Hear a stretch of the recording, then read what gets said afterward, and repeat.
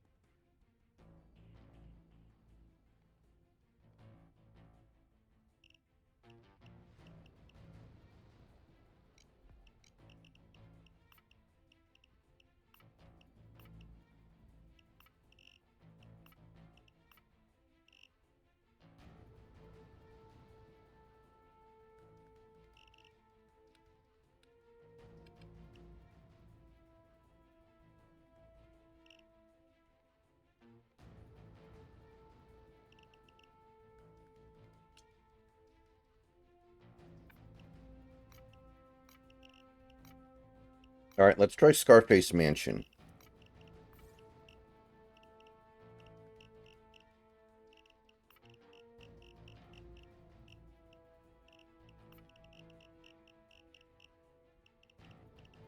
I have been running guns in the Caribbean for a while. It's been very profitable. But some of the old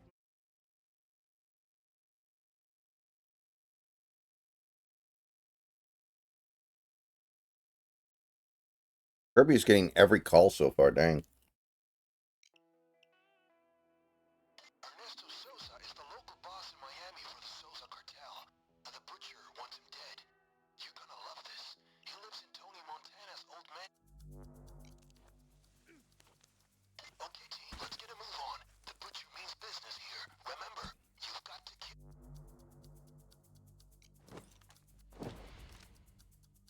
Okay, guys, let's go in. Quiet or loud. You can kill this guy any way you want. Find Sosa's head of security. He'll have a USB stick with security codes. He's a man of habit. Always wears a green jacket. I'll wait. Consider me the cavalry.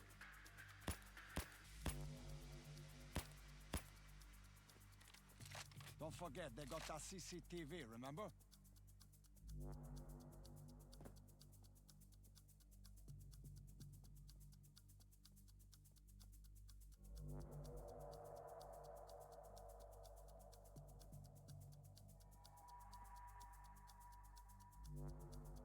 We need the USB stick from the head of security.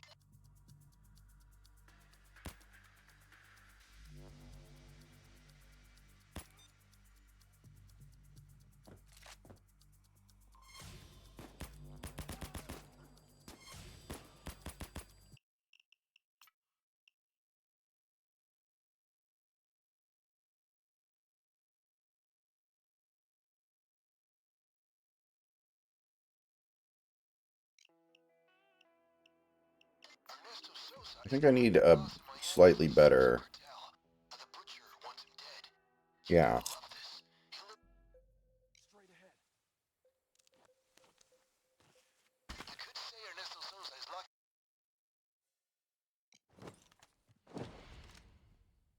Damn, look at this place. This guy rides in style. You can do this quietly or with a bang. It's your choice. Find Sosa's head of security. He'll have a USB stick with security codes. He's a man of habit. Always wears a green jacket. I'll wait here. I'll be the backup plan. I don't want to see your pretty ass on TV, okay?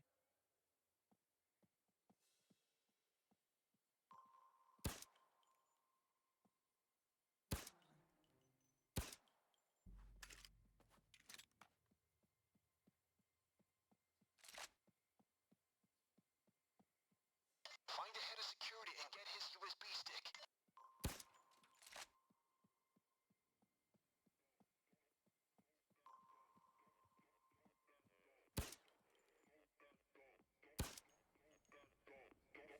It's secure.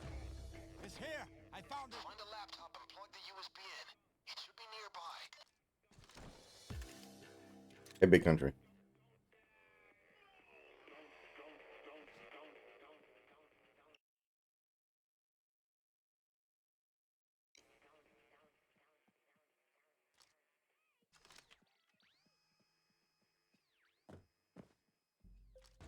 Security's home.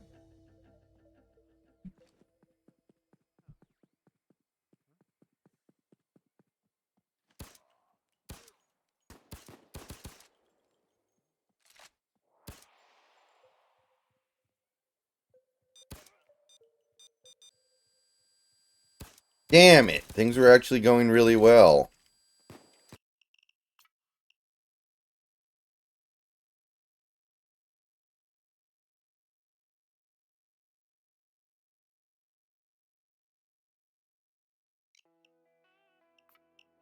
Ernesto Sosa is the local boss in Miami for the Sosa cartel. You know what? Actually, I want more body bags. You're gonna love this. He lives in Tony Montana's old mansion in Miami Beach. Yeah, that's right. Scarface, the legendary 80s drug lord. Anyway, you've got to hit the mansion, find a way in, and then kill Ernesto Sosa. It won't be Straight ahead. You could say Ernesto Sosa is lucky to have this beautiful house in Miami Beach, but his luck.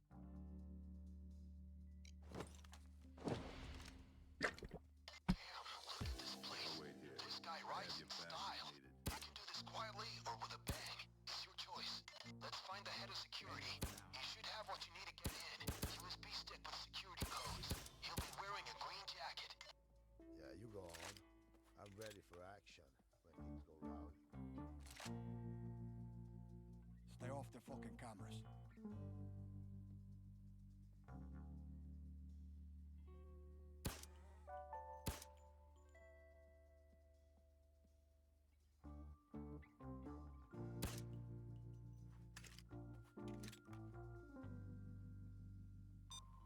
The head of security will have that USB stick. I saw they were losing. Are they still... What's the score? I saw it was like 2-0. Yeah, boss. All's quiet down here. I found it. There should be a laptop somewhere near the house. Plug the USB stick into it.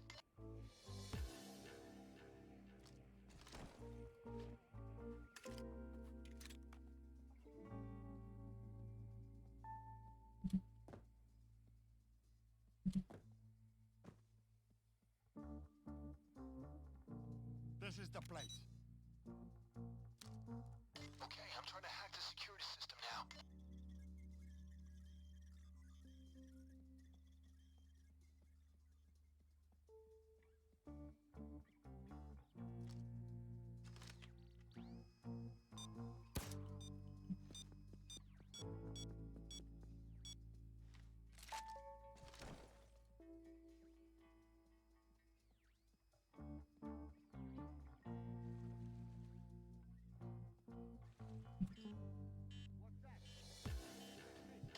Wait, what? They got additional security blocks. What Gotta the disable them. Find a fuck? security switchboard and rewire the system.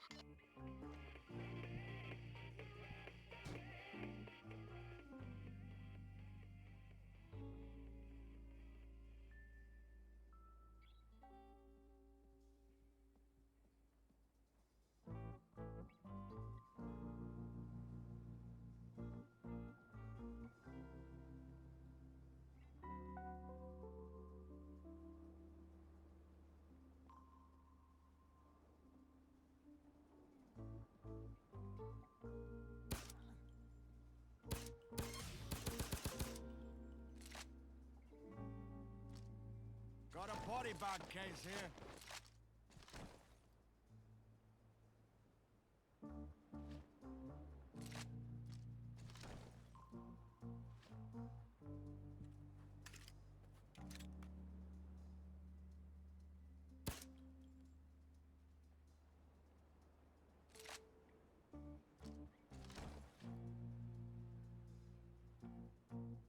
Let's get it open.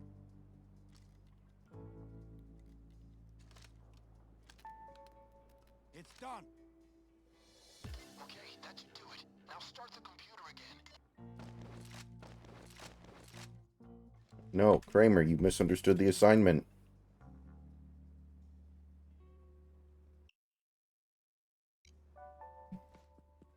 Mm.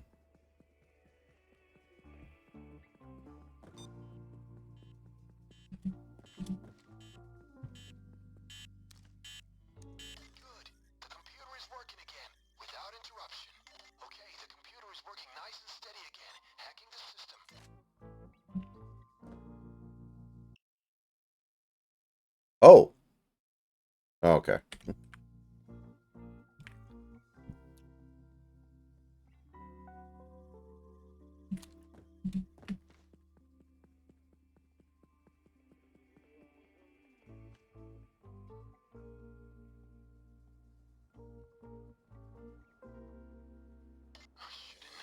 There's another switch box. Really? Wire that one too. What's the point of that one then? Ooh. Did he get enough of that? Yes. All right. Wait. Is Crawford not going to be able to score? Holy shit. What happened? Is Crawford injured? How did he only take one base there? Am I missing something?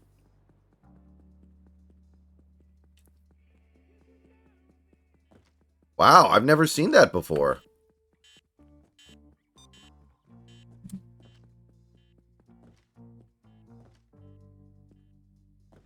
What the heck just happened? To get it fixed. Something not right. Someone gotta fix it. Huh. Let's open that goddamn thing. Did he think it was a home run?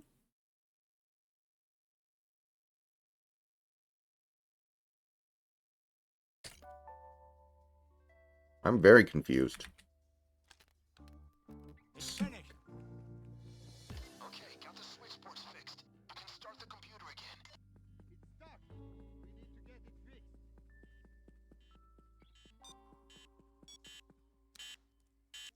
We're good and going. I'm hacking the system through the computer. Good. The computer is working again, without interruption.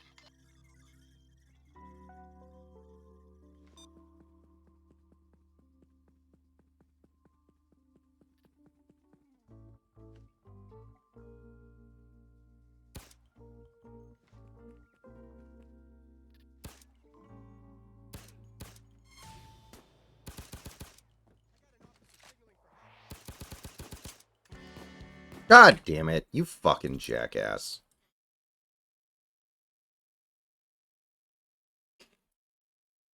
Wow. So Crawford's fuck up is now looming large. And I don't know why he did it still. Come on, guys. The butcher. I am so confused. What a house. You can tell Suses are making money. Let's hit this place. Quiet or loud. The butcher doesn't care how, as long as you kill the guy. Okay, the first step is to find the head of security. He'll have a USB stick with access.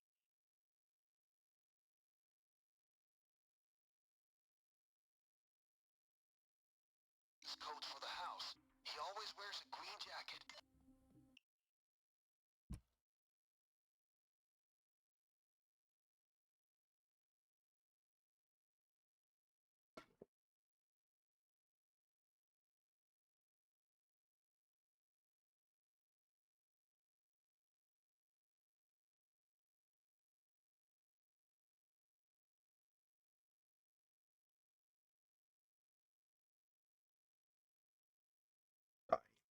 I don't wanna see your pretty ass on TV, okay?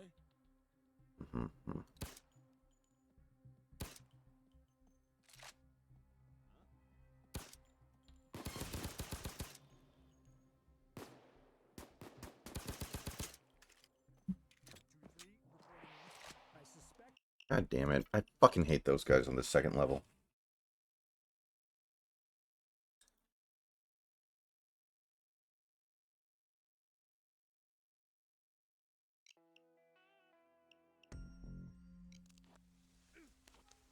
Okay, team, let's get a move on. The butcher.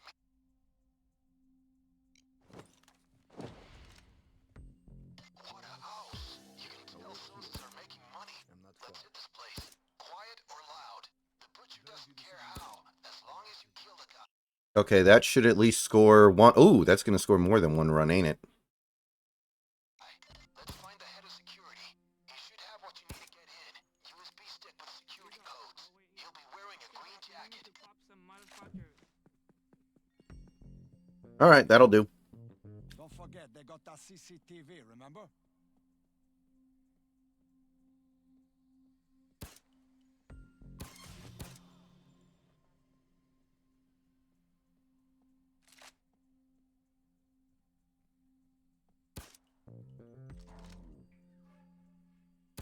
Find the head of security and get his USB stick.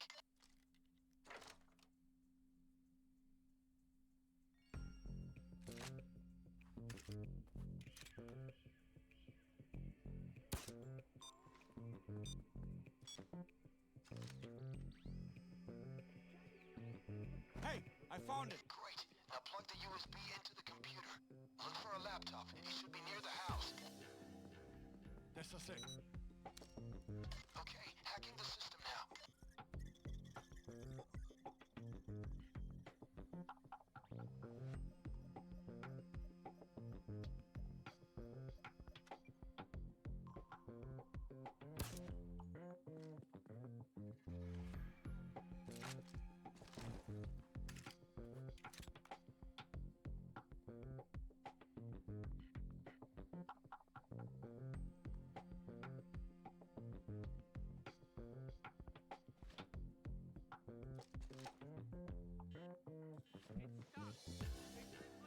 Wait.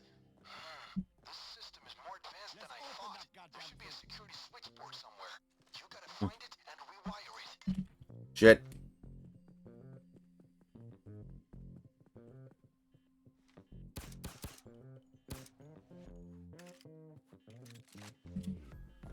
All right, that wasn't so bad.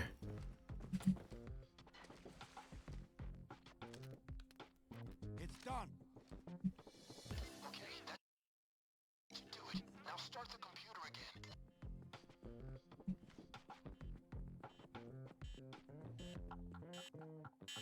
Good. The computer is working again, without interruption. Okay, the computer is working nice and steady again, hacking the system.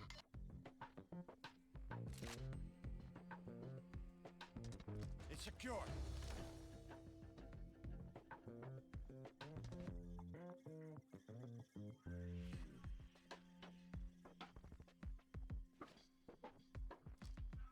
Place the body bag case here.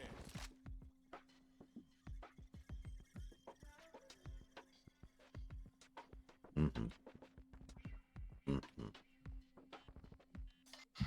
There seems to be another switch box. Find it and rewire it. Same as the other one.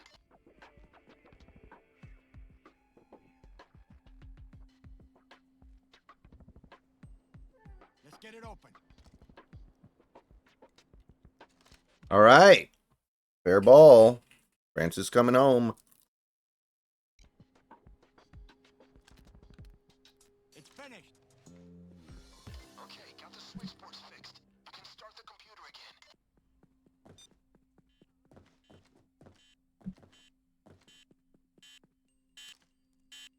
We're good and going. I'm hacking the system through the computer. Okay, the computer is working nice and steady again, hacking the system.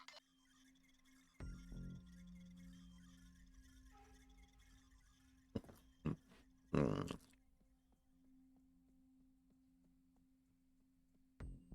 Okay, the computer's down. That was harder than I expected, but we're go. You can enter the house now.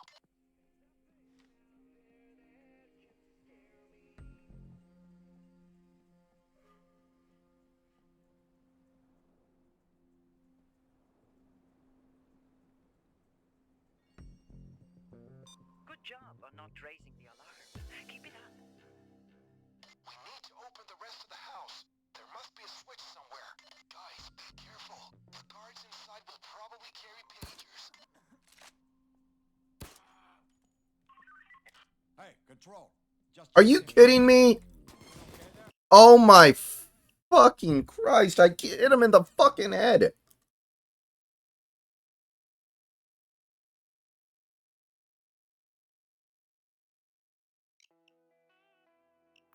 Ernesto Sosa is the local boss in Miami for the... Straight ahead.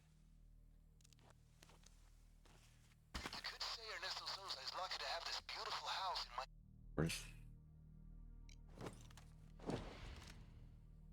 Damn, look at this place. This guy writes,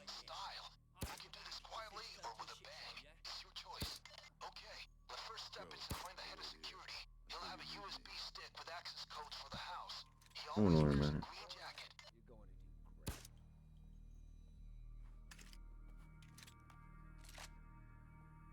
I don't want to see your pretty ass on TV, okay?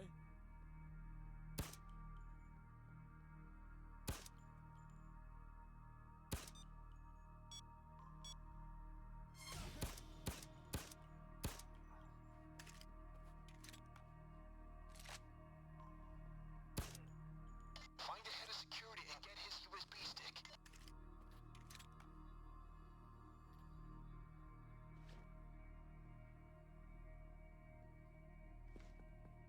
Eat them, I.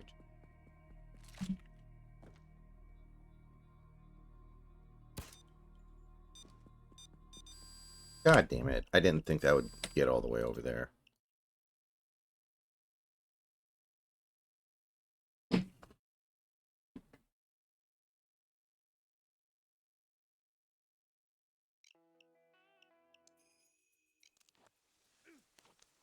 Okay, team, let's get a move on. The butcher means business here. Remember, you...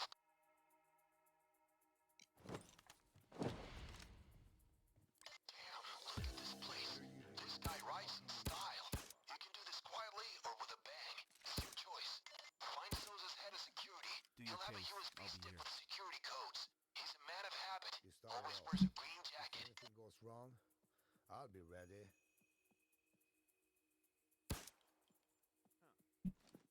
Don't go on TV now, okay?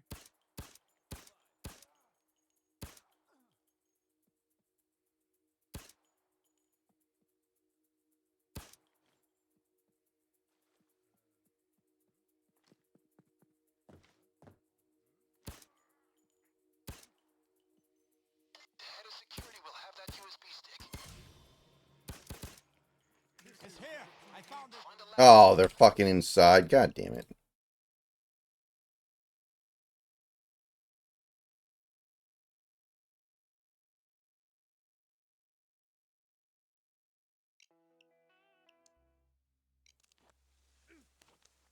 Okay, team, let's get a move on.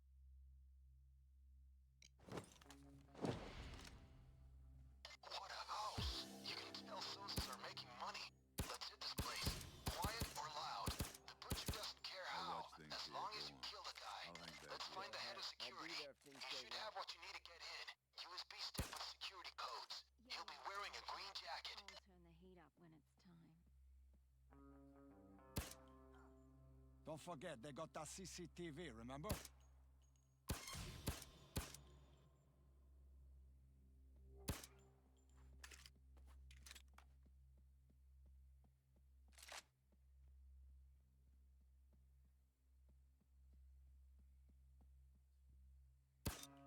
We gotta get the God damn it.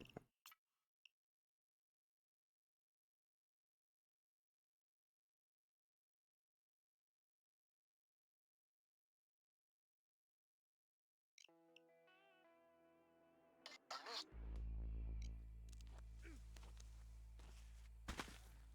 Come on.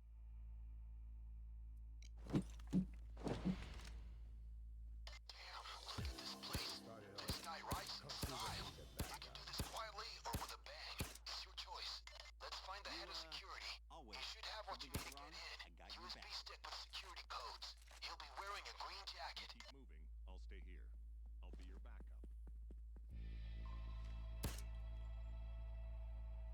I don't want to see your pretty ass on TV, okay?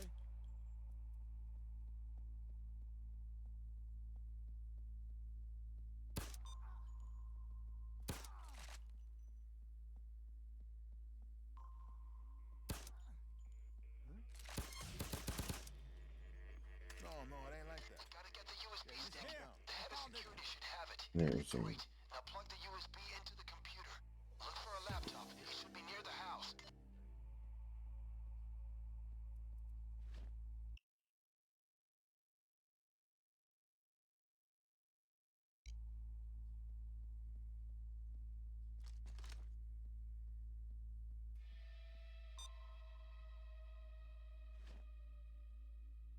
This is the place.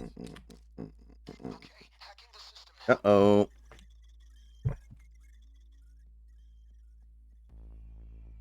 Oh man, a good throw actually might have had a shot there.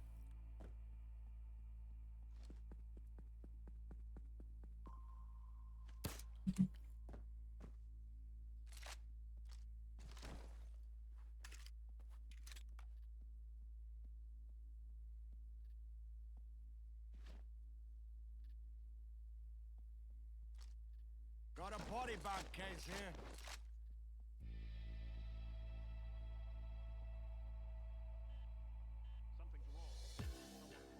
Hang on. Oh, they've got additional security blocks here. You gotta find a security switchboard and rewire it. Let's get it open. I don't mind the Garver idea as long as he's fine defensively, but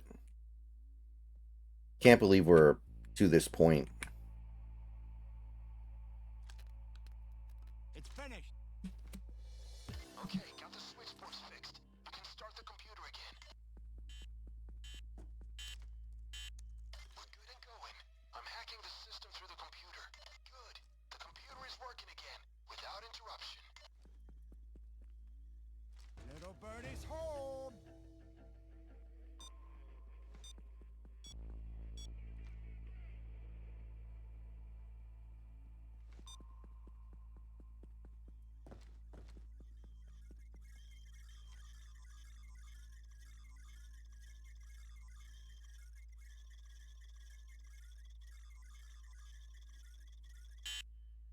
Oh, shit, no. There's another switch box. You gotta rewire that one too.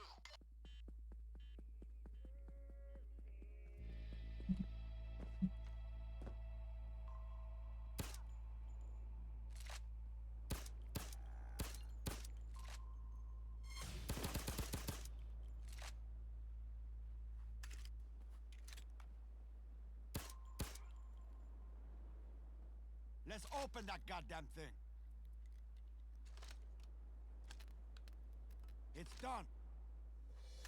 Okay, that should do it. Now start the computer again.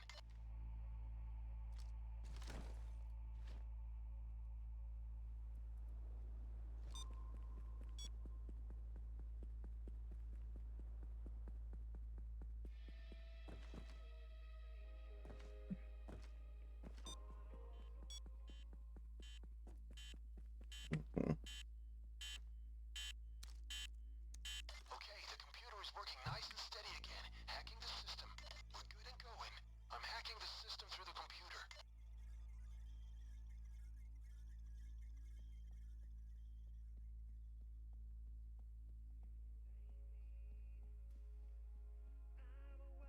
Okay, the computer's done. Okay, it's done. That was hard, but I managed to open some of the shutters on the house.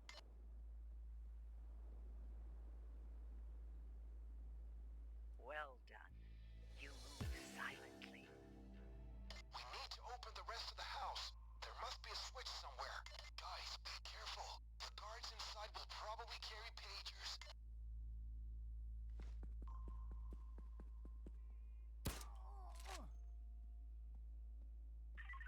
Hey, no reason to be so edgy, Control. Everything is fine over here.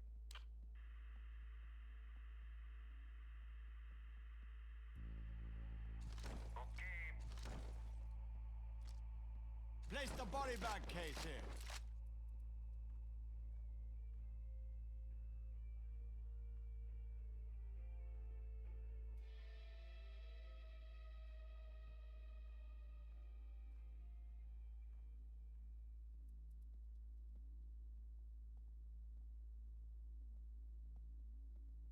Great, we're in.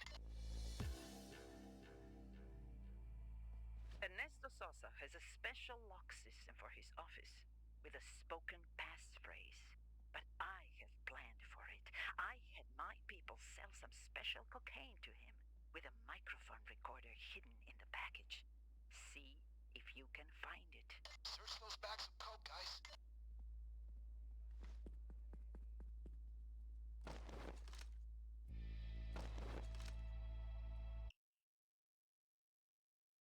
Uh-oh. That's trouble. Yep.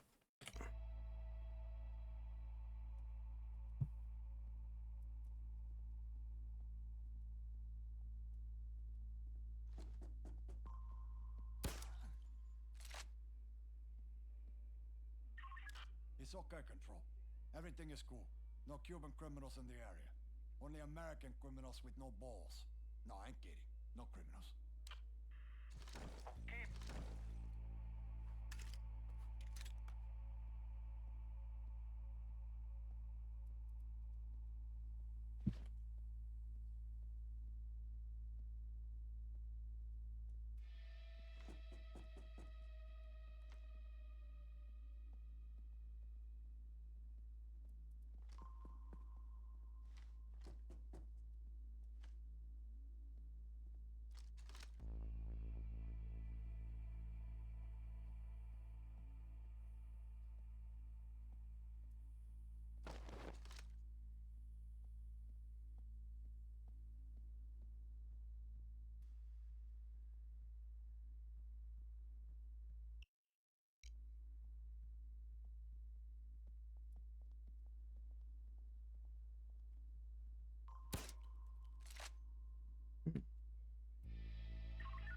Hey, Control. I've been having all these strange kind of dreams lately. We got clowns and guns chasing me. Is that normal? Okay, but we said...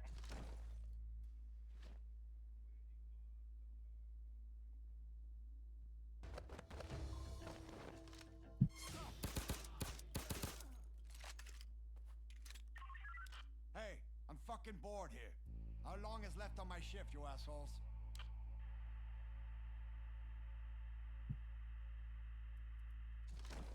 Okay. But next time I'm sounding the alarm.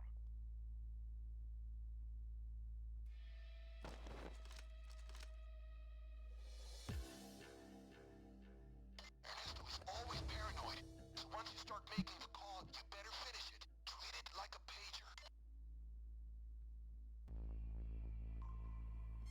Shit. 2-4 here, reporting in. There's signs What of are you intruders guys here. doing over there? It doesn't really matter now.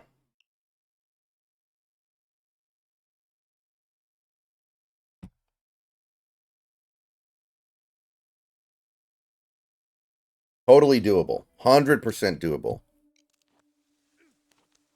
Okay, team, let's get a move on. The butcher means business here. Remember, you've got to keep...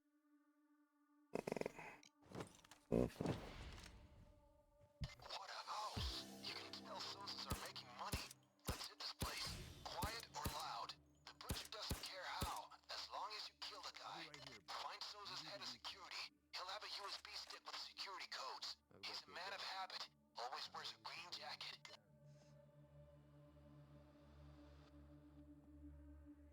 It's not time to make your TV debut.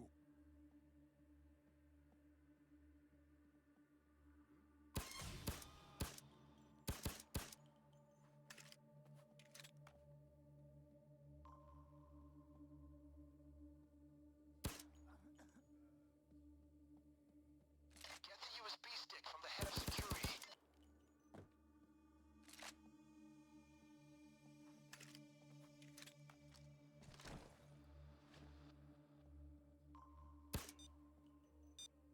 God damn fucking... That fucking camera has ruined me so much. Alright. That should get us out of it. No problem. Straight ahead.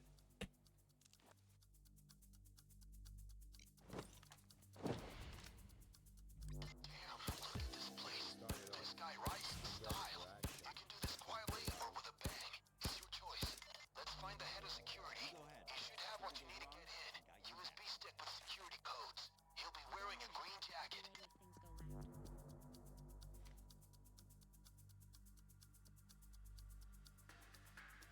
Don't forget, they got that CCTV, remember?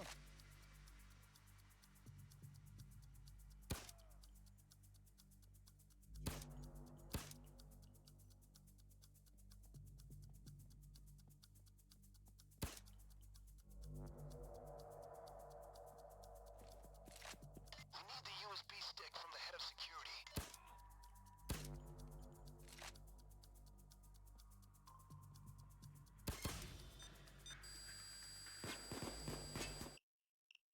Man, this one fucking camera.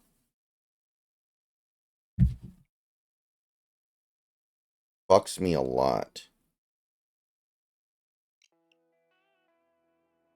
Ernesto Sosa is the local boss in Miami for the Sosa cartel.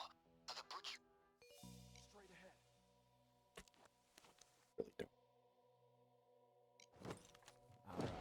I'm tired. Roadhouse. You can tell Sosa's are making money. Let's hit this place. Quiet or loud. The butcher doesn't care how, as long as you kill the guy. Okay, the first step is to find the head of security. He'll have a USB I stick. really don't like how headshots with a gun this powerful Green jacket. aren't auto kills. I will admit that. Like, what's the fucking point if it's not going to be a fucking auto Wanna kill? see your pretty ass on TV, okay?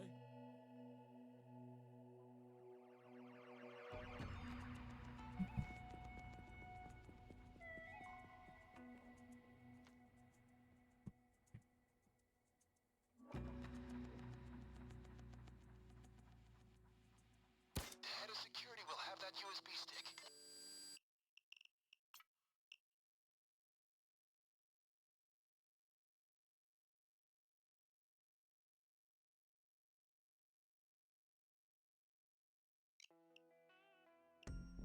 Straight ahead.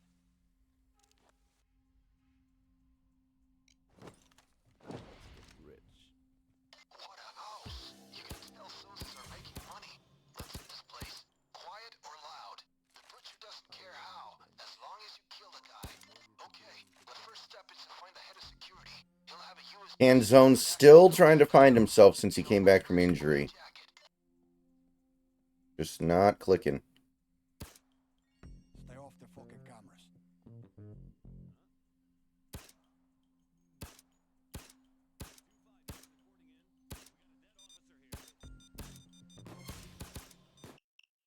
Oh, man. I hate cameras.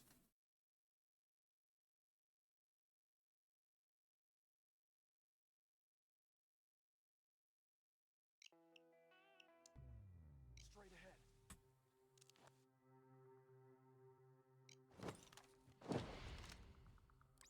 Okay, guys, let's go in. Quiet or loud. You can kill this guy any way you want. Find Sosa's head of security. He'll have a USB stick with security codes. He's a man of habit. Always wears a green jacket. You got it. I'll be your backup plan.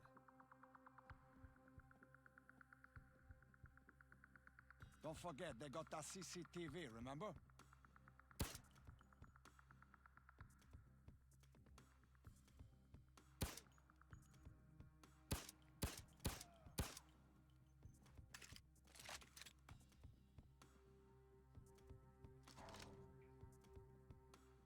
Remember, guys, you're looking for the head of security.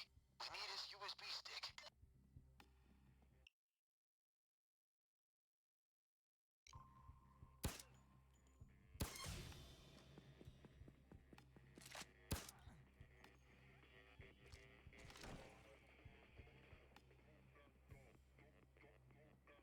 It's Oh, here. no. There should be a laptop somewhere near the house. Plug the USB stick into it.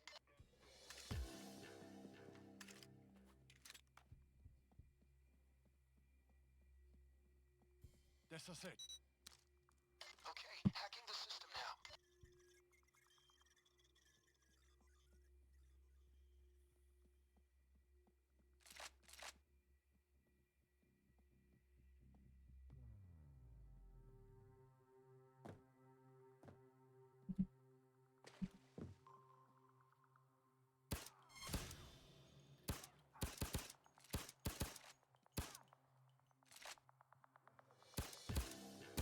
Hang on.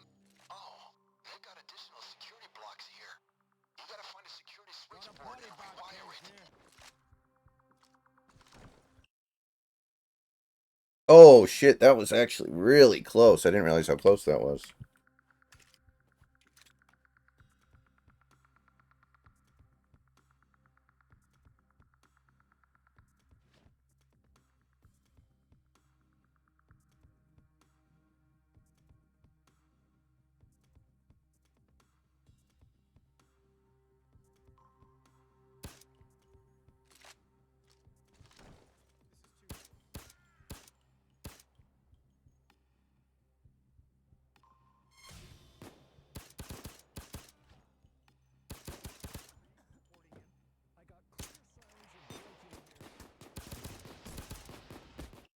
How the fuck is he shooting at me and calling in the fucking crime at the same time? Bullshit. Fucking bullshit. Fuck that bullshit.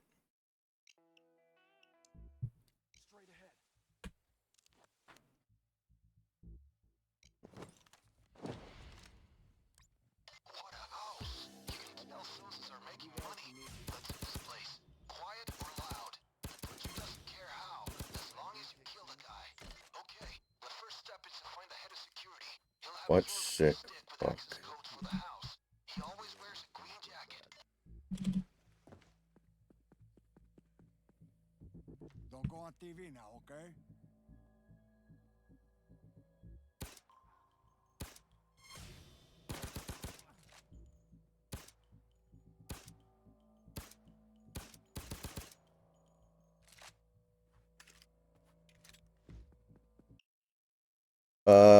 Oh, what the hell? He was off by like 8 feet. The head of security will have that USB What stick. the heck? Dude, stop firing your fucking gun.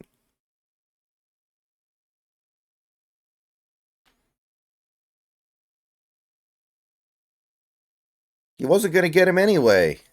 And then he just yeets it into the stands.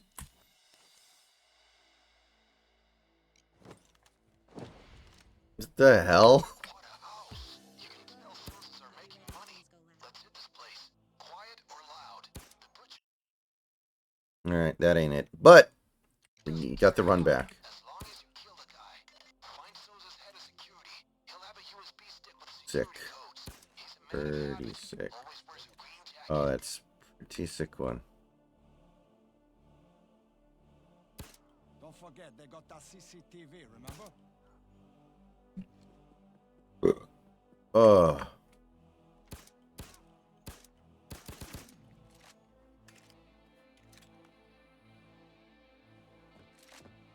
I'm coming, you. We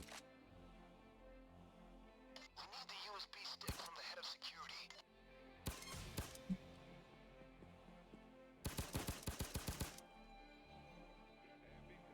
I found it. Find a laptop and plug the USB in.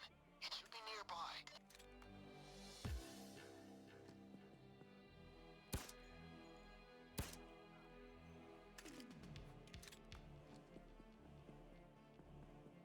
This is the place.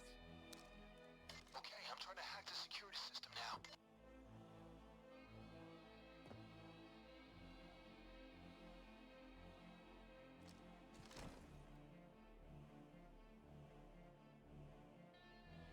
I mean, in fairness, he wasn't going to get him anyway, but he didn't have to yeet it into the stands like that.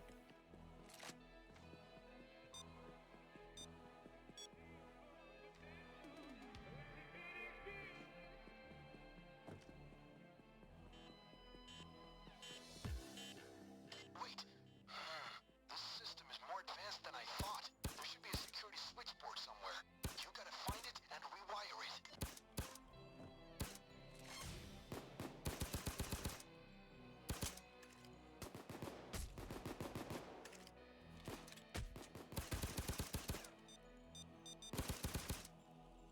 Oh, you cocksucker. He backed up so his corpse would be in the camera view. You little cocksucker. Holy fucking Jesus. Eat shit.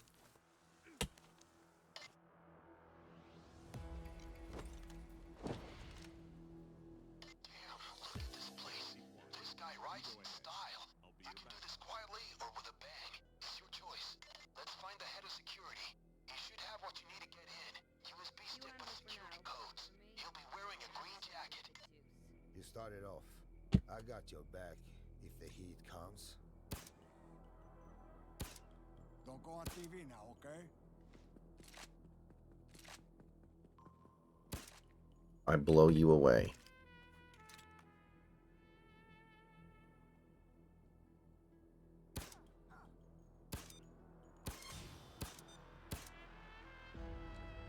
Oh, fucking bullshit camera.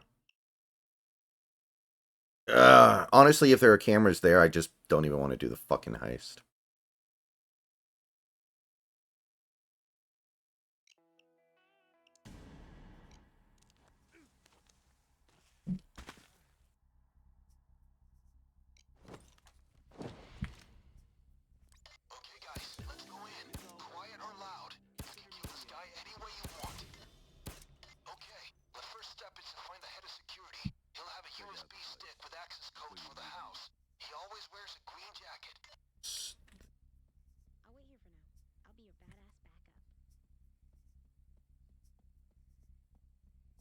off the fucking cameras.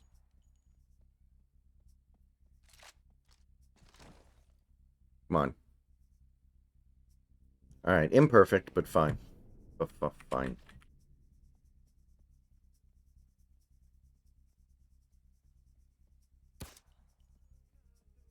Remember, guys, you're looking for the head of security. We need his USB stick. It's here! I found There it! should be a laptop somewhere near the house. Plug the USB stick into it.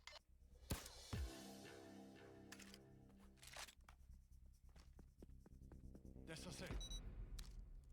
Wait while I try to hack the security system.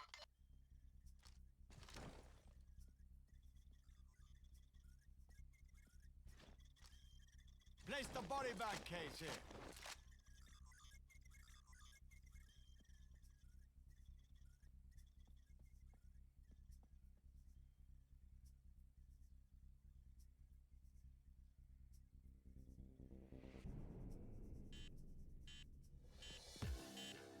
Hang on.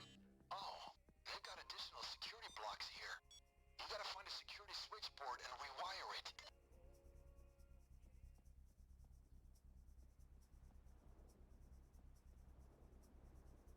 No, Garver's got a role on this team right now. I'm not thrilled about it, but Garver has value right now as a backup catcher. And the only true DH we have.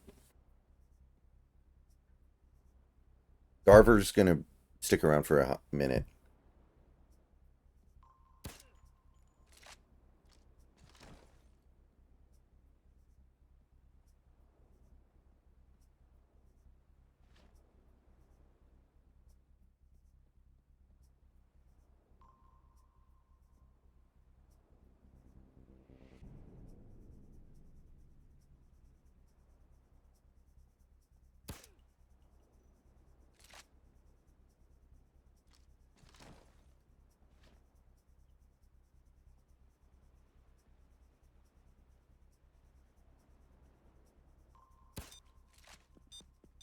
Oh, fuck you.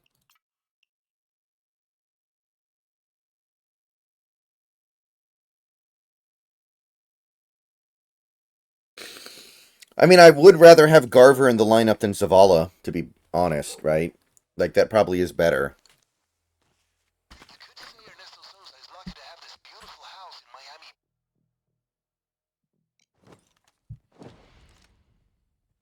What a house! You can tell Sousas are making money. Let's hit this place. Quiet or loud. The butcher doesn't care how, as long as you kill the guy. Let's find the head of security. You should have what you need to get in. USB stick with security codes. He'll be wearing a green jacket. Need firepower? It's not time to make your TV debut.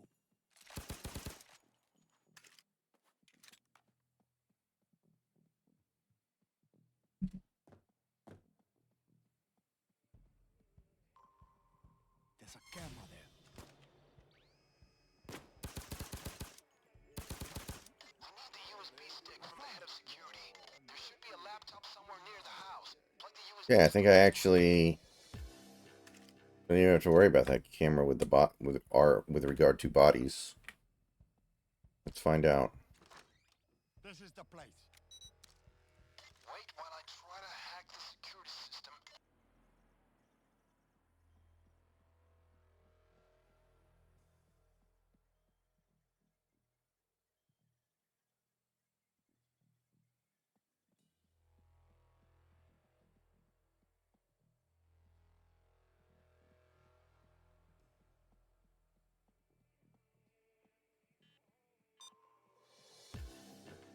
Wait,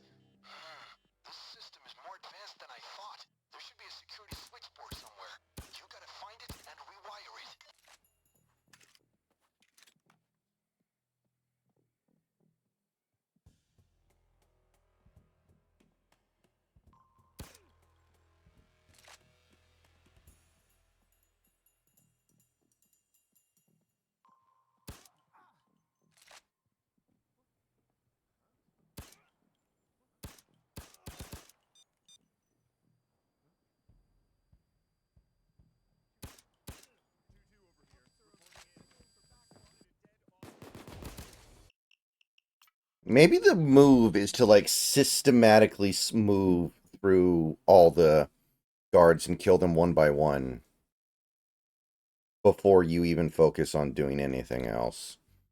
Because there's no punishment for killing guards on the outside. Maybe that's the move. I don't know. What a house. You can tell Sousa's are making money.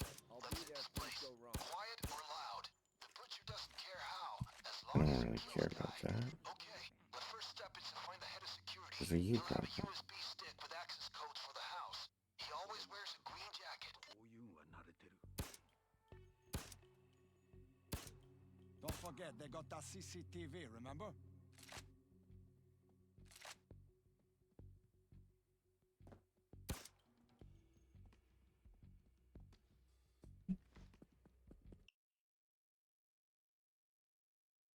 Ooh, got him. Oof.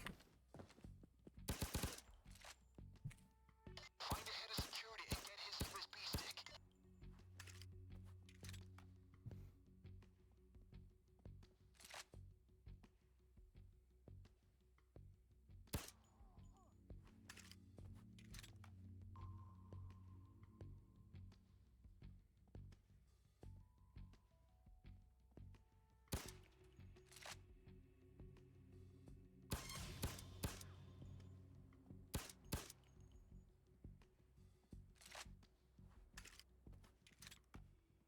It's secure.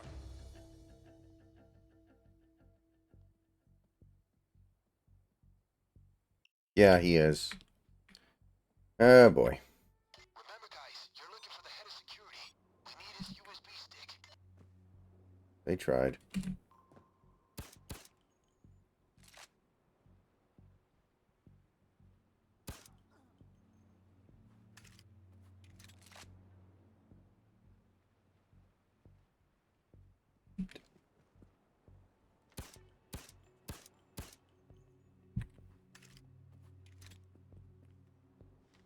Oh, yeah, that's pretty clear.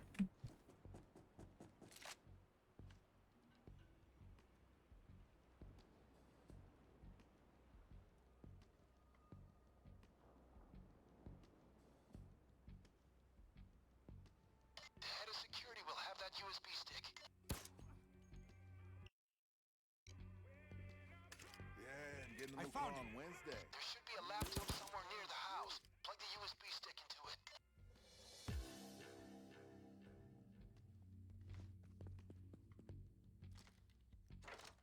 This is it. Okay, I'm trying to hack the security system now. Yes, I'm oogly goo.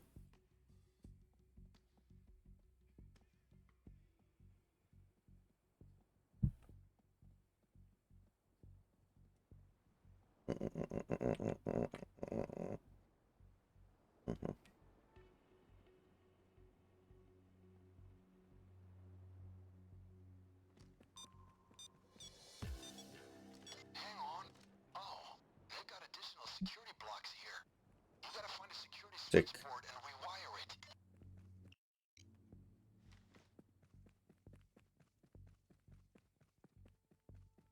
Let's open that goddamn thing.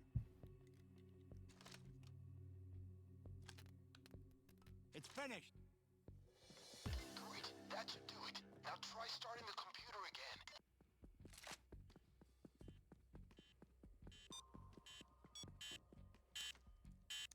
Good. The computer is working again. You. Without interruption. We're good and going. I'm hacking the system through the computer.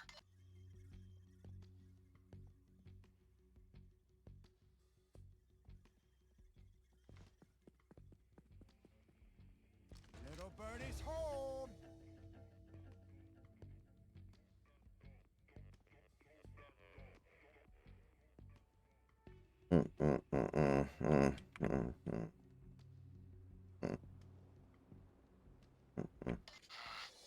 Switch box. I hope the offense goes off to where it doesn't even really matter either way because we get to use our scrub bullpen.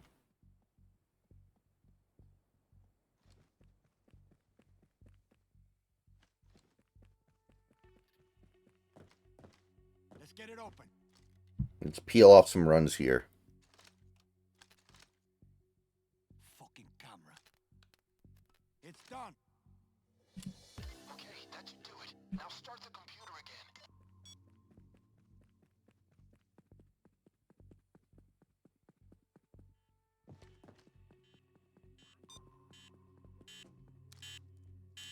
Good. The computer is working again, without interruption. Okay, the computer is working nice and steady again, hacking the system.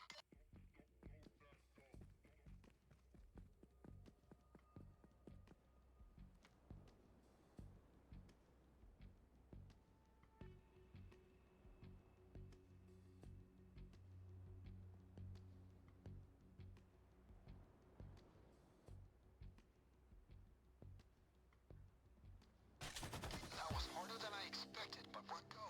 You can enter the house now. Well done. You move silently. If we're gonna get into the boss's office, we need to open the rest of the house. Look for a switch or something. Guys, be careful. The guards inside will probably carry pagers.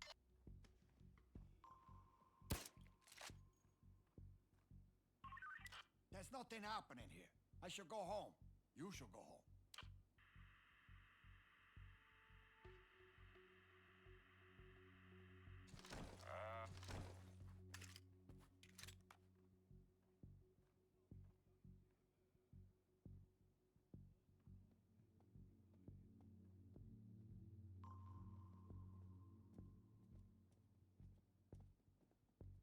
Okay, guys, that did it.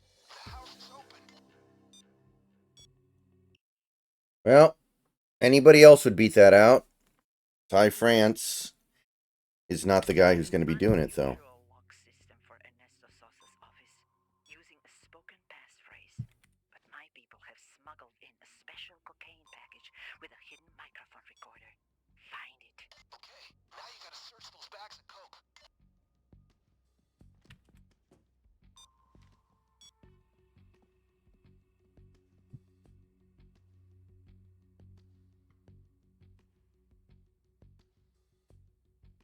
Ooh, nice. Rep through.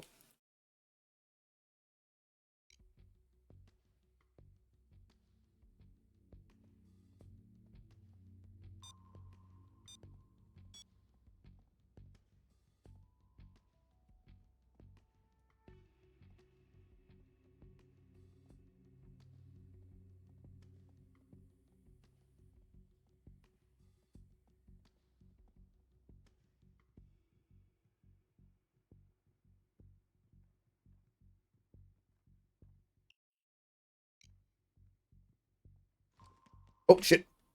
No, no, no. Don't. God damn I'm it. not all right. I'm pissed, okay? When I get Staircase back, is set up all I'll fucking blow the stupid.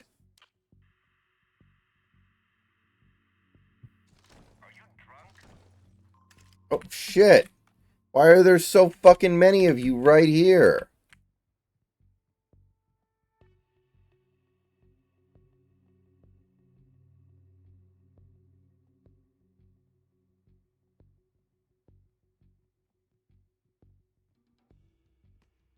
Holy shit. Look at this fucking place. I killed one of them. And it's still this impossible to navigate thicket.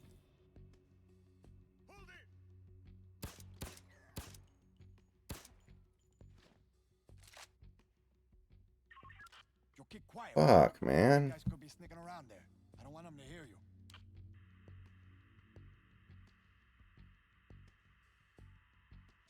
Okay, man. But quit horsing around. Got a body bag case here.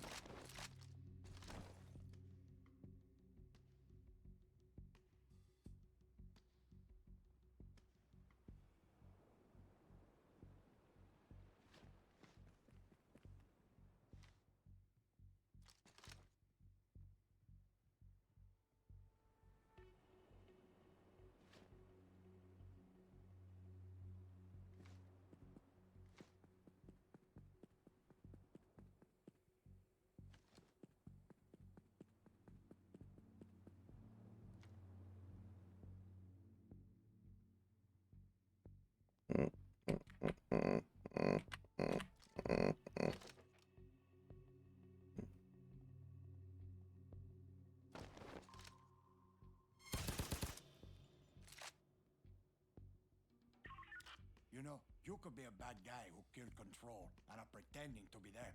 How would I know? You could be coming for me right now, huh?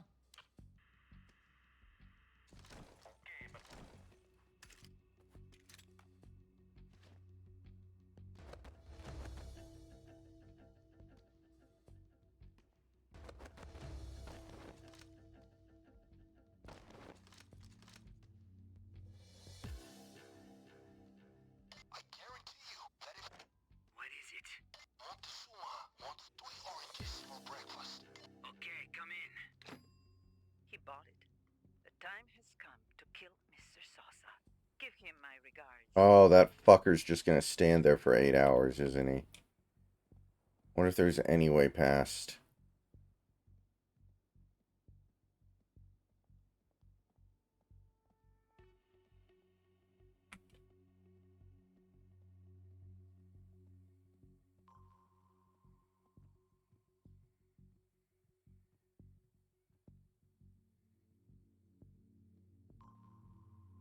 I feel like you're supposed to have to kill this guy no matter what. So you have to have a pager.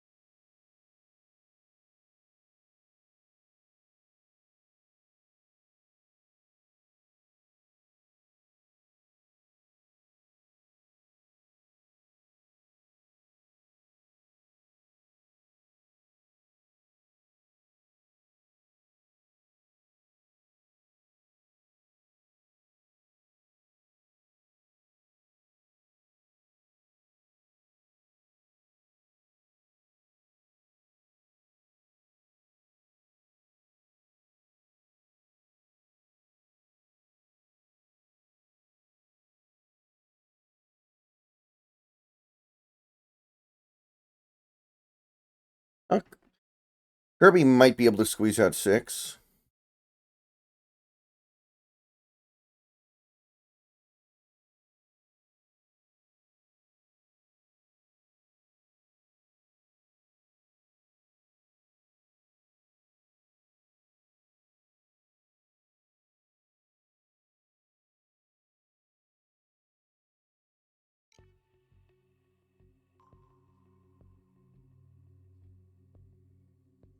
This is horse shit, by the way. They should not force you to use a pager here. It should be a skill check of some kind. There should be some way to get past this guy without using a pager. Yeah, like he literally stands right in front. I wonder...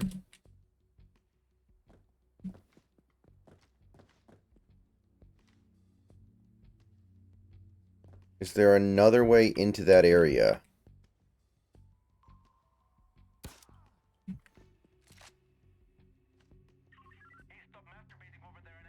No one fucks with me and lives. Very good. A silent kill. This is what happens to those who cross me. Get as much loot as you can. At least 2 bags. Okay, so we know we can do it. We just need to have one less kill. Revolt.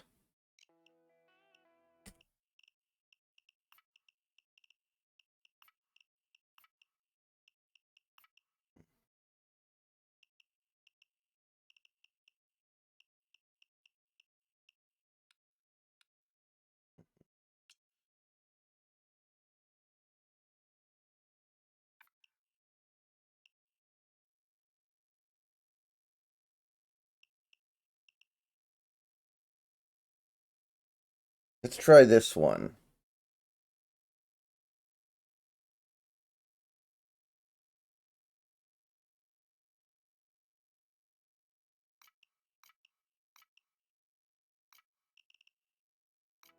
Ernesto Sosa is the local boss in Miami. Straight ahead.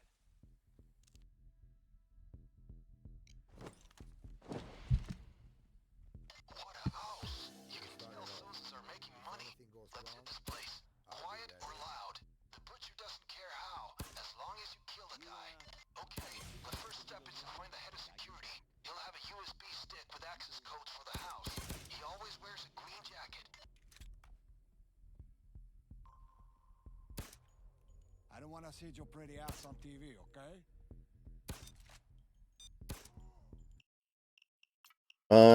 Tragic.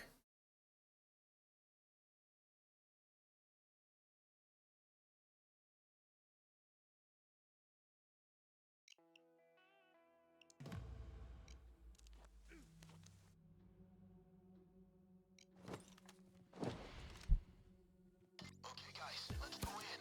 Quiet or loud. You can kill this guy any way you want. Let's find the head of security. He should have what you need to get in. USB stick with security codes. He'll be wearing a green jacket. I'll keep watch. Call me when you need someone killed. Don't forget, they got that CCTV, remember?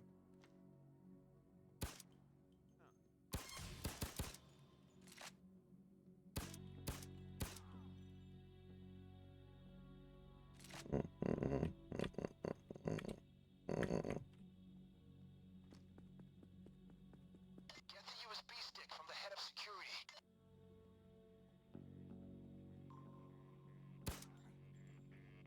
It's here! I found There it! should be a laptop somewhere near the house. Plug the USB stick into it. This is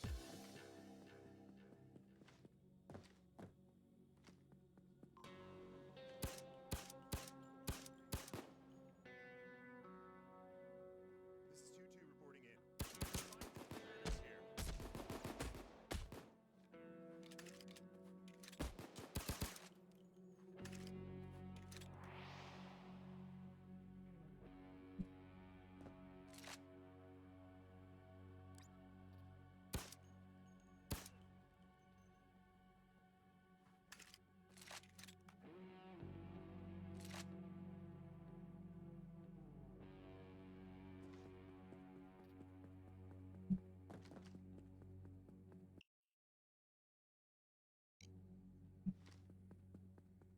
This is the place.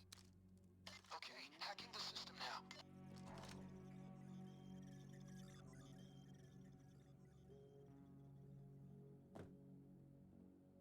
Don't. Oh, you mother. See, now I'm screwed because even if I did kill him, he'd just need the pager call. That is some RNG fuckery I could do without having that guy walk around. Straight ahead. Oh shit, did he? No, okay. You could say Ernesto Souza is lucky to have this beautiful...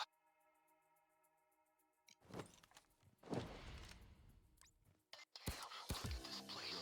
This guy writes in style. You can do this quietly or with a bang. It's your choice.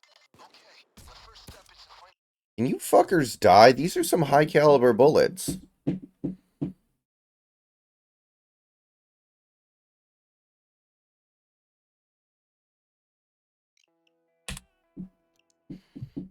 ahead.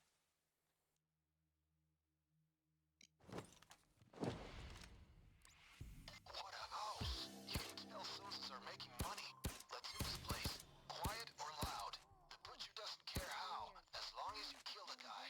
Okay, the first step is to find the head of security. He'll have a USB stick with access codes for the house. He always wears a green jacket.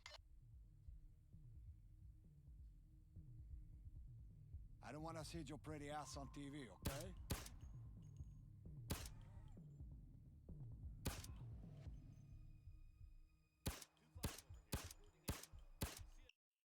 That asshole on the roof is really starting to be a problem. He was not that big of a deal until the last couple runs.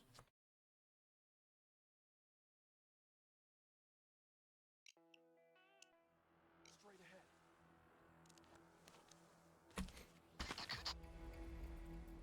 Yeah, I've heard about Logan Evans. Okay, guys, let's go in.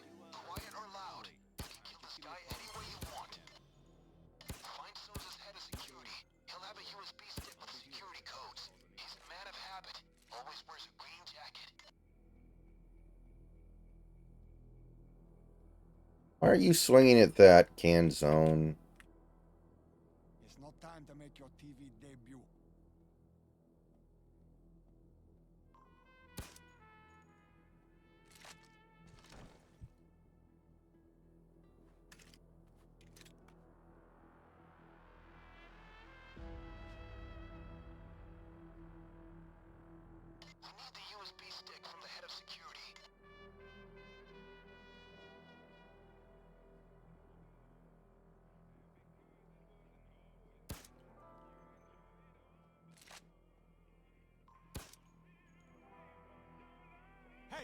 found it. Find a laptop and plug the USB in. It should be nearby.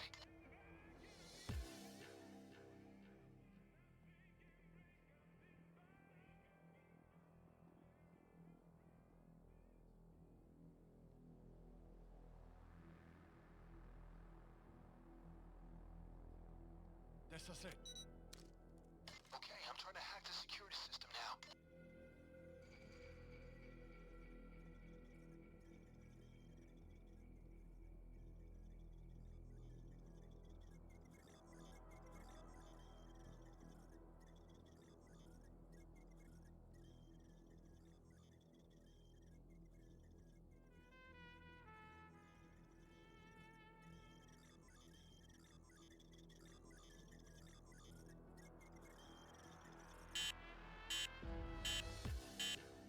Wait. This system is more advanced than I thought. There should be a security switchboard somewhere. You gotta find it and rewire it. There we go. Jesus. What was wrong? Let's get it open. When I try to connect in the browser, it's usually everything passes by too quickly for you to see in the spot where it says voice connected next to your signal strength.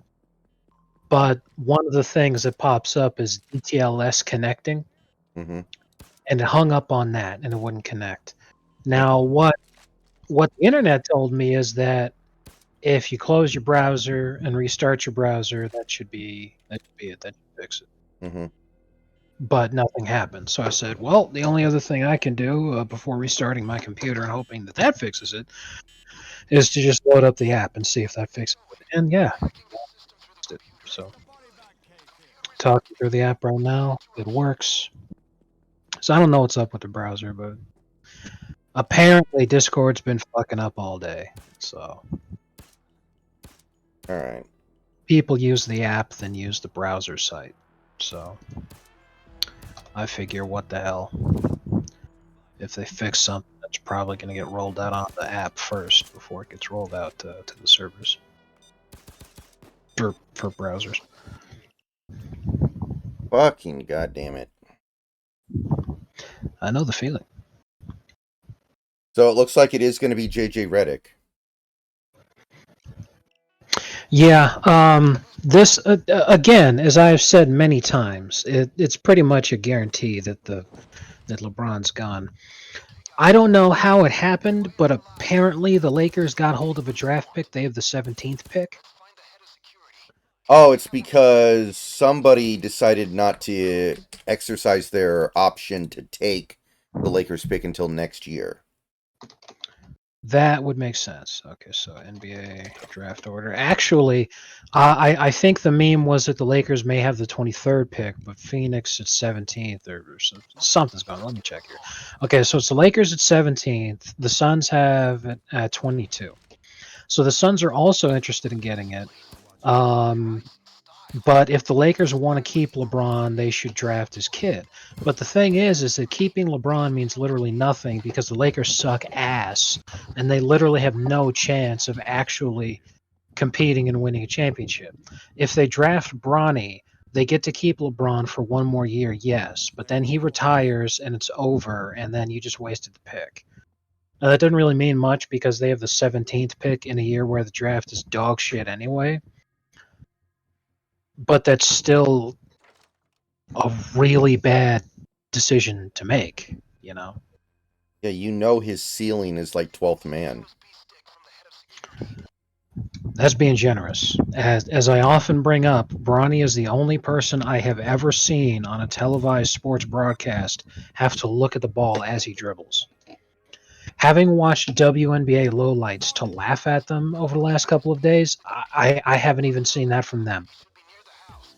I've seen them airball wide open layups. Like literally try an uncontested layup and they don't even hit the backboard or the rim. They just like that shit's hilarious. But at least they didn't have to look at the ball as they were dribbling. So I'm like, Bronny is literally less fucking coordinated than WNBA broads. That's fucking pathetic. Yeah. So, you know, getting JJ Redick here is not going to convince LeBron to stay if that was what was gonna seal the deal or not. You know, if he's gone, he's gone, and it's got nothing to do with fucking the coach. What the fuck was that, Luke? I've never seen that before.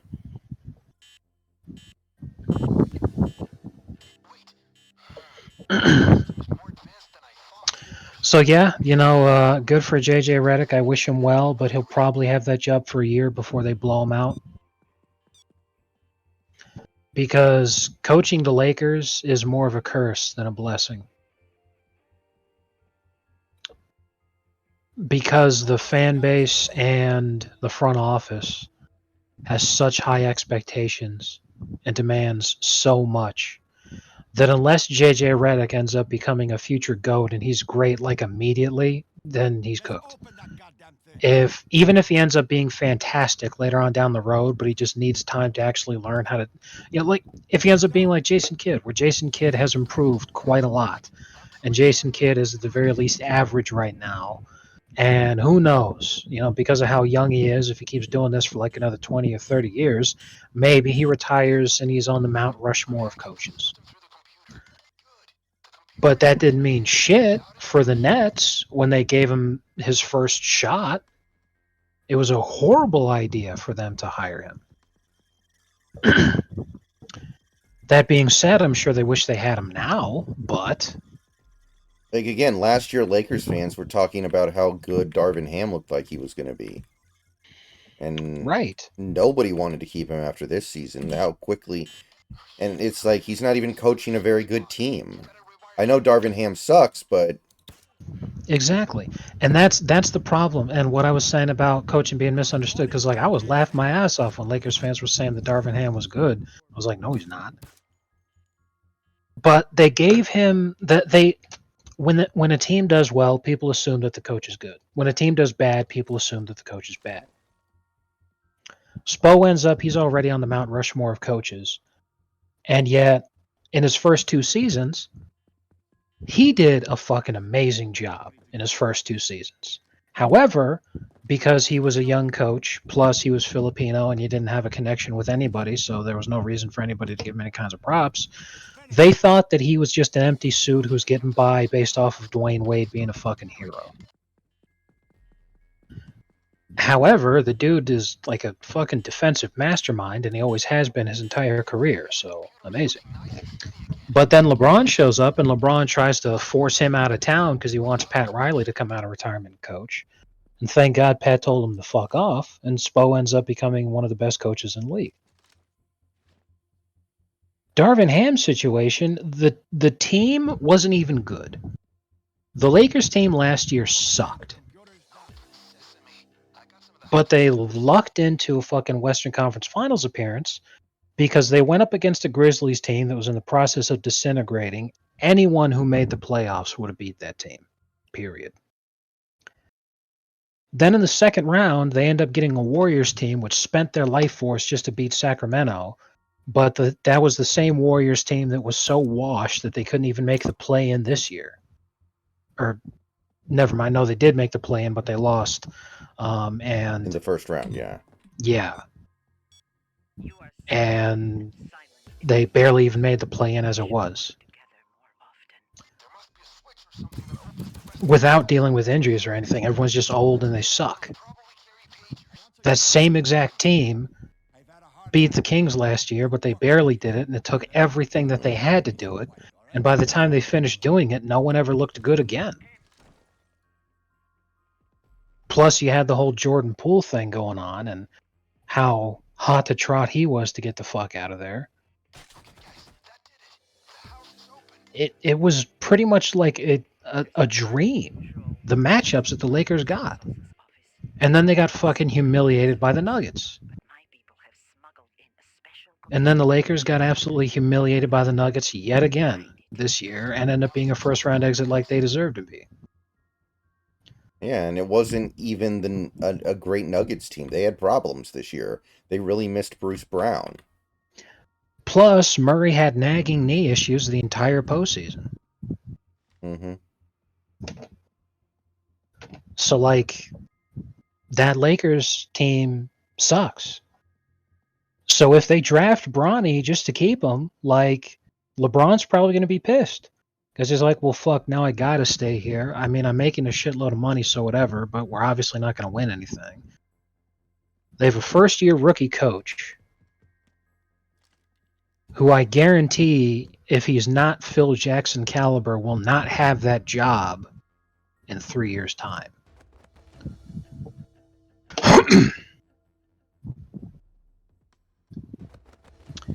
Their roster still sucks ass, and there's nothing they can really do to change that. None of this would have happened if they had just stuck with Frank Vogel like they should have. Yeah, definitely. And not only that, but like this is a really huge problem too. All right, just a second. The bastard bought it. Damn, I lost my train of thought. Give me a second. Kill him. I gotta go back and find what I was gonna say. Wow, man. Fuck off, game. I shot him in the head like 8 fucking times, and he doesn't die. Fuck off.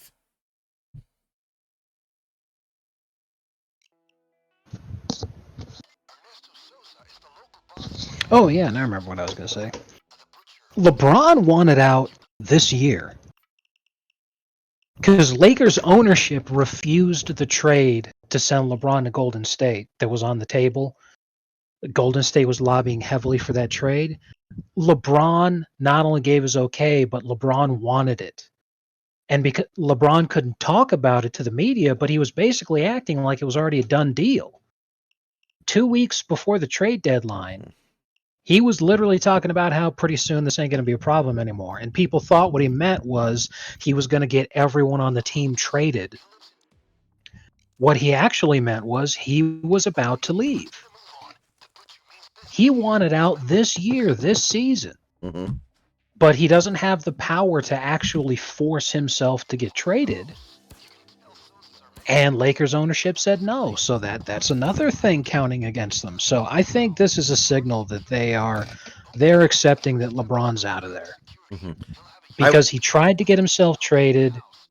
They don't have the ability to make the roster any better. The roster sucks. Darvin Ham didn't pan out. They're hiring a first-year rookie coach who's completely untested. If they draft Bronny to try to keep him, like, they're not going to go anywhere. Their absolute ceiling is to repeat as November champions. What if they draft Bronny, and then LeBron leaves anyway, and he's just like, I don't want, why would I want to play with that kid? He sucks. I want to play with my other kid. Fuck that. That would actually be so fucking funny. If the Lakers drafted Bronny and LeBron just said, by the way, Bronny's middle name is Shabazz Napier. And then he's just fucking boogalooed right out of town. That would be the coldest fucking thing ever. And it's all like, oh man, Bronny truly is LeBron James Jr. because his father just abandoned him too. Oh man, all that's left is for one of his teammates to fuck LeBron's wife. That would truly push. Maybe LeBron could go play basketball with his daughter. Have you thought about becoming a woman, LeBron? That'd be amazing. If LeBron came out as a troon, fucking... Like, she's like 8 right now. 11 years from now, he does the Caitlyn Jenner thing, and he's all like, now that I'm old, I want to be a tranny. And he does that just so he can come out of retirement and dominate the W. Oh my god. I mean, 50-year-old LeBron would be the greatest WNBA player ever still, I have to believe.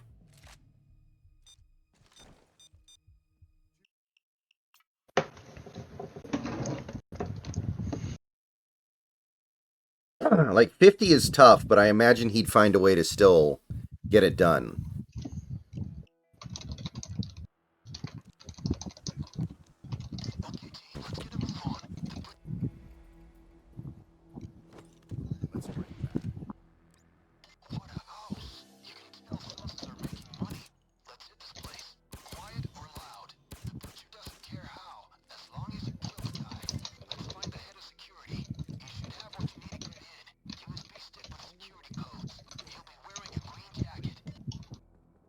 Well, now whatever I do is on Gleb.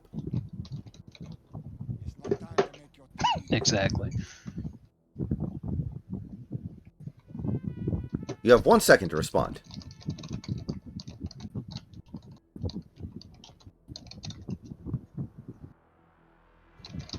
I'm Mr. Frog. This is my show. I eat the bug.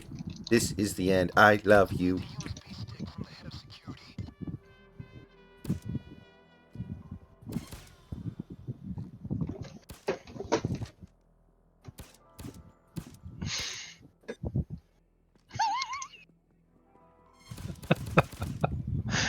Oh man. Did you see the Alan getting the little Yeah, I did. figurine of Mr. That fucking shows the fucking look on Mr. Boss's face. He's just devastated inside. I mean, if it's okay with you, boss. I mean, you already gave it to him.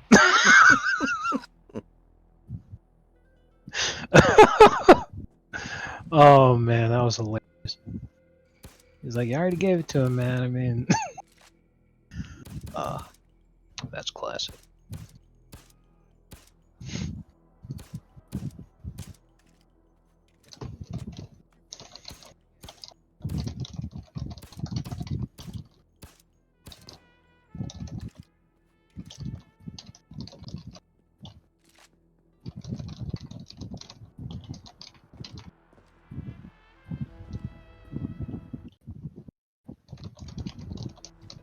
This is it.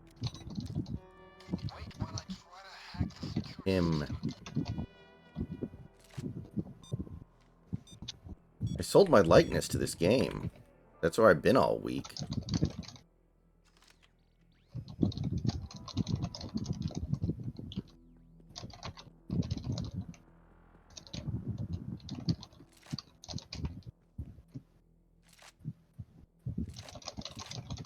Time's up, plus you're wrong.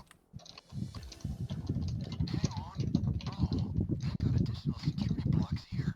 You gotta find a security switchboard and rewire. I'm Mr. Frog, and I approve this message. No, I don't. You can all fuck off. Let's get it open.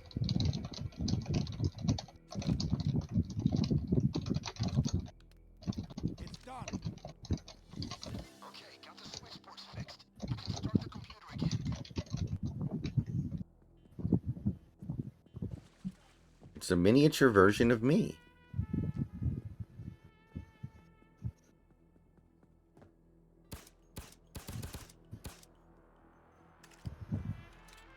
I don't really want this. Well, I don't know about that fella over there, what that peanut is saying, but I think you should win back the marketplace by using a more competitive business model. Okay, the computer is working nice and stable. Why would you ask us here if you weren't going to listen to any of our advice? I'm hacking the system through the computer. Oh, man.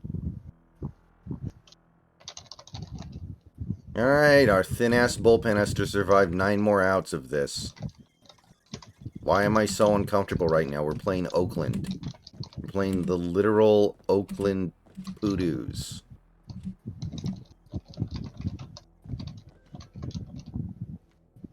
That was really bad. There's another switch box. You gotta rewire that one too.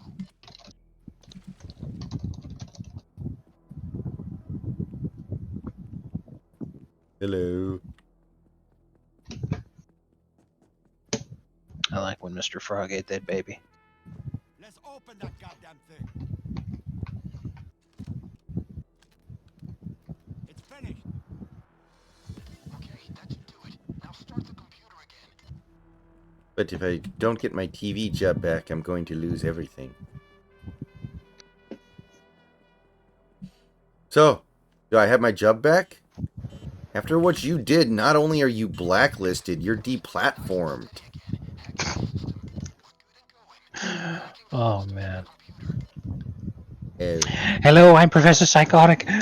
I injected my egg in my ear. Oh, man, I really thought that was going to work. How? How would that ever work? Why would you think that? Oh, man.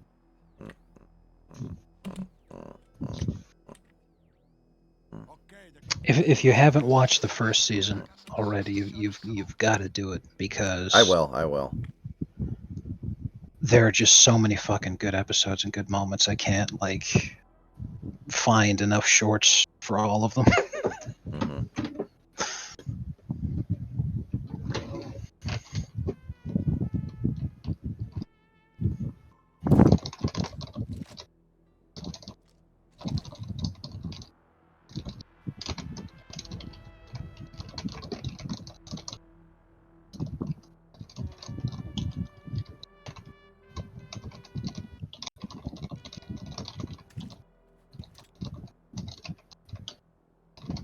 Little birdie's home. Well done. You move silently. There must be a switch or something that opens the rest of the house. Try to find it. The guards inside will probably carry pagers. You should be careful.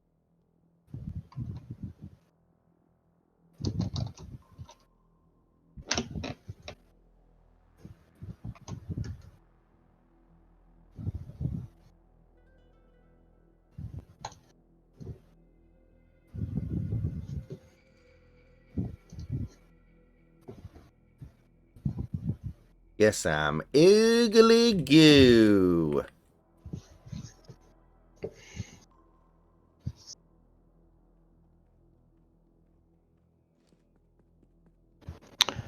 Um, Last week's episode was a Halloween episode, and I'm like, why?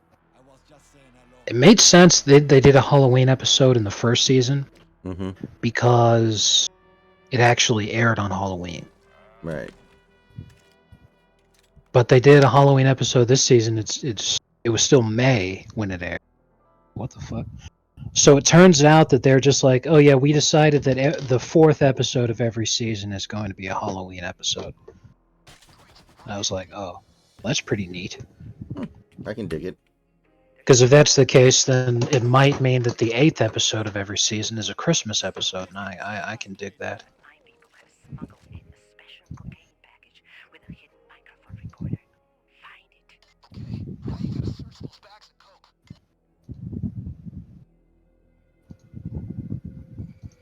Come on, Stanek, find the zone. Although he is getting squeezed by this ump. This ump is horseshit. This ump is a log of bullshit.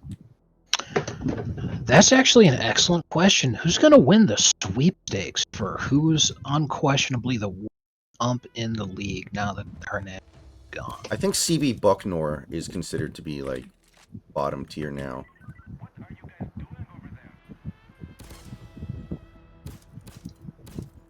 Then may Allah smile on him. Control. I think CB Bucknor is considered, like, the nut low at this point. Go home. Go to a bar and Probably. drink, get laid. Can you beat 9 high? Damn, I had 8 high. That guy who killed Control. There is actually a famous For me right now. Stu Unger hand where he called with, I want to say 10 high,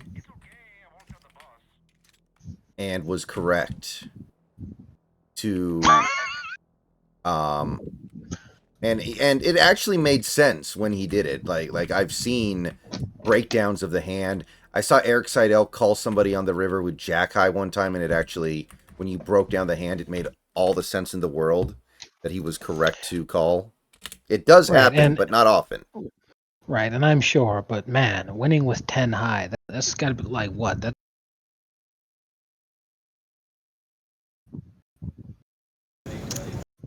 Yeah, it's Right. tough. Mm-hmm.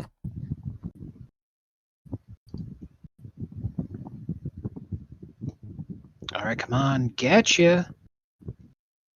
And I have no idea what that is. I don't know, good or bad. Yuck.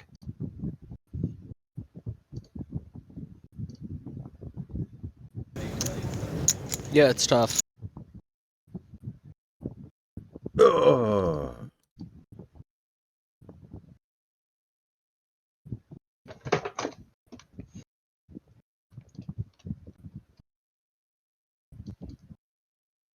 Oh, that's pretty neat. It looks like the Ghostbusters thing. That's not bad.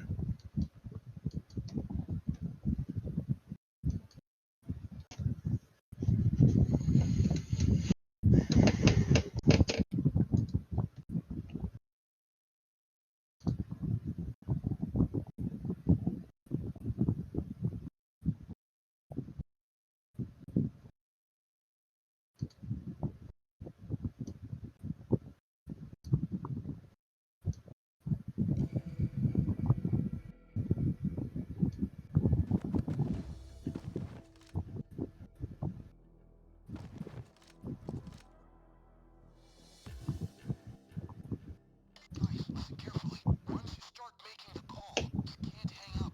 He will most likely sound the alarm, as he's a paranoid one. Yes? The Shaggy Good is unhappy with knives. Okay, come in. The bastard bought it. Get in there and kill him. Oh no. You better move. If there are 2 guards here now, permanently, I'm going to be so pissed off. That one had better fucking move. I swear to God. Okay, good. He does move. I'm gonna just go ahead and go now. Why? Everybody masturbate on the job sometime. You too. I fucking saw you. Oh shit. Oh shit. Is he gonna see the fucking bodies? Got a body bag case here. No! I didn't. No fucking way. 2-3 here. Reporting in. I found a body bag. You cock smoker. Oh my god.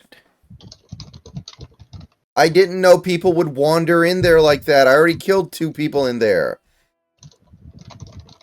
Oh my god. Okay. I don't know what to do then. Like, once I get up there, I have to kill a couple people. Where do I put the bodies? For the house, even LCs are making money. Let's hit this place. Quiet or loud. The butcher doesn't care how, as long as you kill the guy. Okay, the first step is to find the head of security. He'll have a USB. I fucking hate how bulletproof these guys are on the higher difficulties, even though I'm shooting them in the head with a very high caliber gun. Oh my fucking god almighty, dude. We are so close to pulling this off, too. We are so fucking close, it's not even fucking funny. This is such... That was such fucking bullshit what just happened to me there, though. Quiet or loud. You can kill this guy any way you want. Okay, the first step is to find the head of security. He'll have Wow, man. with access codes for the house. That was He fucking always wears a disgusting. jacket. I'll be ready if things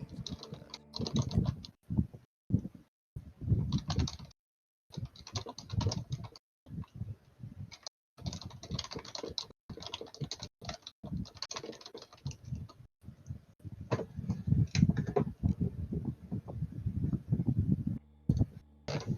Don't forget, they got that CCTV, remember? Gotta get the USB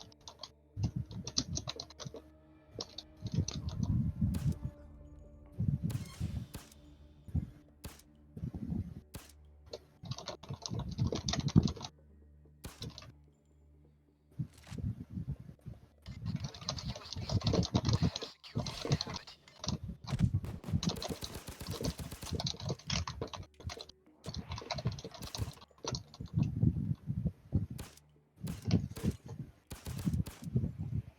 Hey, I found it. Great. Now plug the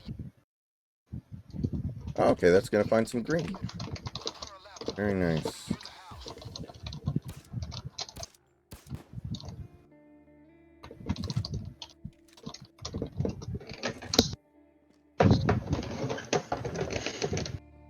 This is the place. Wait while I try to hack the security system.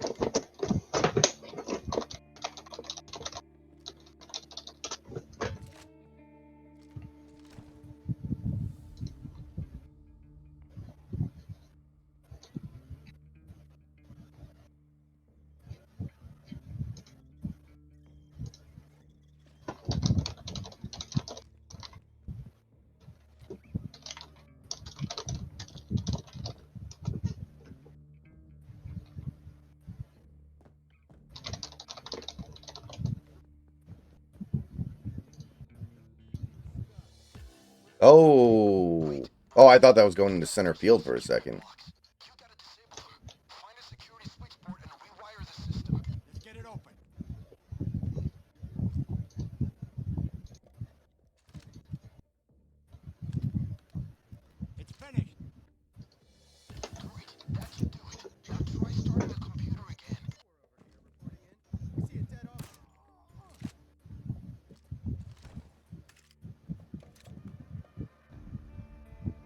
I eat the bug. This is the end. I love you.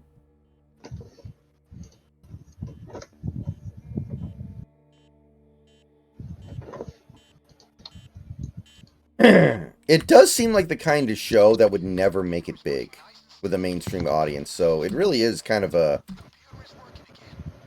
miracle that the show caught on the way that it has. Like, it seems like something that wouldn't even get greenlit by anyone real. So, pretty spectacular. What it feels like to me is more evidence that the internet has a far greater understanding of what the culture is and what funny is and what people actually want and what people actually enjoy than a bunch of boardroom executives working at some corporate company that happens to own programming. Because look at all the fucking absolute degenerate slop that's been on Adult Swim for years. What do they take off the air? Million Dollar Extreme with Sam Hyde. What do they keep on the air for like 8 fucking seasons? Rick and Morty. Ugh.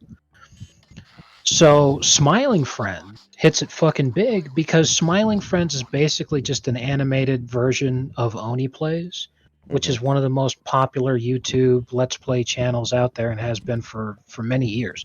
It'd be like if you gave PewDiePie a TV show before the land bridge incident when he was still like the biggest YouTuber on the site. More than likely, that TV show would have been really successful for no other reason than PewDiePie knows his audience, and that audience is very large. Oni Plays knows their audience, and if Rick and Morty is routinely getting like under 1 million views when they broadcast an episode, and yet Adult Swim considers it their most highly successful show, there's way more than that fucking watching Oni Plays videos. So along comes Smiling Friends, and they also perfectly understand their audience. The episode's only being 11 minutes long. You know, if it was like a half-hour long episode like Rick and Morty, they might lose some people. Right. Vlad's brother-in-law, Fakhruddin, has been captured by the Mexican Kettles. Apparently it happened right after the bank job we did. After his arrest, they moved him to a Wow. high-security police station in Tijuana, and it seems that Can Zone, man. It's brutal.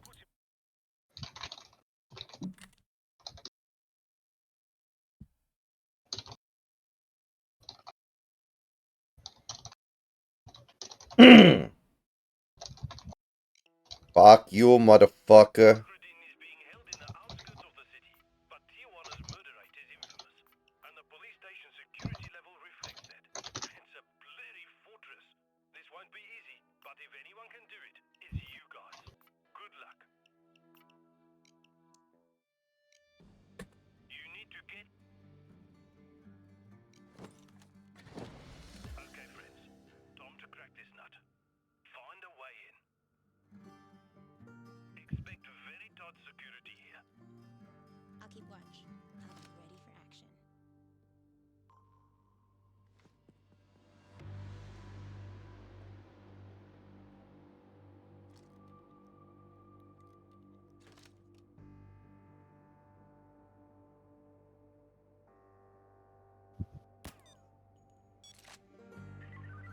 Hey, no reason to be so edgy, Control. Everything is fine over here.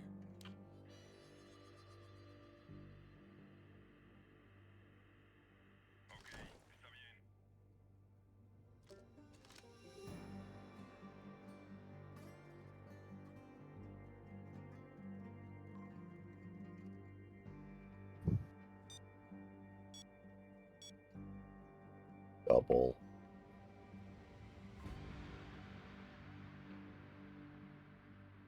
Double. Uh-oh.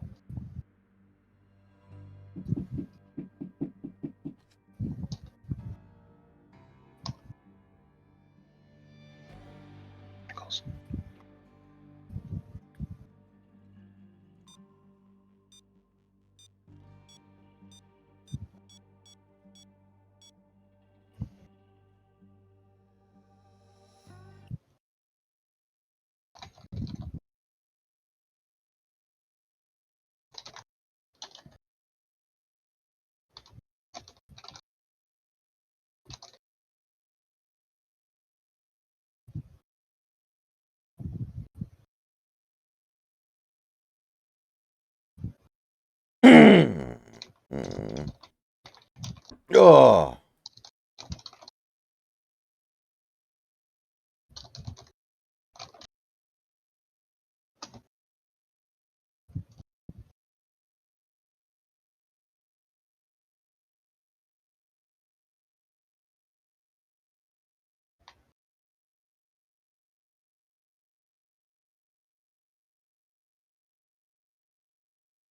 Oh shit, that is a ton.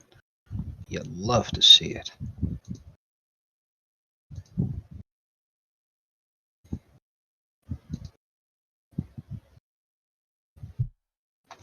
Oh, by the way, so when do you start with your new position? The 16th, 12 days from now. Okay. So the Sunday after next.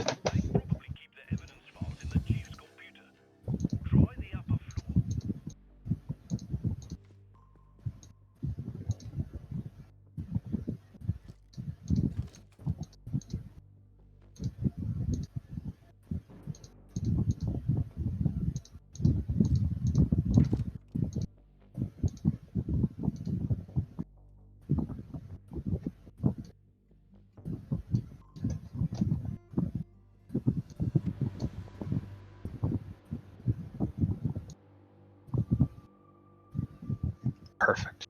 Piece of crap.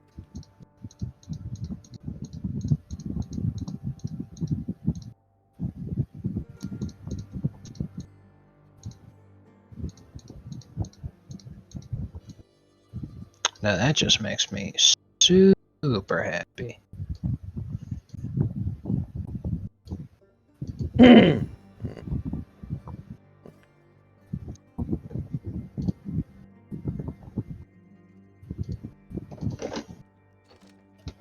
Because the mail never stops.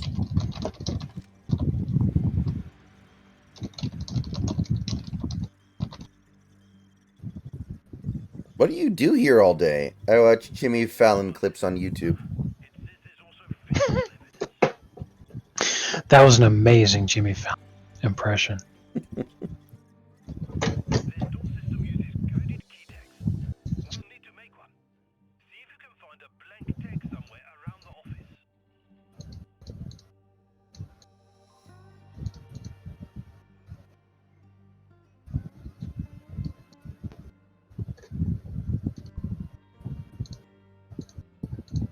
And then it's Publishers Clearinghouse Day.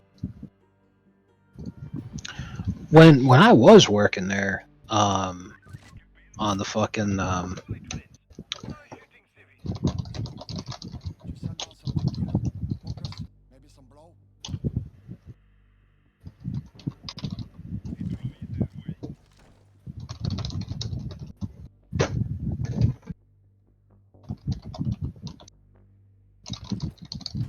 Okay, drilling.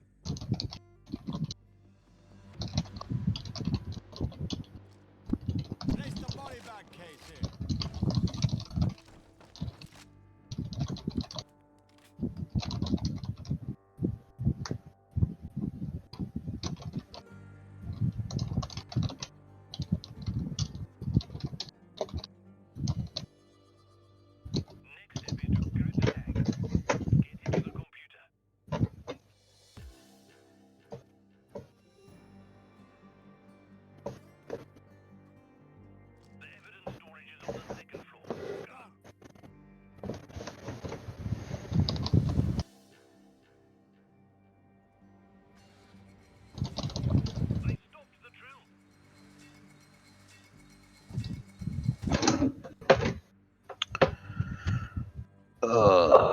what was I saying?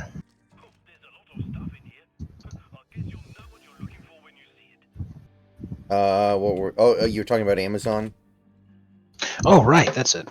When I was working over there, for the time that I was there, when you're on the fucking assembly line and shit's coming, that's all I could think of was what Newman said when he goes, "Because the mail never stops." That is seriously what it felt like. It's like it just kept piling up and faster and faster and faster, and like Time passed by so quickly. The time passed by faster than any other shift at any other job that I've ever had in my life. Mhm. So that's definitely a positive.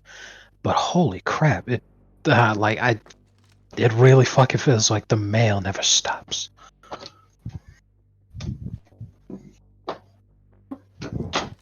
Newman was speaking directly to my soul.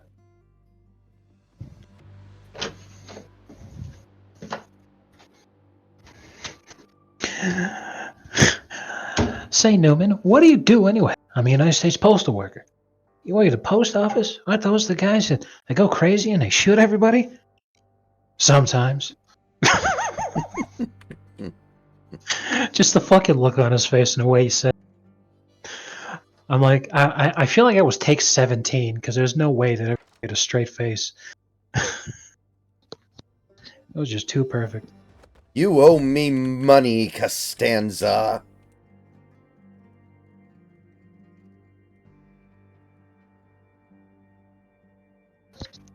My favorite Newman moment, other than that one, my second favorite Newman moment is when Newman is helping Kramer to woo that one girl with poetry. So she says something about junk mail, and then Newman starts going up, and Kramer, knowing any, actually repeats the rant as he's hearing it. I remember that.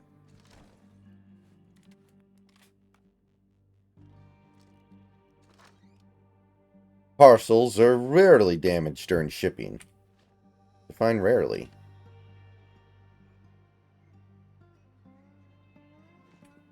Frequently.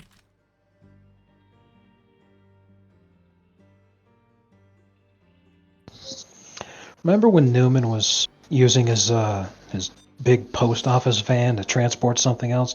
I feel like for this episode it was like Chinese, even though he used it plenty of times to do other stuff. Yeah. But it was that time that the paint thinner was on the freeway and Yeah. and it caught fire. Yo, once, twice, 3 times a lady. I don't know what the hell Kramer was thinking there. Luxury lane. Dude, are we gonna need Munoz to get like a fucking 4-out save against Oakland? Come on, guys. Get it? Get your shit straight. Or you're gonna find your ass in Cleveland at best. Actually, I shouldn't say that. The Indians are actually good right now. If you want to send anybody to baseball purgatory right now, I think baseball purgatory is the Mets. Yeah, that's probably the right one.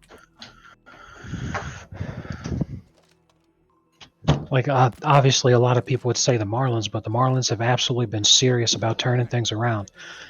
Like I was telling you that news, like everyone's making fun of us because we're eating a huge contract, and like, yeah, that's obviously never good. But it's like, buying them out shows that you're serious about winning.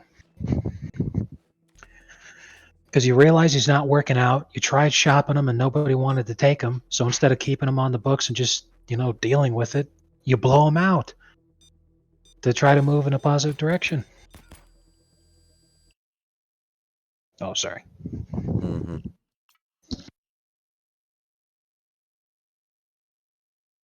Phew! Got out of it. Okay.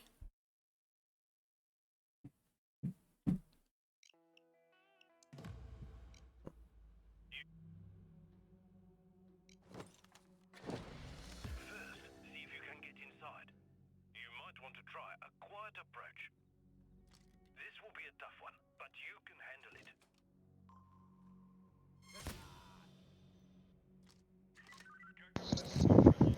It's okay, Control. Yeah, just changing the batteries. This radio's a piece of shit, you know?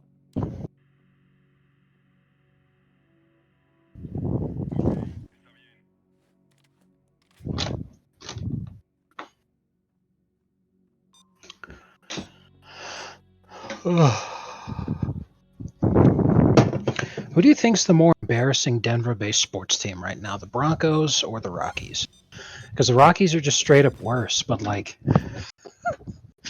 the Broncos, come on. I mean, the Rockies have been really bad for a very long time, much longer than any baseball team has a right to be. And honestly, the Broncos they haven't been to the playoffs in like 9 years or whatever.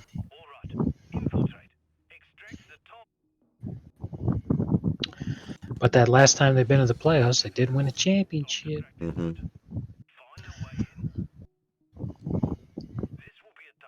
be here. Call me if you need some nukes. All right, so the worst record in the league right now is the White Sox. Yeah, the White Tied for Sox. second worst, Marlins and Rockies. And that goes to show you just how god awful the Marlins start was. We could have the second best record in our division in the entire month of May, and we're still tied for worst in the fucking National League. Good lord. Well, that's why Shinji's hairline receded so quickly. Exactly. You can't start 8-21 and expect things to go well and smoothly.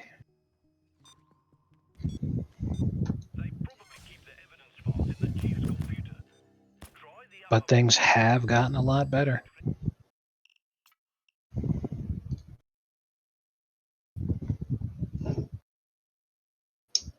If only all of us were so lucky.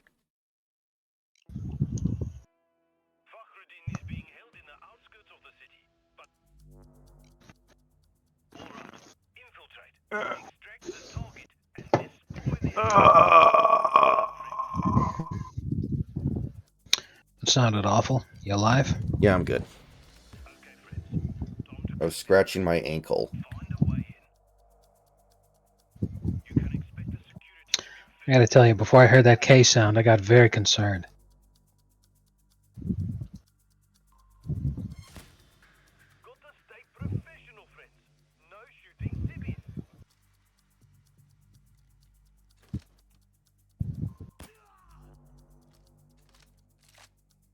You keep quiet, will you?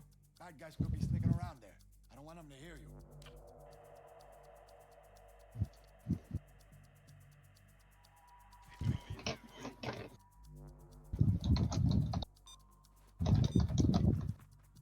Kramer, no, you've misunderstood the assignment. Sounds to me like what you need is some caulk. You bet I do. What are you doing Tuesday night? What? Oh no, you've horribly misunderstood me. Caulk. It's a sealant you use to prevent leaks.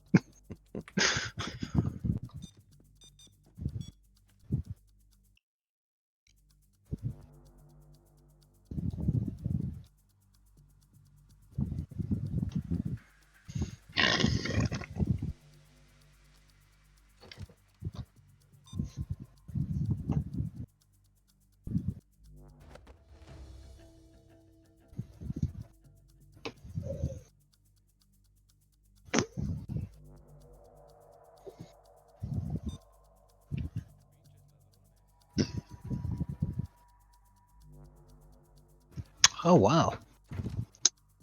Now the Angels are currently winning against the Padres. Going into the ninth inning, they've got a 2-run lead. So this is the Padres' last shot. However, if the Padres do complete the comeback here and end up winning this game, then the Angels will have a worse record Then the who? than the Marlins. Yikes.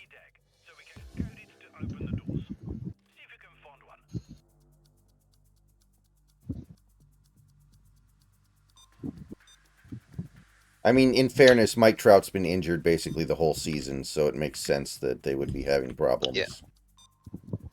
If in our next 10 games, if we end up being as good as we've been in the month of May, then we'll go from tied for the second worst record in the league to we'll be ahead of obviously the White Sox, but also the Angels, the Athletics, the Rockies, and the Mets. Hot on the heels of the National Reds, the Astros, Jays. Man, we're like barely there, man. If it wasn't for that fucking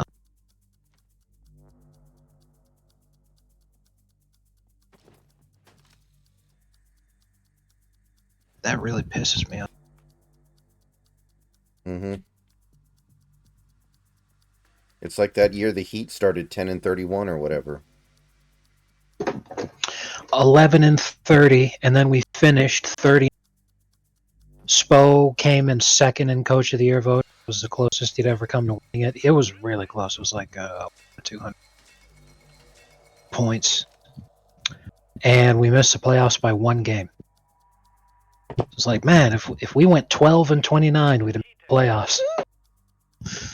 Fuck.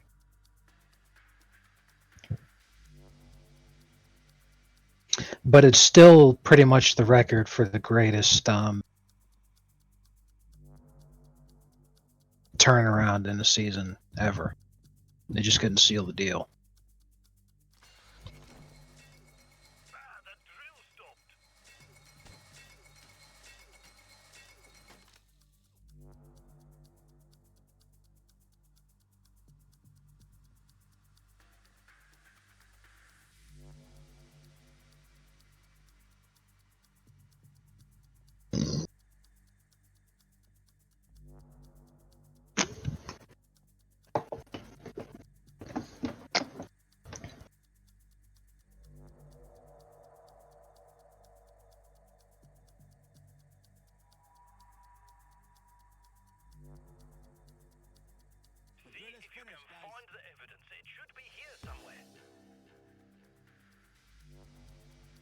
LeBron, have you ever thought about becoming... I found it. Now get rid of that evidence. There must be a way to destroy it here in the station. Flush it down the toilet. It will mix with the rest of the cut.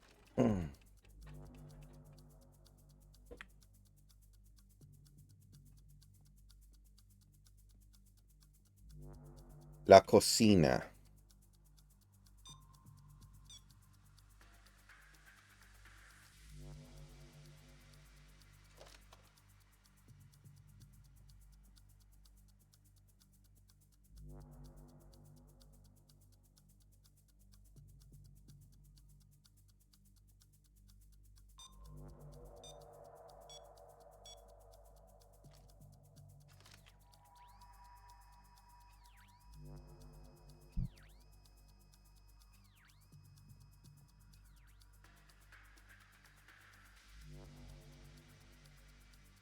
No, I know Chuck didn't mean anything by it.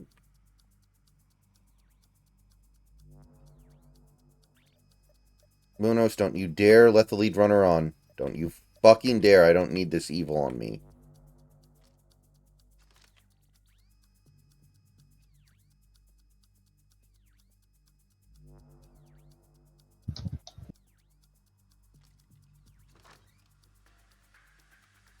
You know, me personally, You have to destroy that evidence. Munoz. You should set him on fire. Flush it down the toilet. It will mix with the rest of the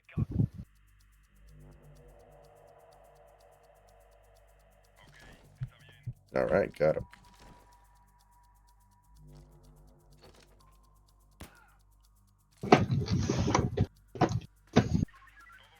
Hey, you take it easy when you talk to me, okay? Yeah, that's right. I'm fucking okay. Now leave me the fuck alone.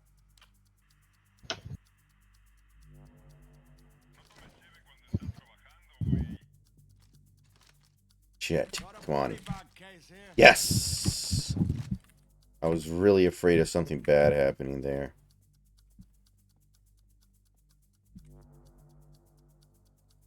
And I didn't even want to come into this room. There's nothing in here that I want. Yeah, this is the room I want, I think. Oh. Great play, but, not meaningful. Time to get our friend out. Find the door to the custody cell block. It should be near.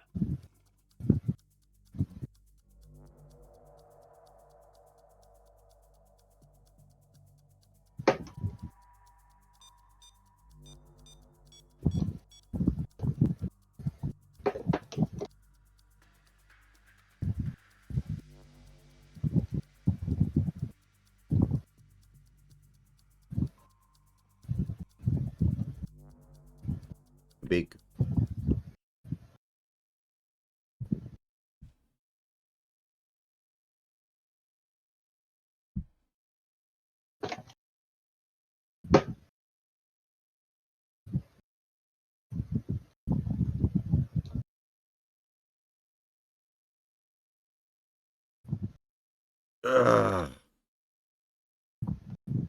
Ugh.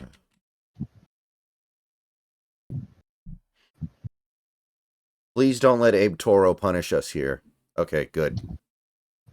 No punishment. That would have been a tragedy. That would have been the 9/11 of things that have happened to the Mariners. Oh, man. What do you think the 9/11 of things that have happened to the Yankees was?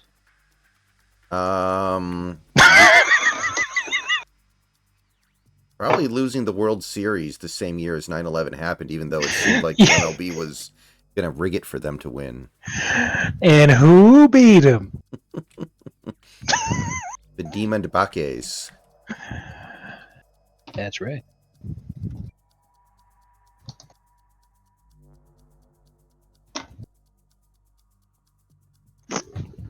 I can't believe They were Munoz still. didn't hit him.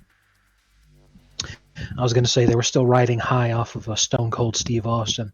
Mm-hmm. Did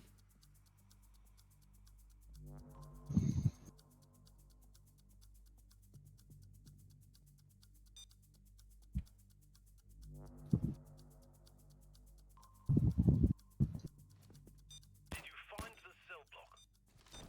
You tried to recreate some historical massacre, Fritz. God, I could not find the camera. Oh, God. Okay. Well.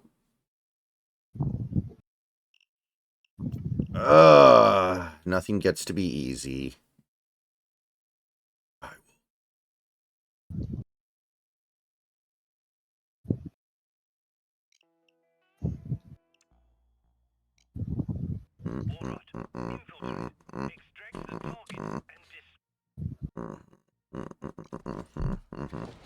There's nobody else to put in the game, Woodworth.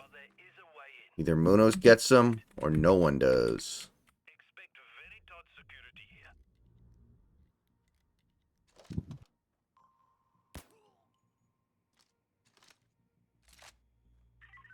It's okay, Control. I was just saying hello to my little friend. You know what I mean?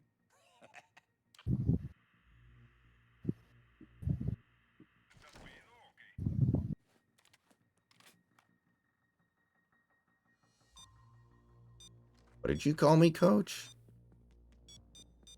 You should find the chief's office on the upper floor. The evidence should be on his computer.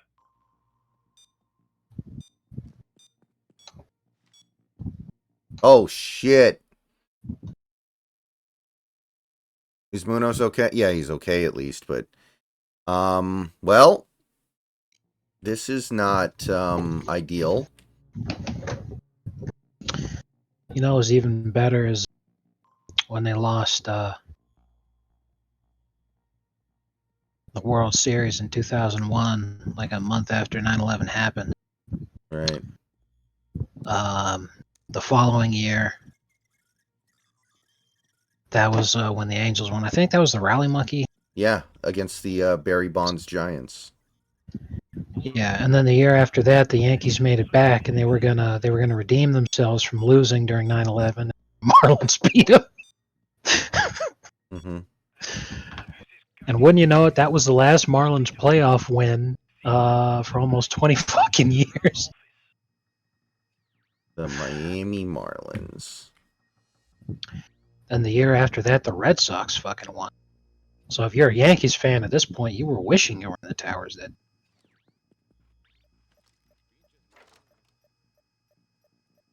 It truly was our 9/11.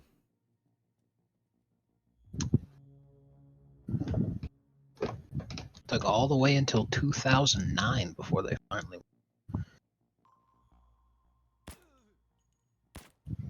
Coppers don't like it when you shoot No, civvies. I'm not alright. I'm pissed, okay? When I get back there, I'm gonna fucking kick some ass all over the fucking place. Oh, shit, he's coming out. Who pitches now? Who do we even have? I don't know what the hell happens now. Saucedo? Oh, boy. I am not having fun right now. Okay, the drill is all set up.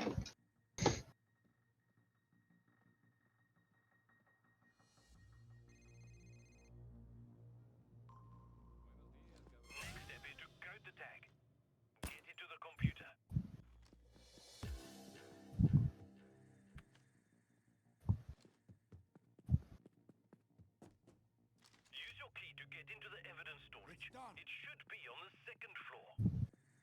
Find the goods. I'm sure you'll know it when you see it.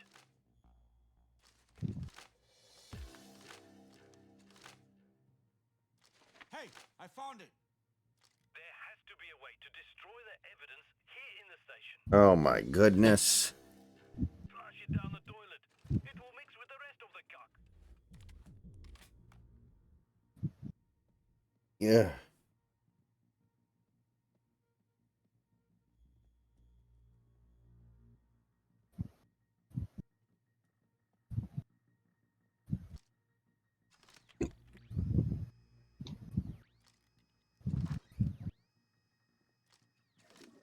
Time to get our friend out.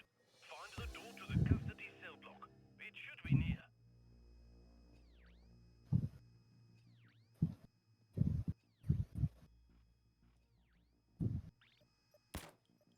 Got a job to do, friends, and it isn't killing civvies.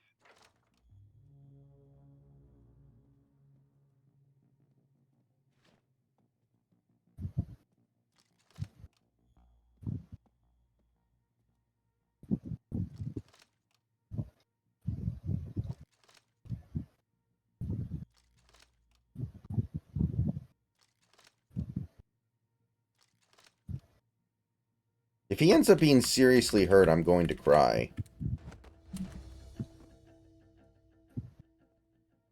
We can really not afford this.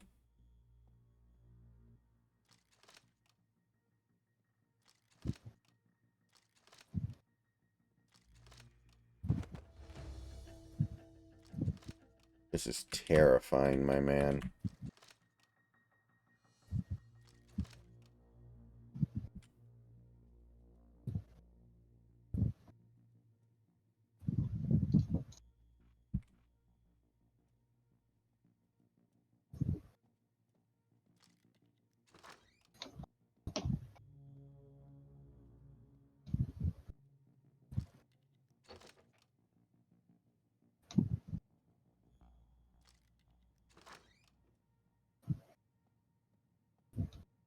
Keep looking for those cells.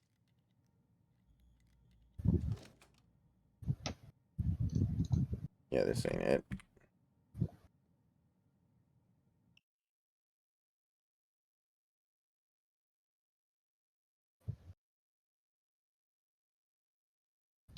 Ah.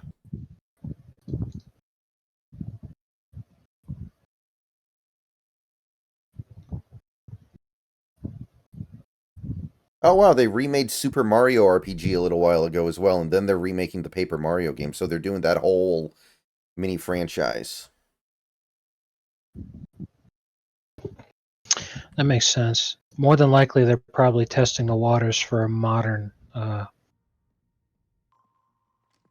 do think I don't know those if you games are pretty want to call good. it sequel, but just another crack at it, I suppose. Mm-hmm.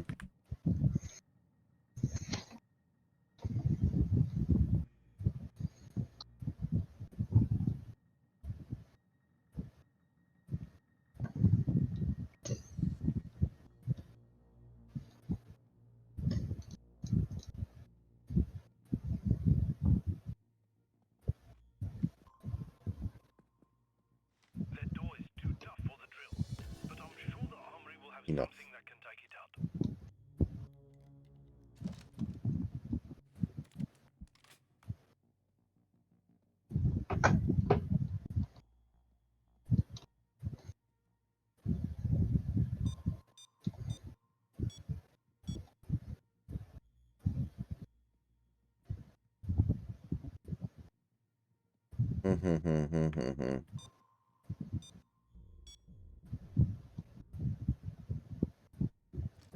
This is not fun right now. I'll tell you that. Man. I took Spanish when I was in my teenage years for a long time. And I'm playing a video game that is currently taking place in Mexico, and I've retained so little, I can't even understand the basic phrases that are being put in the game. That doesn't say anything flattering about me, I don't think. Eh. Like, this room has a label. Sala de Juntas. I don't know what that means.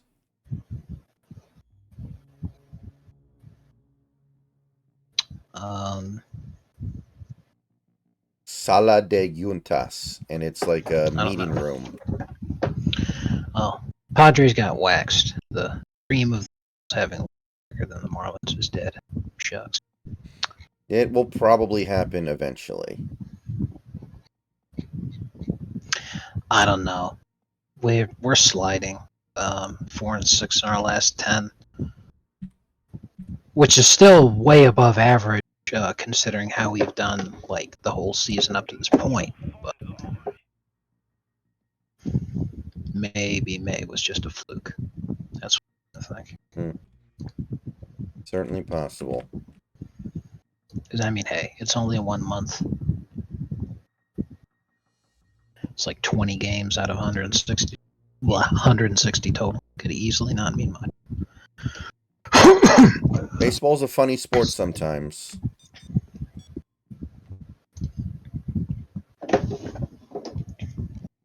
Can easily produce results that don't really make any degree of sense. Yeah, no. Agree. All right, Saucedo, get out of it. Get out of it.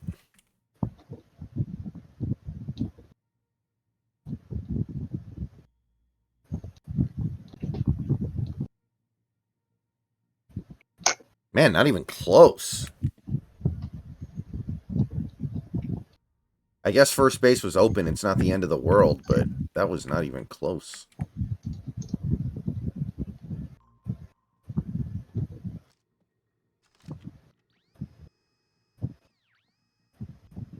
Looks like the key tag needs a higher level coating for the armory.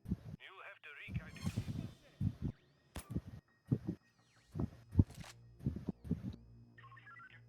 Hey, no reason to be so edgy, Control. Everything is fine over here.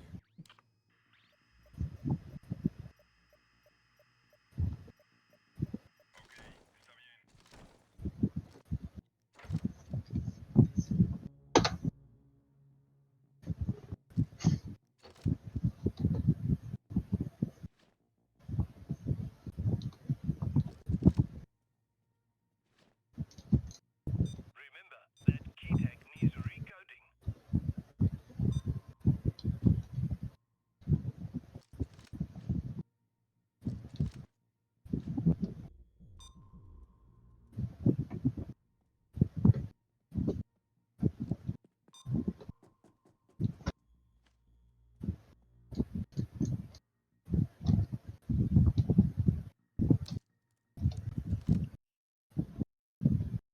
Ah, man.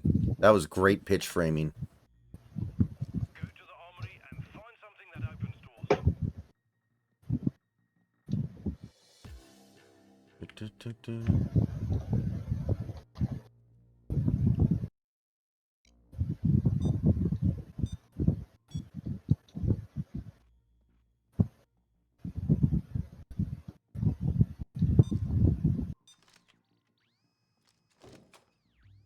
That door breaker is exactly what we need.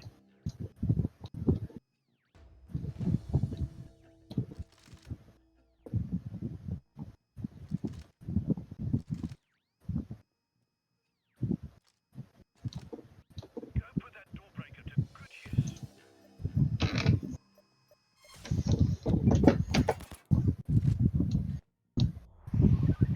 What? You think I'm sleeping on the job? You don't trust me? What are we gonna do if you don't trust me, huh? We're gonna have to talk about this. One later. Come on, throw competitive pitches. These aren't even competitive.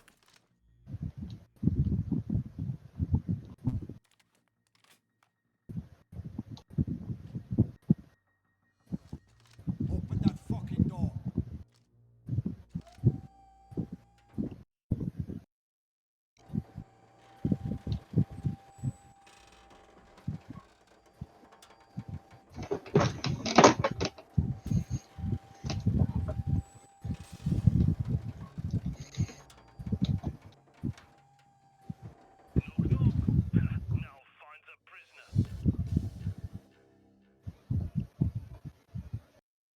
Got him. Saucedo, you better not. Okay. All right. Phew.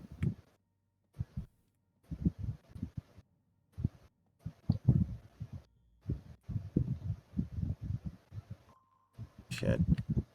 Yeah, I don't have enough pagers.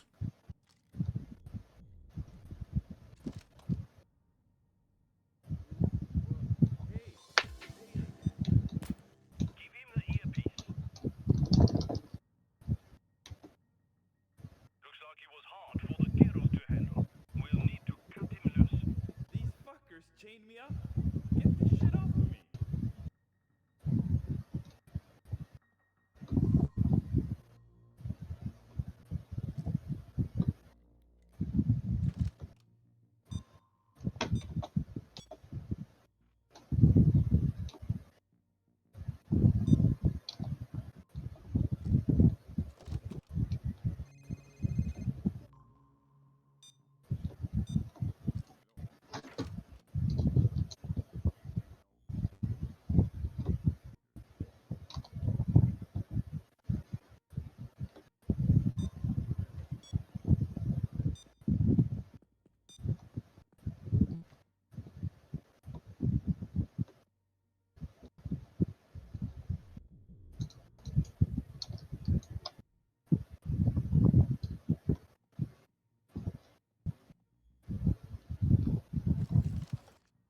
Snip, snip. Put that bolt cutter to the chains. Snip, Yeah, snip. get me out of these chains, man. Thanks. My wrists are hurting hell. We need to get him out of that prisoner outfit. Find him a spare police uniform. What? You want me to dress up like a cop?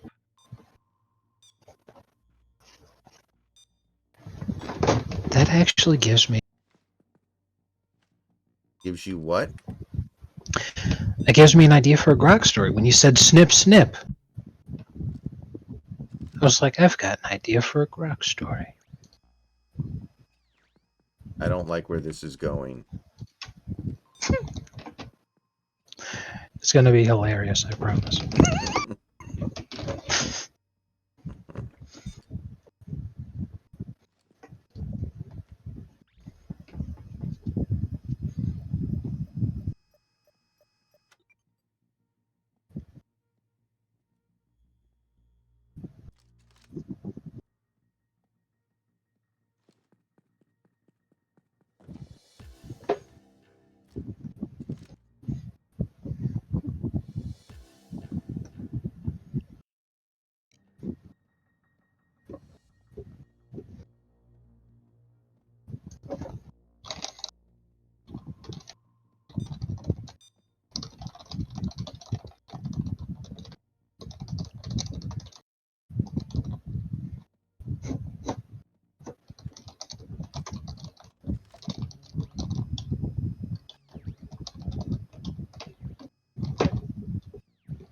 Just take a slice, you. Okay. Our friend will know the way out, right? You just have to watch out for the guards. Yeah, I know the way.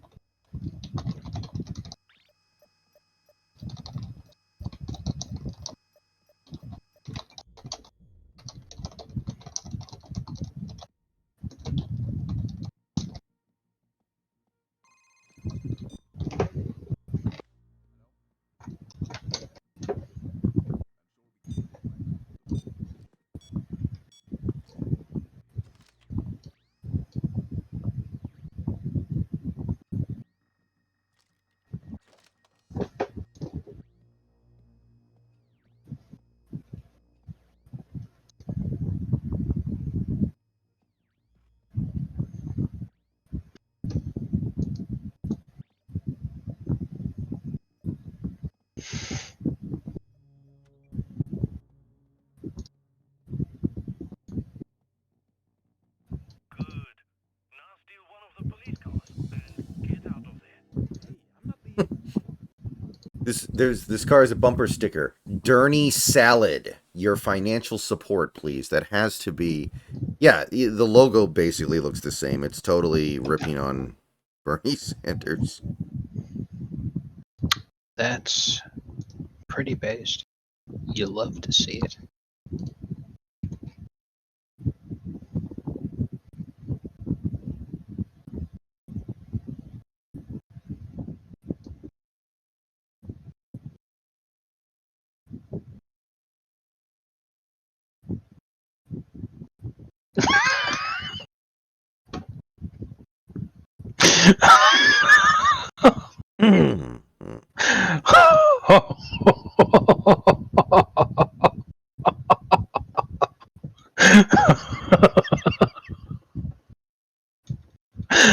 Oh man, top to bottom, this one's a fucking banger. Without my car. I knew it was a good idea. We don't have time for this. All right, give me a second here. Take his crappy car then. What I'm hearing here is envy, man. Envy.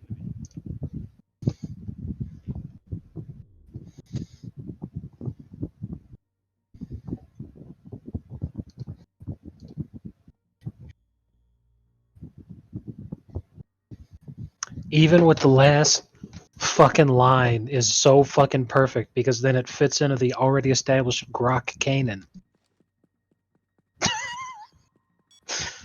Oh man, that's just tremendous.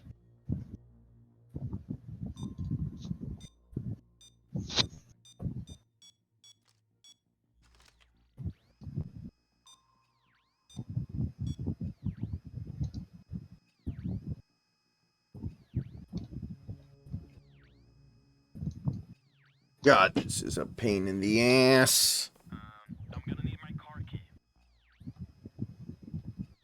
I'm gonna need you to tell me where the fuck it is. Oh shit.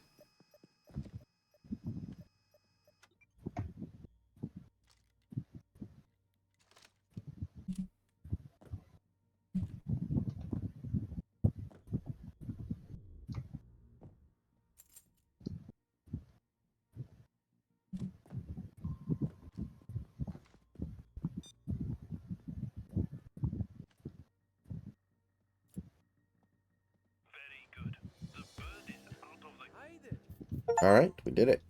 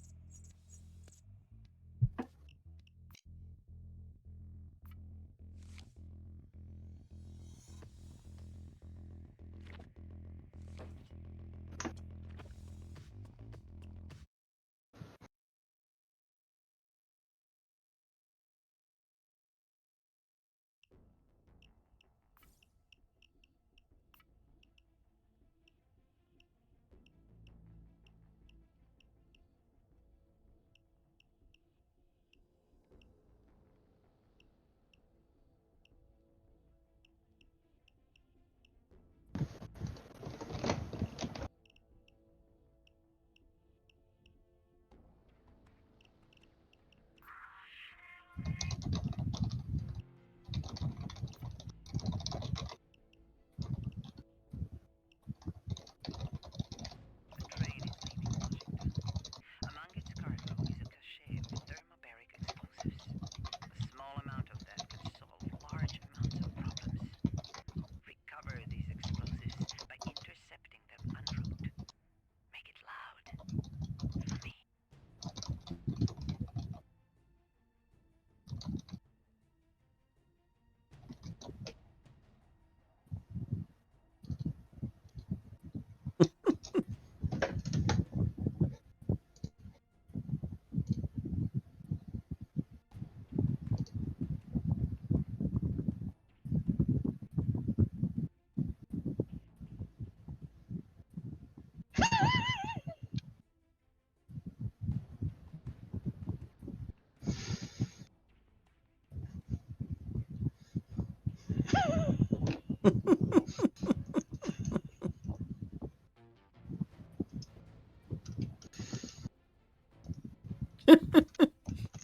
Pretty good. I love that at the end. You know, I've been thinking about trying my hand at dentistry. I was like, finally, Grok's picked up the lore. Cargo of thermobaric explosives attempting transport Oh by man. train to a decommissioning plant. This must not happen.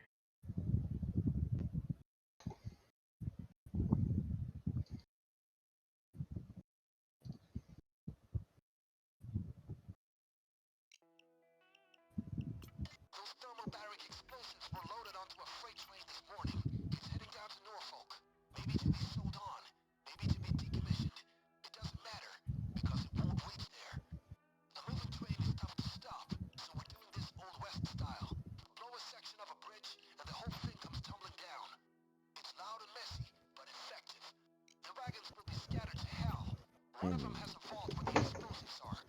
Search each of them till you find it. Yeah, if Munoz misses any bit of time, that's devastating. He's so important to this team right now. Keep searching the wagons. You can expect a fast response from the cops. Remember, you're looking for the wagon with a vault. Wasn't this one? Keep going. The vault is here somewhere.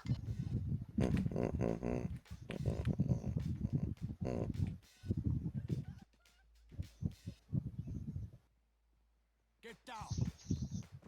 Down. Stay down.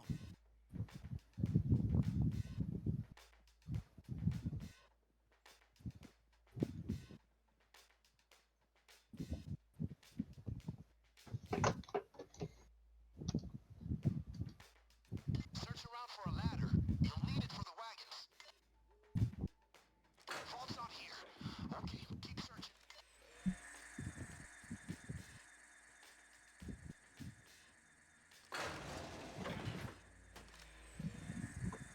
Great. You can use this ladder to get up on the wagons. Cops are here. We're about to get our hands full. Listen up. Cops inbound on assault in about 30 seconds.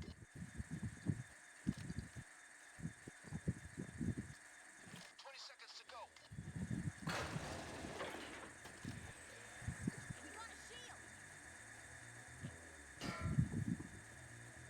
Buckle up. 10 seconds.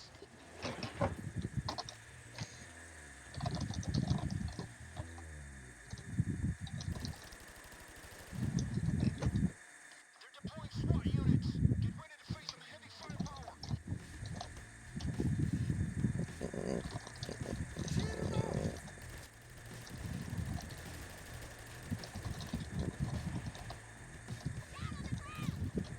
Cops are freeing civilians right now.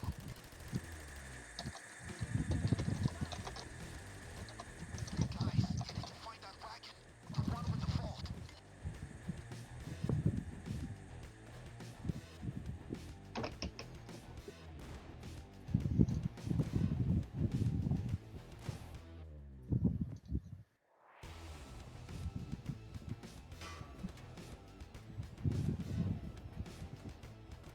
Look out, Pacer!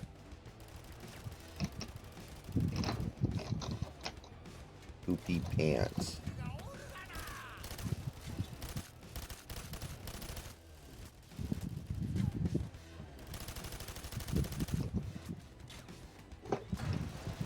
Wasn't this one? Keep going. The vault is here somewhere. Shit! Fucking medic!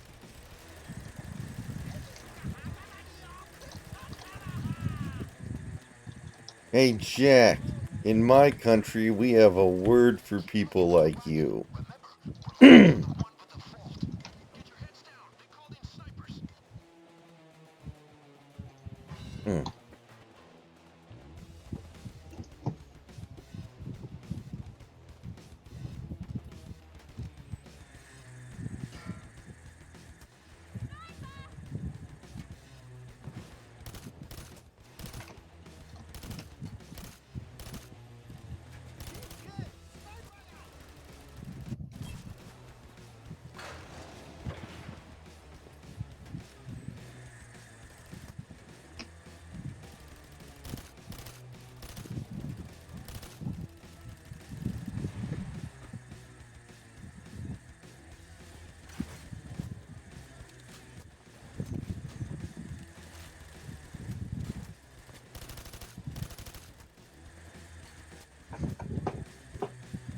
Guys, you need to find that wagon.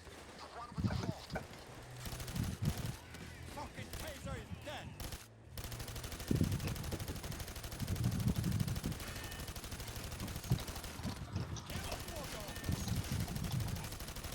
Bulldozer is dead!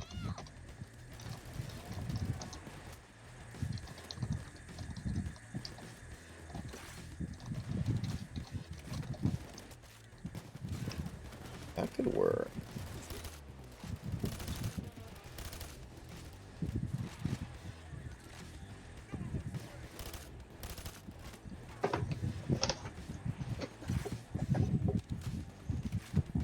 Not one I need.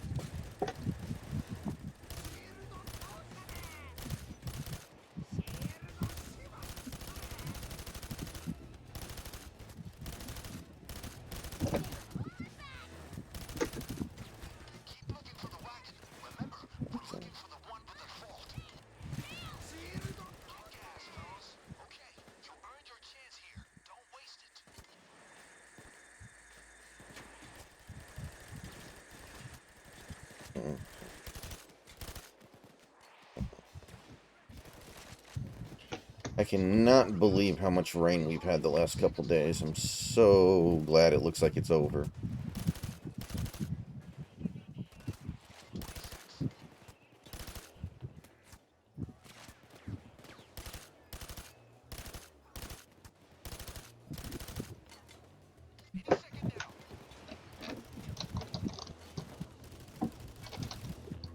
Oh, Malacca.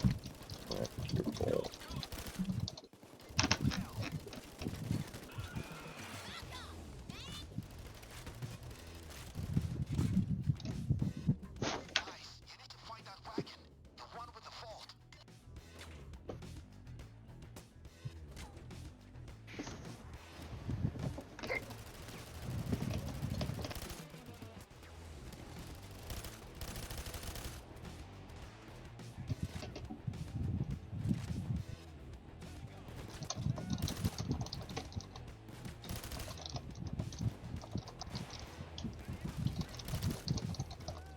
All that for a drop of N-word.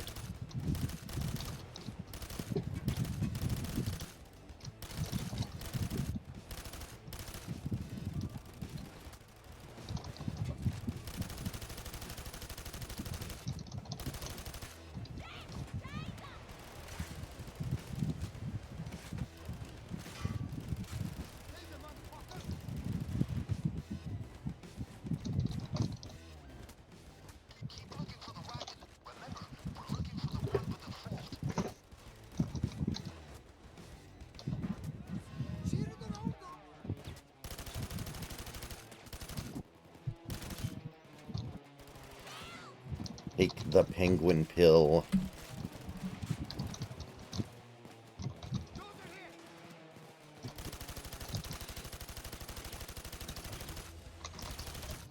I wrote that down.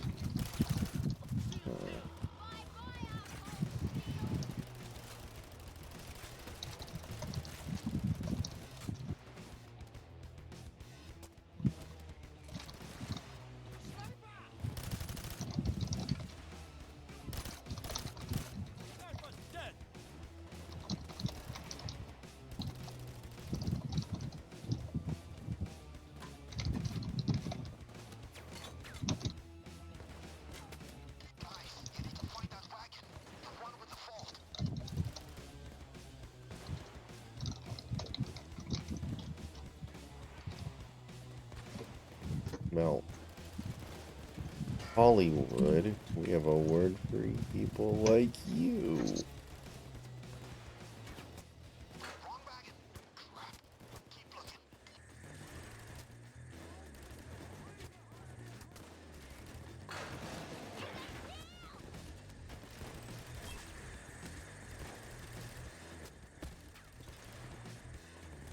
You can get your first aid here.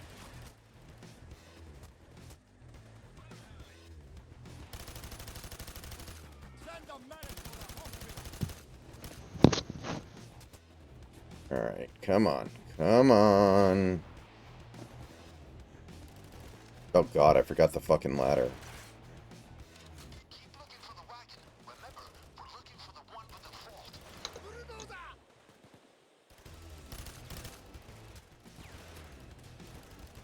Take a look here.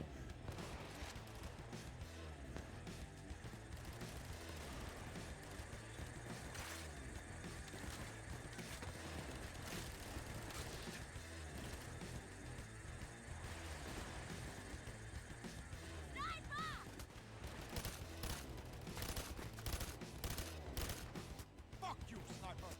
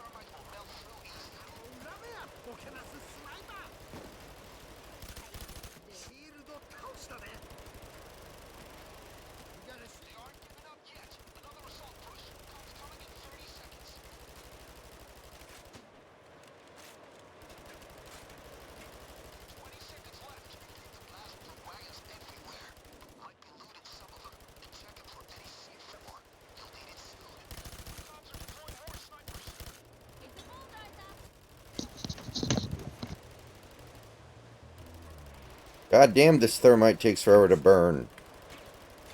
Hurry up. We're going to water crack this vault, guys. Fill it with water and detonate it. It'll blow the door right off without damaging the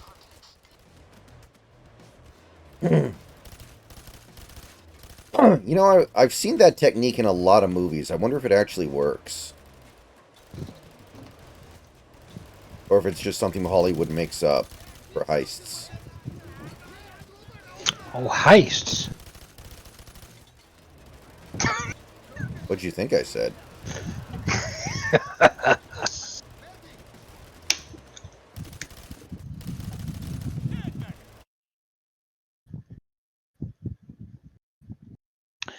I don't know what movie it is, but that one movie that starts off with a violent rape on a pinball machine. You're like, I wonder if that technique works. Can you break the high score if if you play a pinball and you just rape a woman right on top of it while you... God, what movie was that? I know what movie you're talking about, but I can't remember what it's called. Okay.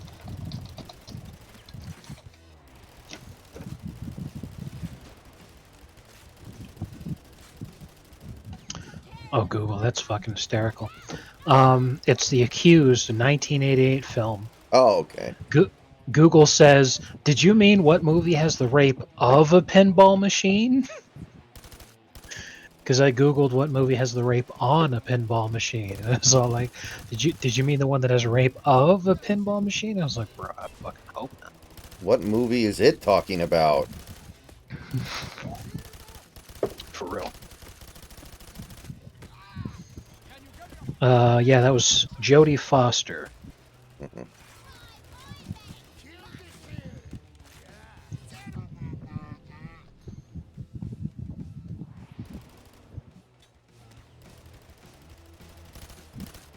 worry about the sniper no more.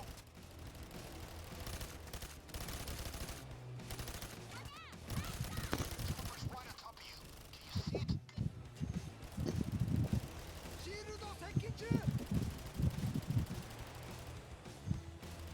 There's the chopper. Lyle, lower that hose. Gang, get ready. You clowns ready? Hose is coming down. All right, now hook that hose to the vault. Here's the hose. Connect it to the vault. Keep an eye on that hose. Let it fill the vault.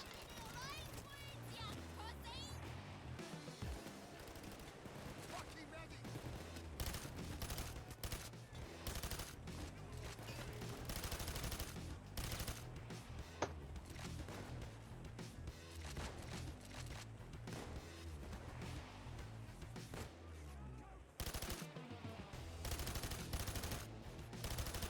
The hose has come loose. Reconnect it.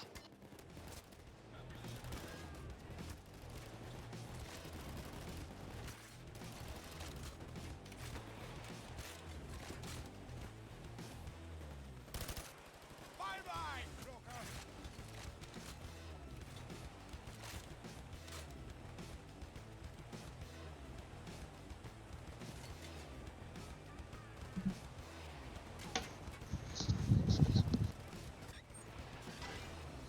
I'd say more, but my mom has just told me that the chicken tendies are ready. There's gonna be explosives in one of the wagons. Search for them.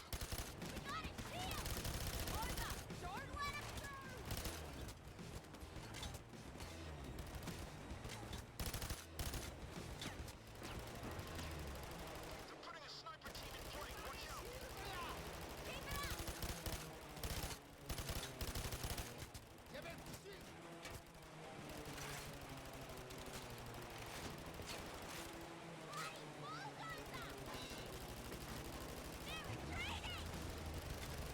Good work. Let's keep it moving. Just bought yourself a little time. Make the best of it.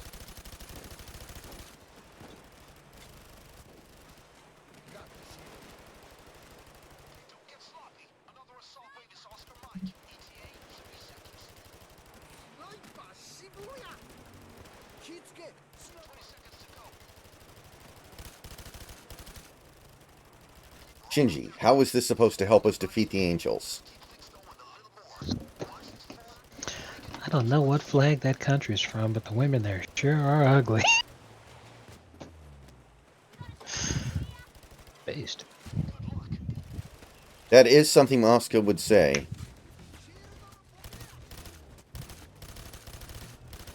Fucking medic went down.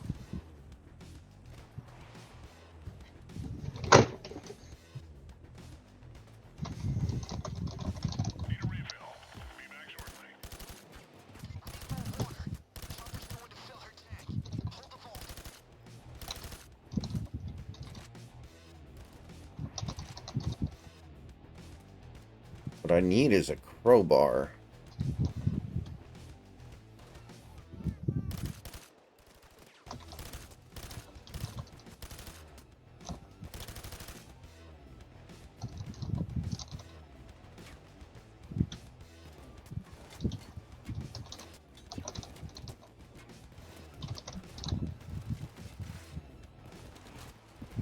I despise Keith Hernandez.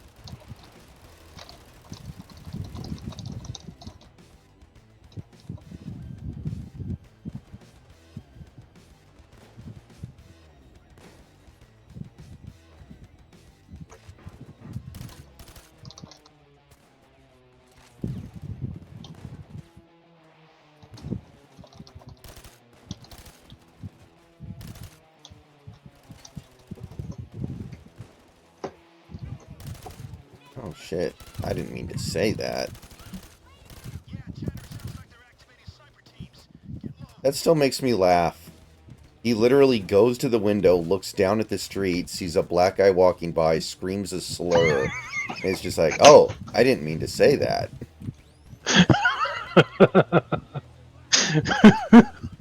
Hey, you! Yeah, you! Oh my.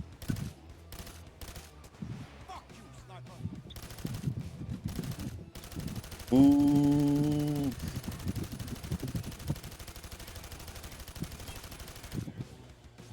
I need a fucking medic bag, okay?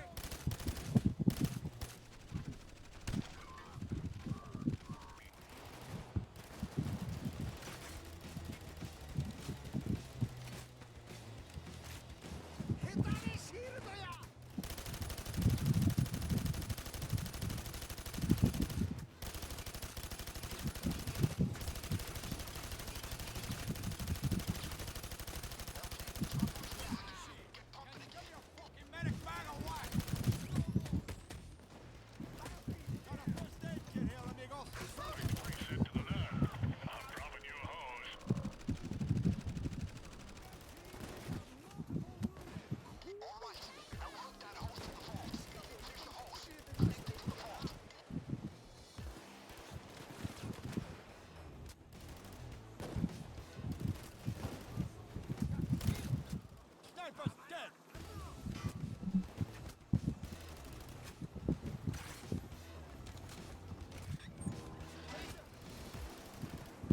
Smoke! Stay back and let them come. Those look like sniper teams, folks. Careful now. Never went to school because I was always flipping bricks.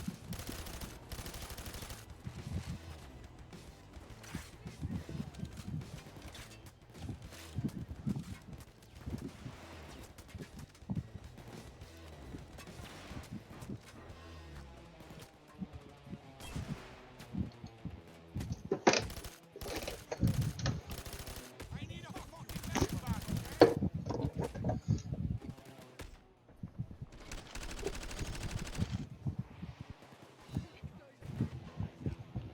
I got a medic bag here. You know how men always are leaving the toilet seat up.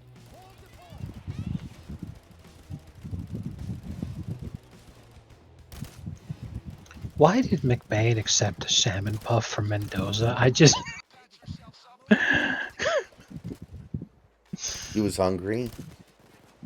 Oh, that's a good point. He was probably in that ice sculpture for hours, bro. That's a good point.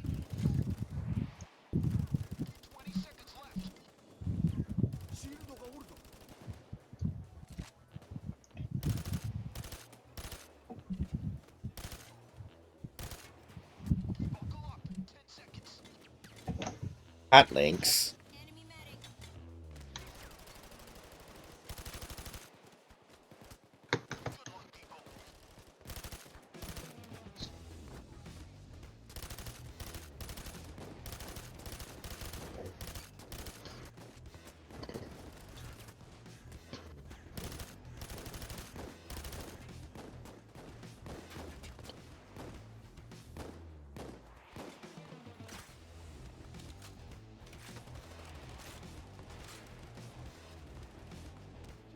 My job's done here. I'm out. Search the other wagons for C4. It should be inside one of the crates. Yeah, all I need is a fucking crowbar.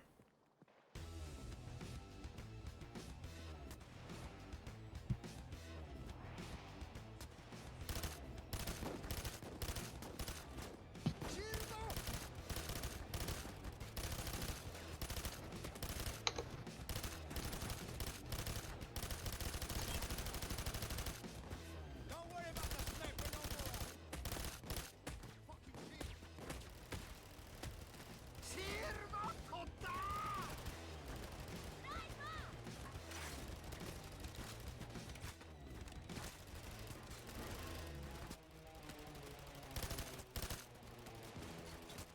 Hey, I brought you something.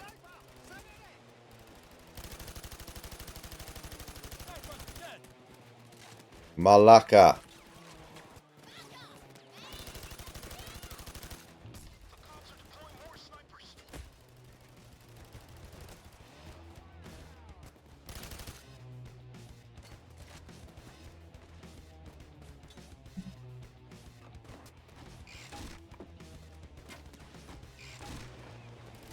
Get the C4 in there and get ready.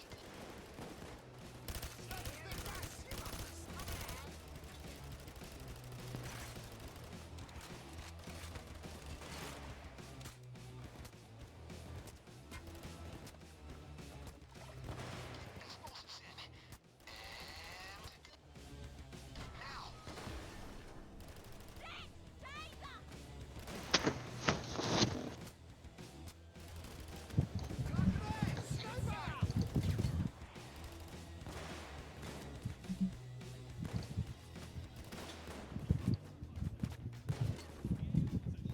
Do not, my friends, become addicted to water.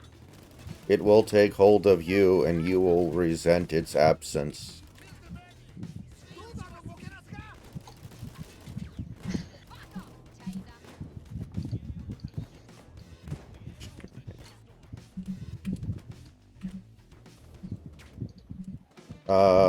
Where's the loot?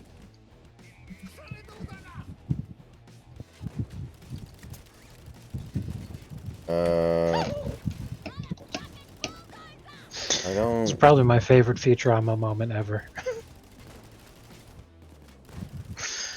Oh, man.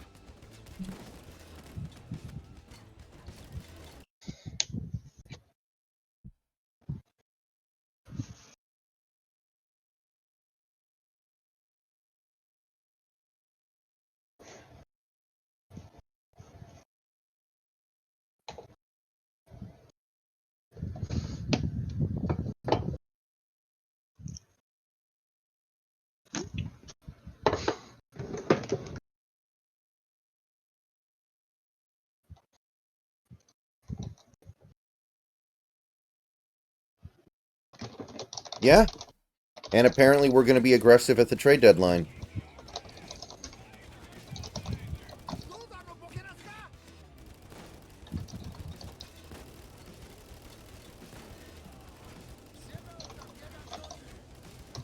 Yeah, but...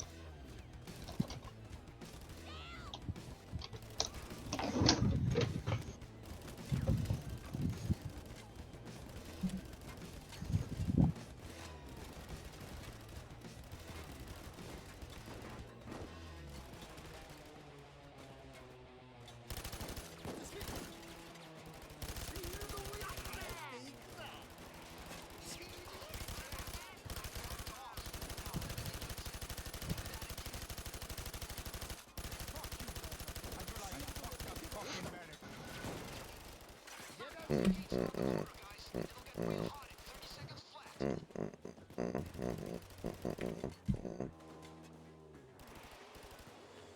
assault in 20.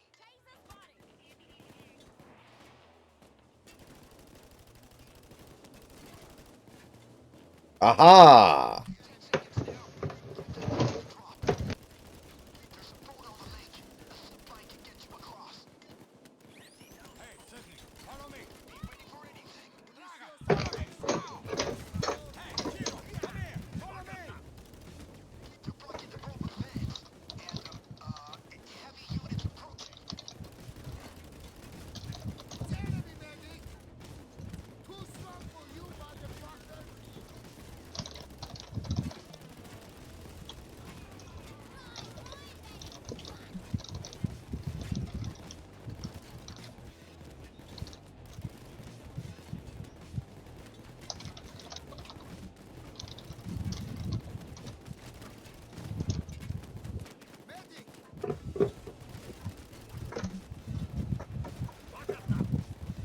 Medic! Moriga, medic! Hey,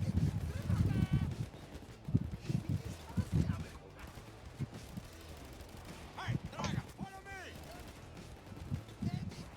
Draga, come here. Follow me. Sydney, come here. Follow me.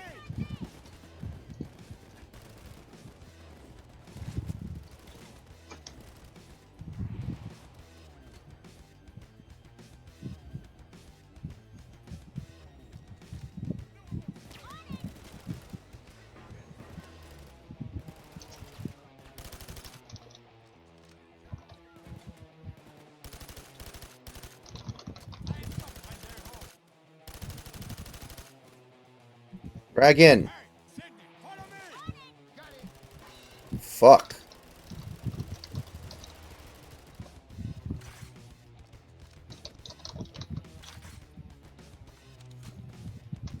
Wonder if his last name is Bender. Maybe his name is Dragon Bender. This is what he decided to do after flunking out of the NBA about as miserably as anybody has in recent years. That's got to be like the most disappointing player to name ratio of all time, right? Probably. With a name like that,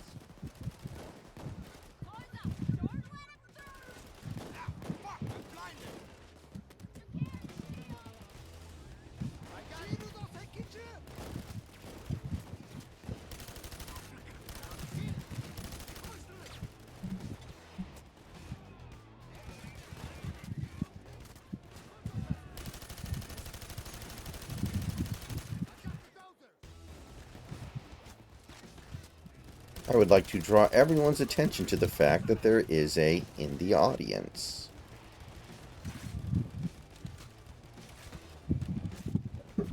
Chino, follow me. Sydney, come here. Follow me.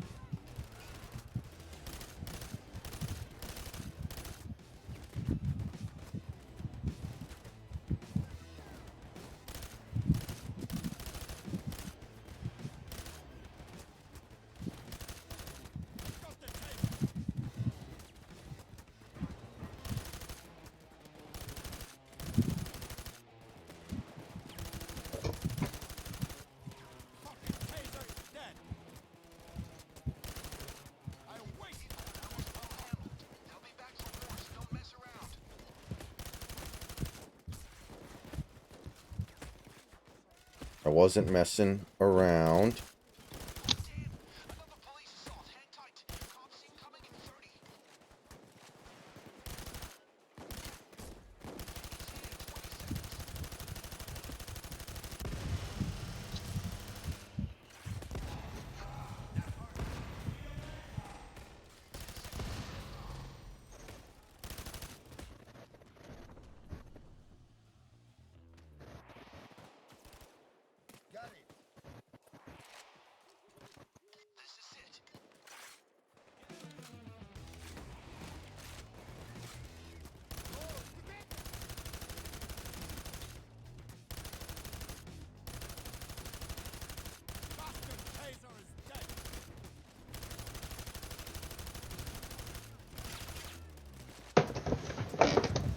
I am here today not to entertain, but to educate.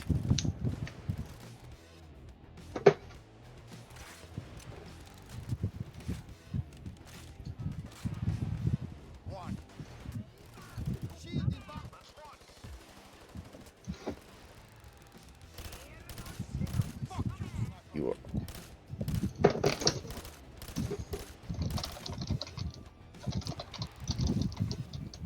Sniper!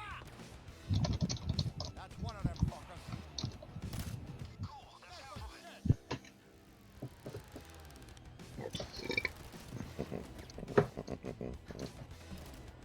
One. I have not seen the new Brit Monkey video. No. I know that Nigel Farage is back in control of the Reform Reform Party, which feels like he's taken over and then given up control of that party 8 times in the last 10 years. Fucking payday, motherfuckers. Well, yeah, because he was trying to get United Kingdom 90. So after 20 years, his life's work had been complete. He wanted to retire. But the first time he did it, Brexit never actually fucking happened. So he comes back to try to get things moving, and then it was a complete clusterfuck, and they still haven't really done it. So he comes back again. No, I know what you mean. It's like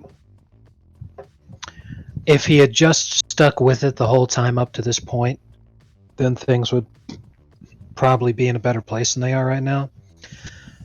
And I don't blame him for being like this, but he's definitely the kind of guy where he's like, I've already done so much. Why do I have to be the one always who either does everything or nothing gets done? What the fuck?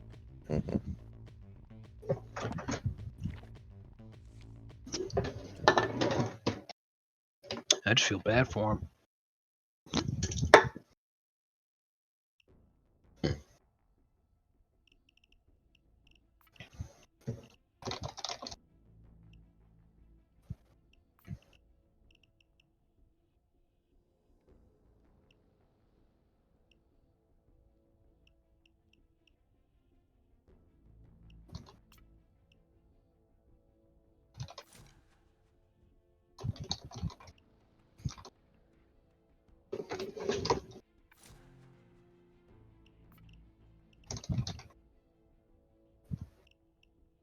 I'm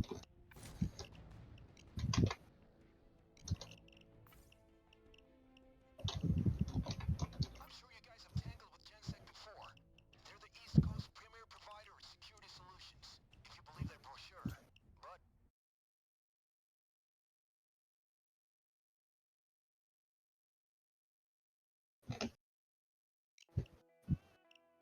we got a sniper ready to force the Gensec trucks off the road at the corner of McCarthy and James. Sure to have those timeout hips. The Gensec trucks just... Outstanding marksmanship. 3 trucks got it. They're ready, gang. Get out there. Cops are about 30 seconds away. Face down. Down. Keep the cops off the drill. On the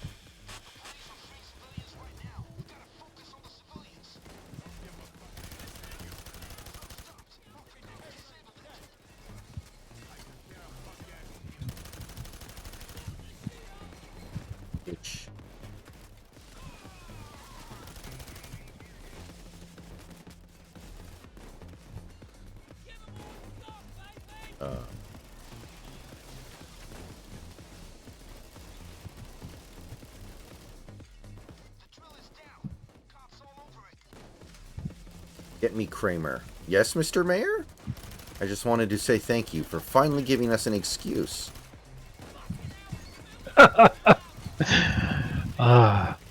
Remember that Foxford comic where they renamed Patty?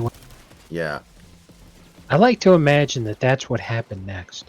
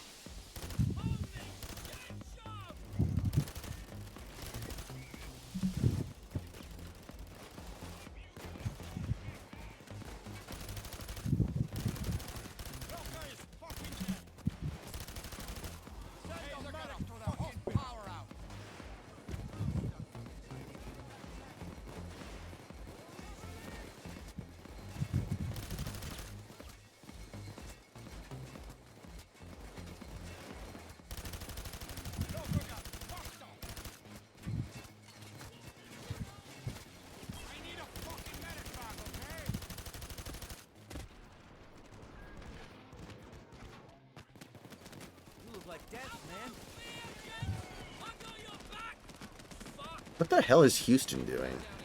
Oh, wait. Okay. There we go.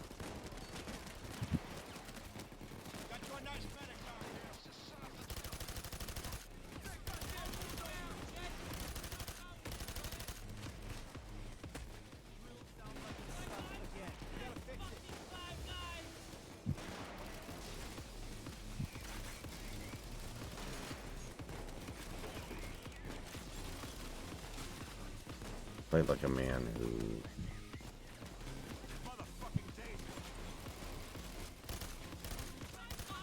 Oh.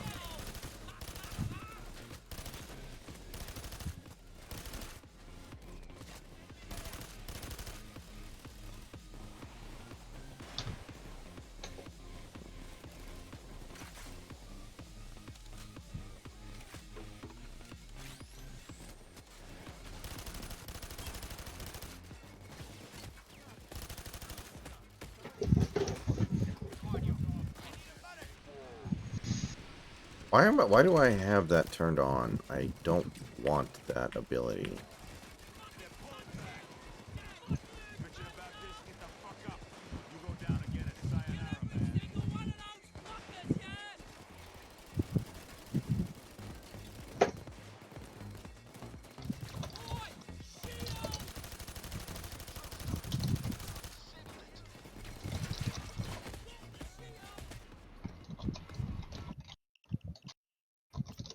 I don't know why I had that difficulty level turned on.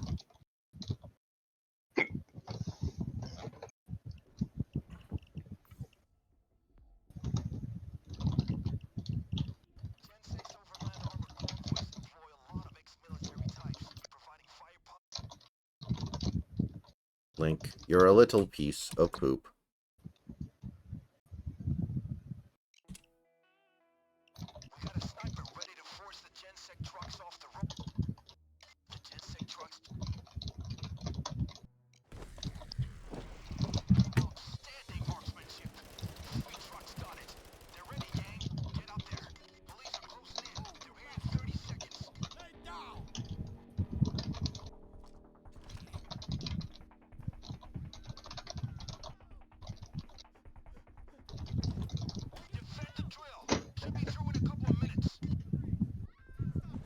Some of those kids are pretty good at karate, Jerry. They're like little ninjas. Translator's note: Kramer did not say name.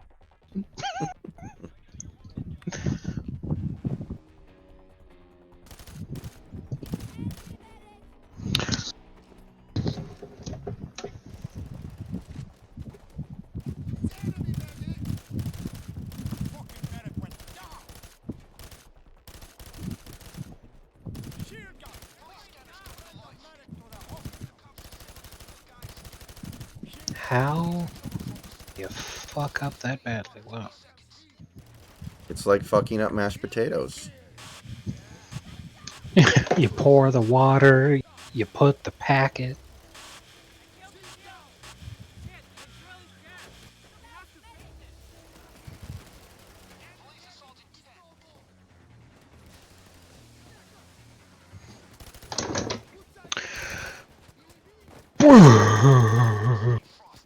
Damn it.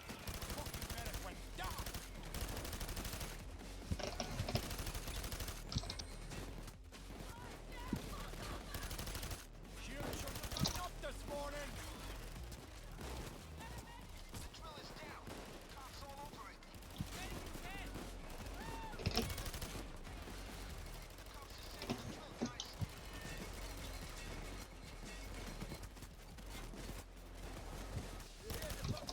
Send the medic to the hospital. Fuck you, sniper. Can you give me a fucking medic bag or what?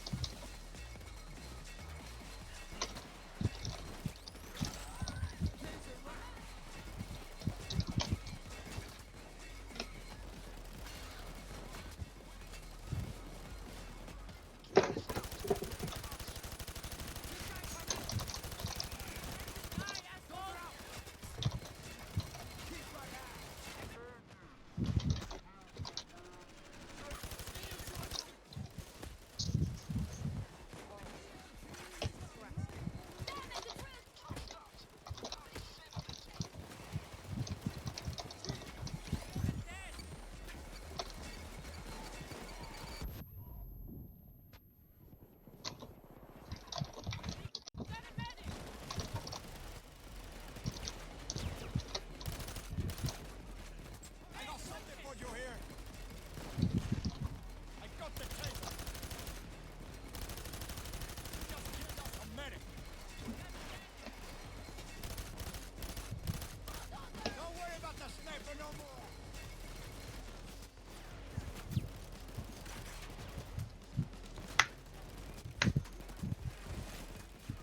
Watch out. Pull over the transport. The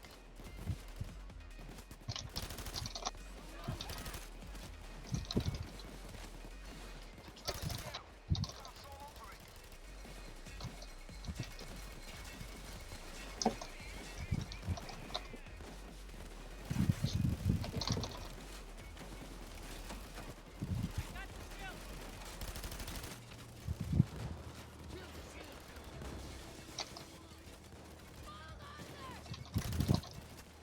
Cops disabled the drill, guys.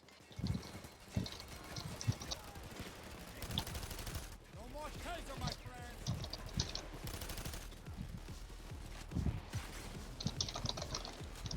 Dearest of all my friends.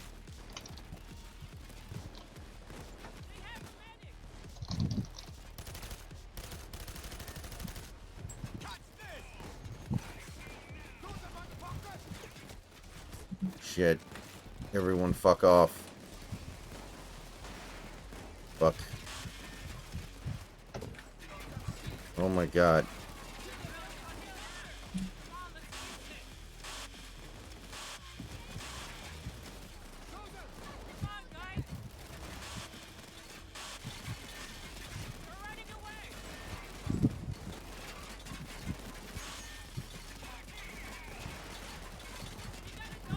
I'm sending a van. Keep loading.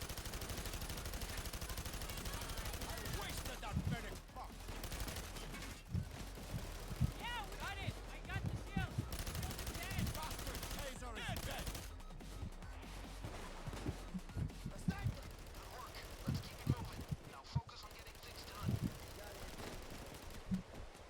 It's an enemy medic.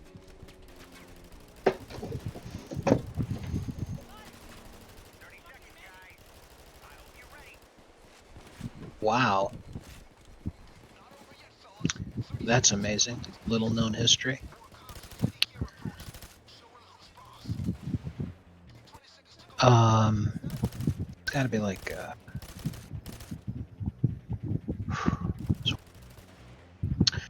um, 10 seconds now.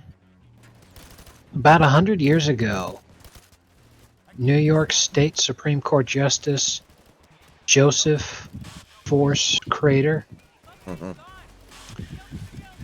uh, was working on exposing political corruption in the state of New York. Mm-hmm. The city of New York, the fucking police commissioner, for Christ's sake, put a $5,000 bounty on Justice Crater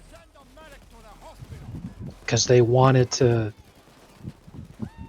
have the guy arrested and lock him up for trying to expose the corruption.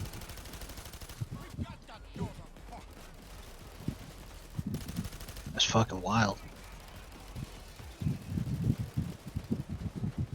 Did anybody fulfill the bounty? I'm looking it up right now.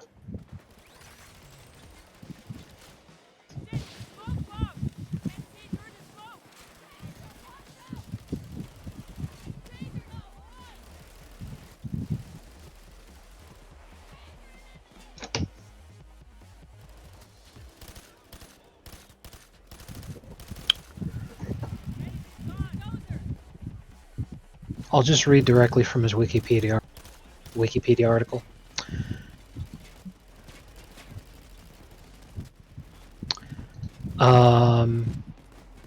Crater opened an office at the Equitable Building in Manhattan. Tammany Hall District Leader Martin Healy's Cayuga Democratic Club spent time organizing election workers and representing the club in election law cases. 4 months before his disappearance, he disappeared August 6, 1930. On April 8, 1930, FDR, who was at the time the governor of the state of New York, appointed Crater as justice of the New York Supreme Court for New York County, which is a trial court despite the designation Supreme. New York State's highest court is a court of appeals. He issued 2 published opinions, and then in August of 1930, when they issued that bounty, a couple of days later, never seen again. Him and his wife.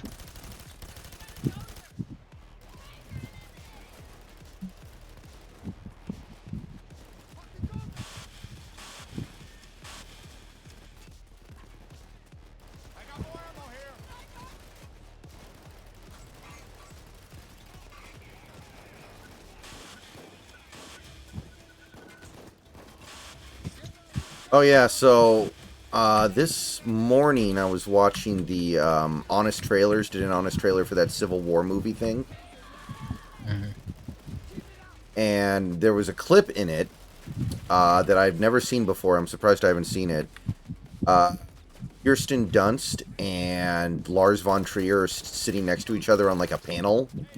I guess she was in one of his movies. I don't know which one it was. It might have been, maybe he directed Melancholia, I'm not sure. I believe so, yes. And I guess Lars von Trier was asked if he sympathized with Hitler, and he was like, yeah, a little bit, you know? It's wow, that's based. And then Kirsten Dunst just turns to him like, dude, what the fuck? She was like, you can't say that, you work in Hollywood. Yes, Lars von Trier directed Melancholia. He wrote and directed Melancholia. And that was, wow, that was the 3rd most recent movie that he's done. He did Melancholia, and then Nymphomaniac, and then The House That Jack Built. And that's it.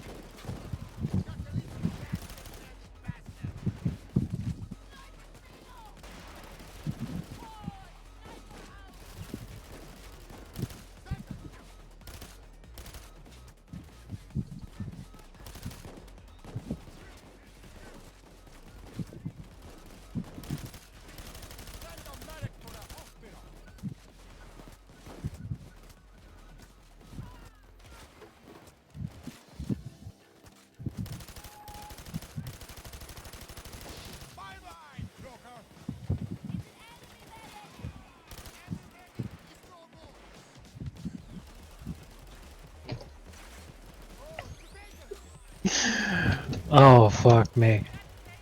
That's outstanding. As soon as he says, I wasn't so happy about being a Jew, Stellan Skarsgård starts laughing. Oh, fuck, that's based.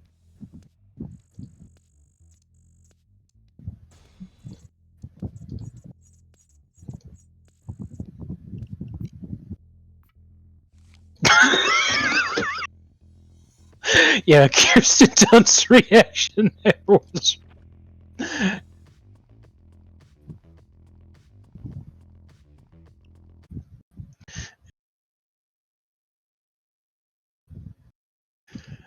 Oh, man. That's great, because, like, he was building up to a joke.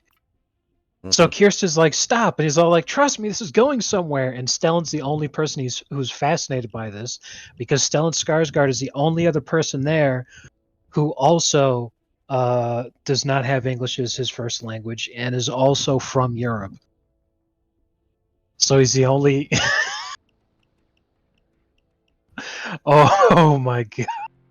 That is so fantastic. And Kirsten just looks so fucking upset. The...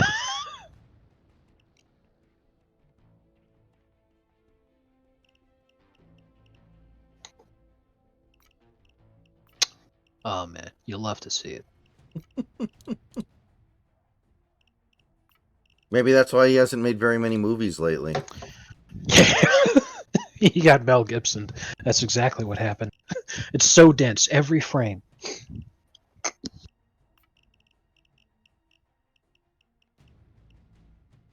Golden Grin Casino has I'll be right back. since its founding. Gotta take a leak. Built on mobster money.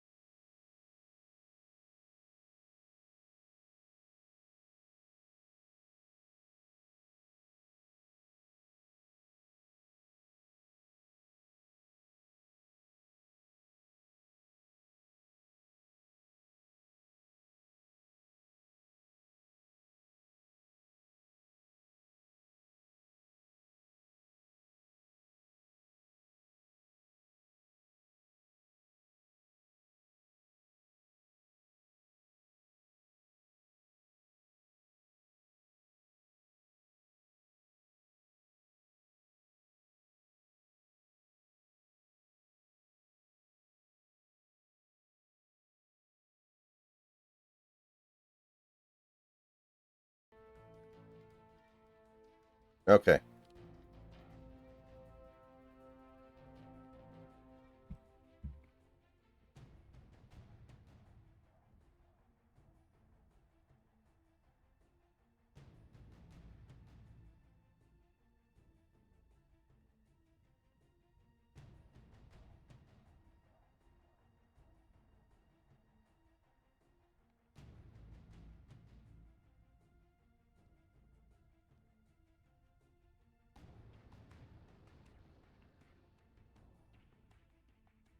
Oh boy.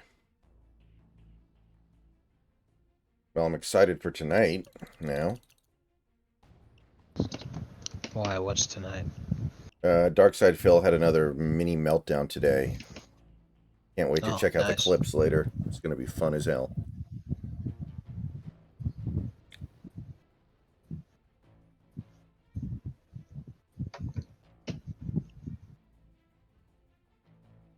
I'm surprised he doesn't have AIDS.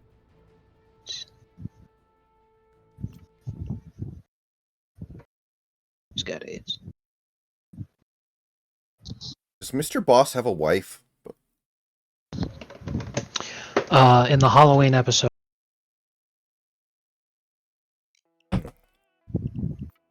Just the one. He who doesn't know where he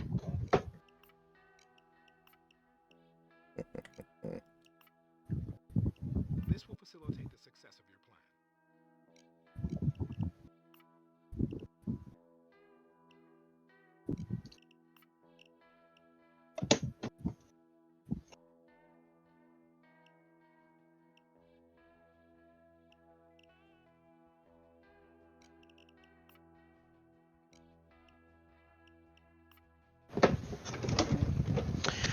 Yeah, that's a fucking good strategy, you dumb cunt. This fucking broad on Tinder is a single mother, and her bio literally the only thing it says is the challenge you're looking for. And I'm like, you did not just fucking refer to yourself as being a challenge as an aging single mother, and you gotta be fucking kidding me.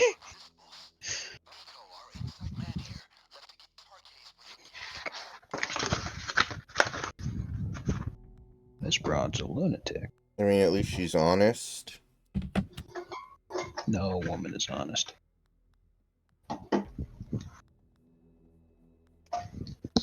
Everyone has Uno, you freaking dipshit. It came free with your fucking Xbox. I didn't get it.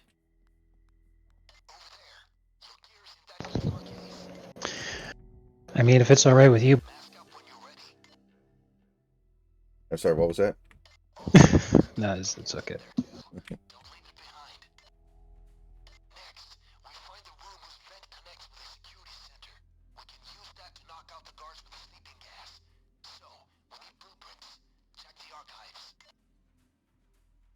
You ain't from our hood, Miss Masato.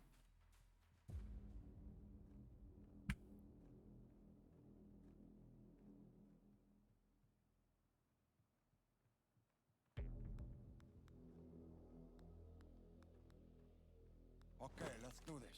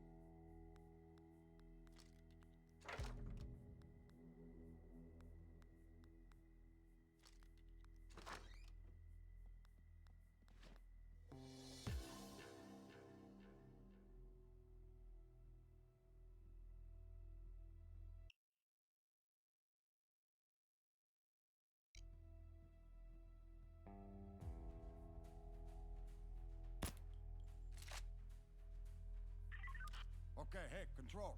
There seems to be a fire here. Oh, wait a minute. No, hang on. No fire. I'm just hallucinating because I'm so fucking bored.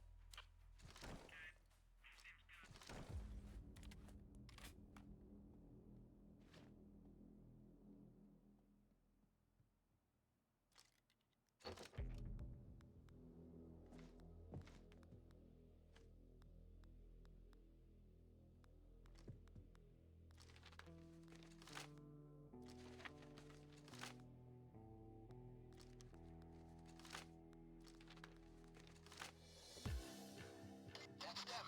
Now scan them in and fax me a copy. I'll figure out the Kramer, that's not an appropriate thing to say.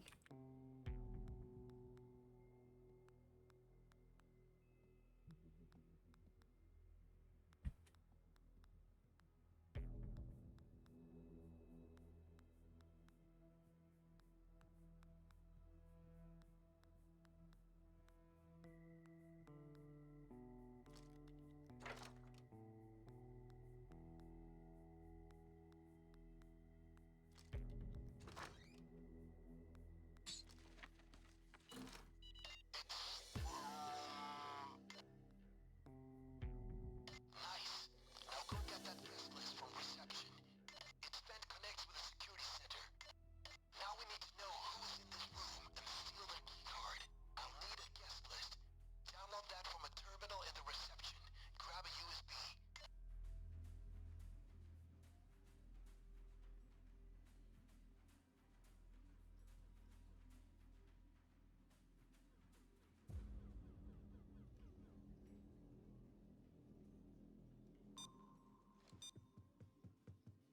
This is reception. Remember where it is. This is one of the vault codes. Remember it. We're going to be needing it before we close this caper.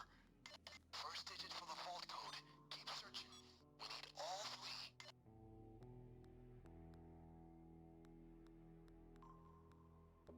Get down! I said down! Hey, you wanna die? Get the fuck down! A hostage. That'll slow them down for a little while. Still waiting on the guest list, guys. Get to reception and download it.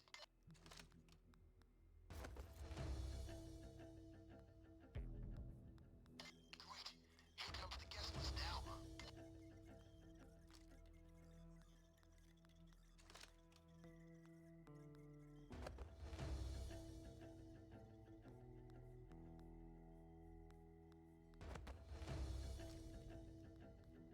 Good riddance. I'm happy I got rid of that.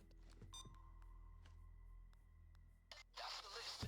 Now get back to IT and now an online terminal.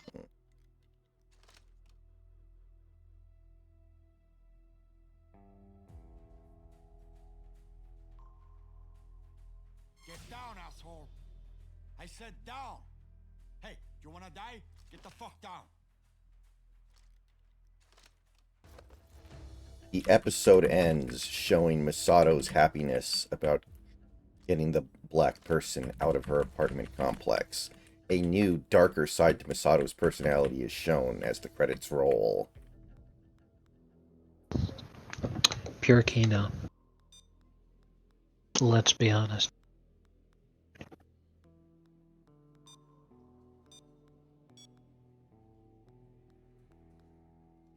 What is the opposite of Kino? Is there a word that is used for, like, the anti-Kino? Yeah, slop. That's a pretty good one.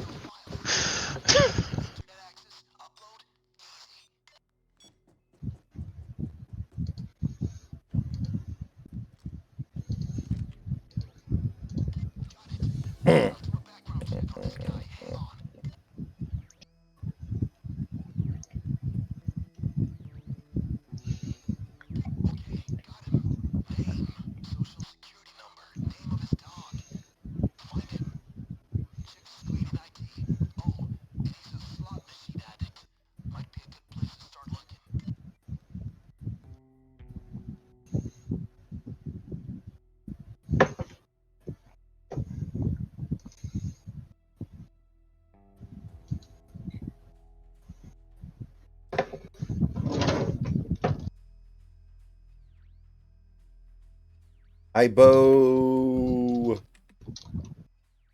Look,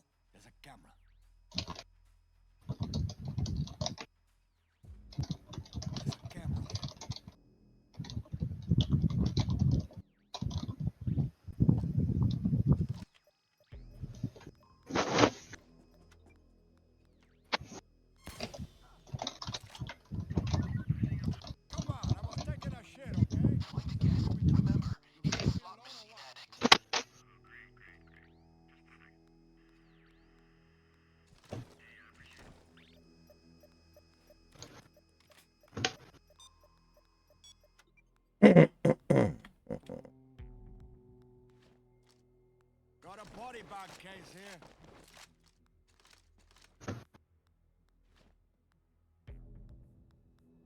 Shinji, you did it again.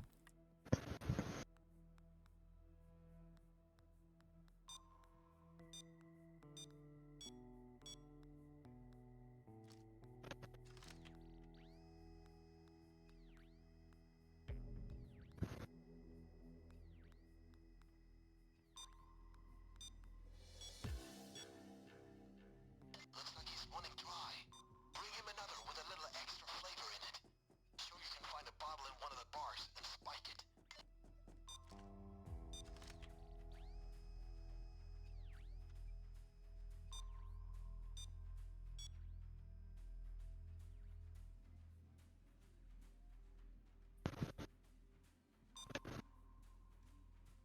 What did you just call our children? Find a Jägermeister and spike it. Green bottle. Fill his glass. Once he downs it, well, he's going to lose interest in the slots. Follow him and get his key card.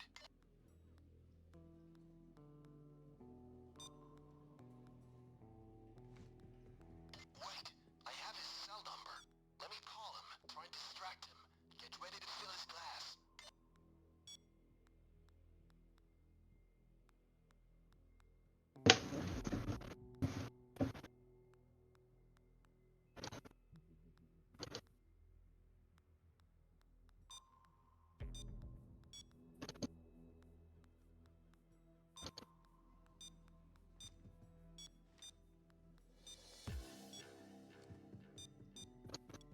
Alright, now let's wait for him to try that drink. He's going to run for the John any second. Follow him. Get his key card.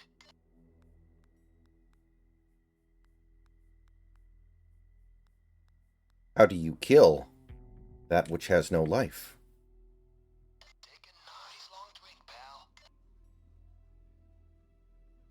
Now, after him. Wait till he's alone.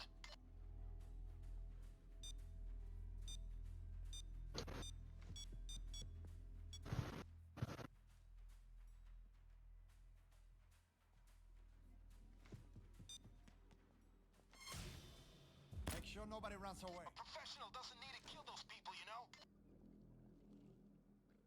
Use the fucking cable ties. Guys down, or grab him up. It was number 101.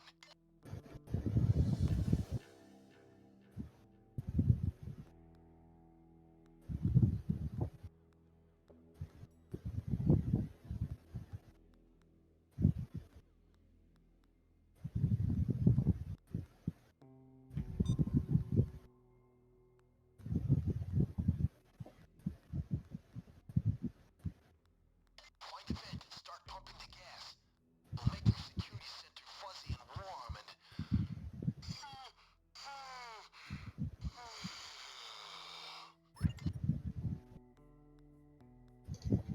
All right. It worked. The guards and security are sleeping like babies.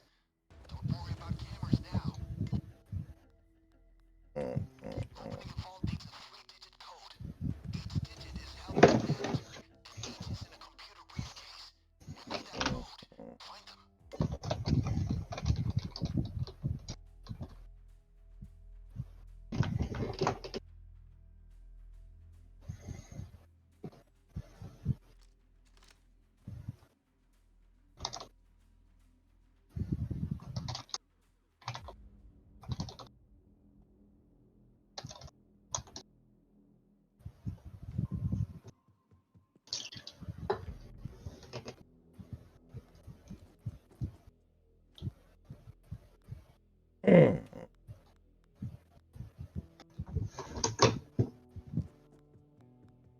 And now for my next trick. Casino manager's code.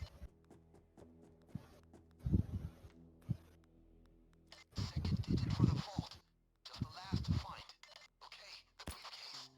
First is held by casino manager. The second one by the pit It's boss. okay, And the Control. third I by the thought I head of heard some security. strange noises The coming from armory. my stomach. Looks like they have a bunch of C4 stacked there.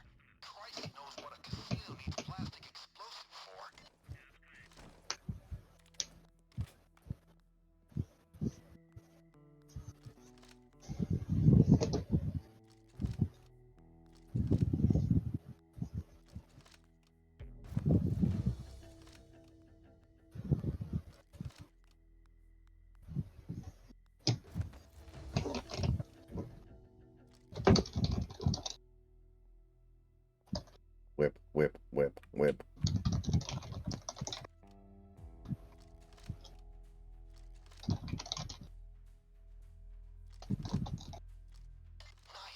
Security chief's number. He won't be happy to lose this. 3 digits. Outstanding. Now head to the vault and try them out.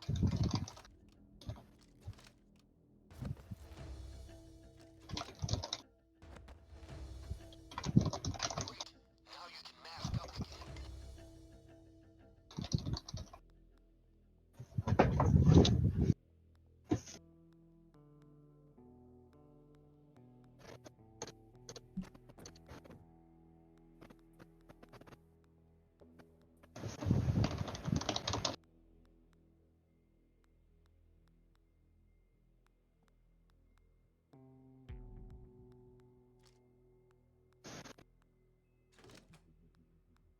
You'll find the vault in the Grin Security Center.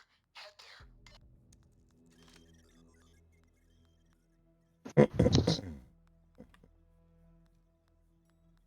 You can't say that.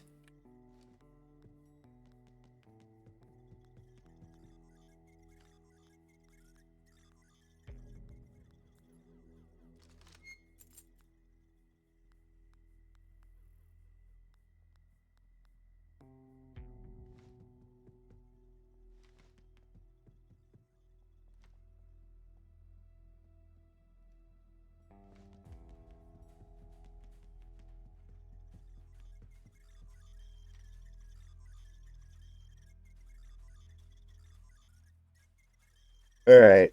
So, assuming I get back home from working out at a decent time, I'll go through season 1 of Smiling Friends tomorrow, I think. I should be able to do that. Yeah, like It's not gonna take like an time hour and a consuming. half, yeah. Right, yeah. Right. The numbers for the code are 1, 1, 1.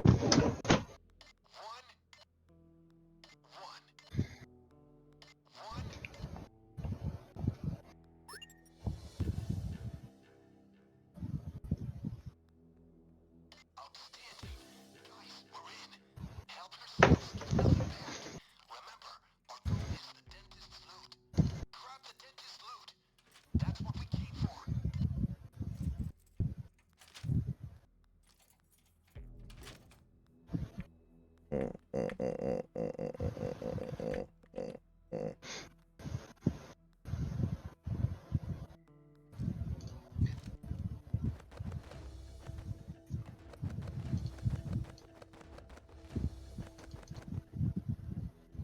If elected president, I vow to make every single citizen of Zimbabwe a billionaire.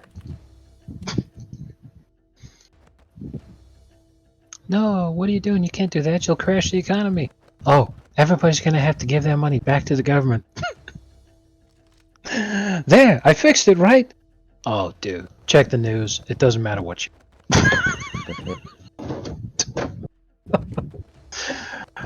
God, I love when Zach does that. Check the news. It doesn't matter what channel.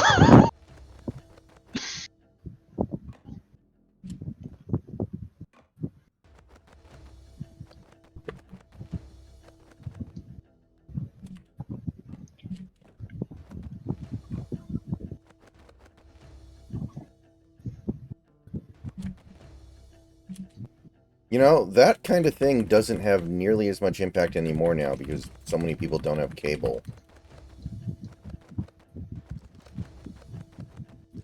Harder to have that turn on the news, it doesn't matter what channel moment again. Yeah, you're right. It's, it is lay millennial. Batman. Zoomers won't get this. Oh crap. More lasers. It's for 90s kids only. What's the pattern? Don't want to trigger any alarms now. I don't know. Whatever it is, we got it. Get it to the limo.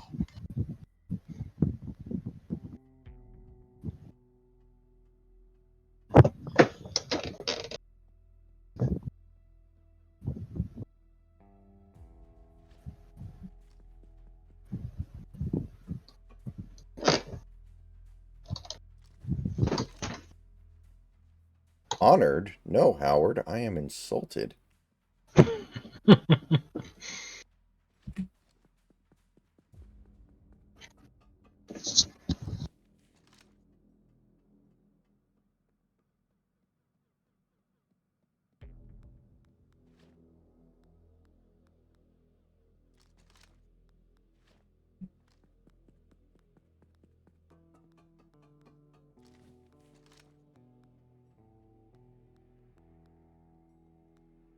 Yes, oogly goo.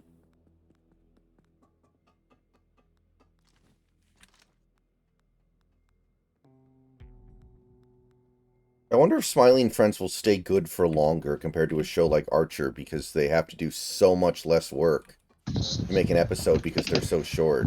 I hope so. Because, like, I think Archer had, like, 3 good seasons, and those seasons are phenomenal. Like, some of the funniest comedy writing I've ever seen, but that's really not that long a period of time. It was, like, what? Not even really 30 episodes before the show starts to lose itself. I can't really answer that. But, well, on the one hand, I'm obviously happy for success. I'm also very concerned over it because usually, once everybody starts fucking talking about it, it's like, it's probably gonna.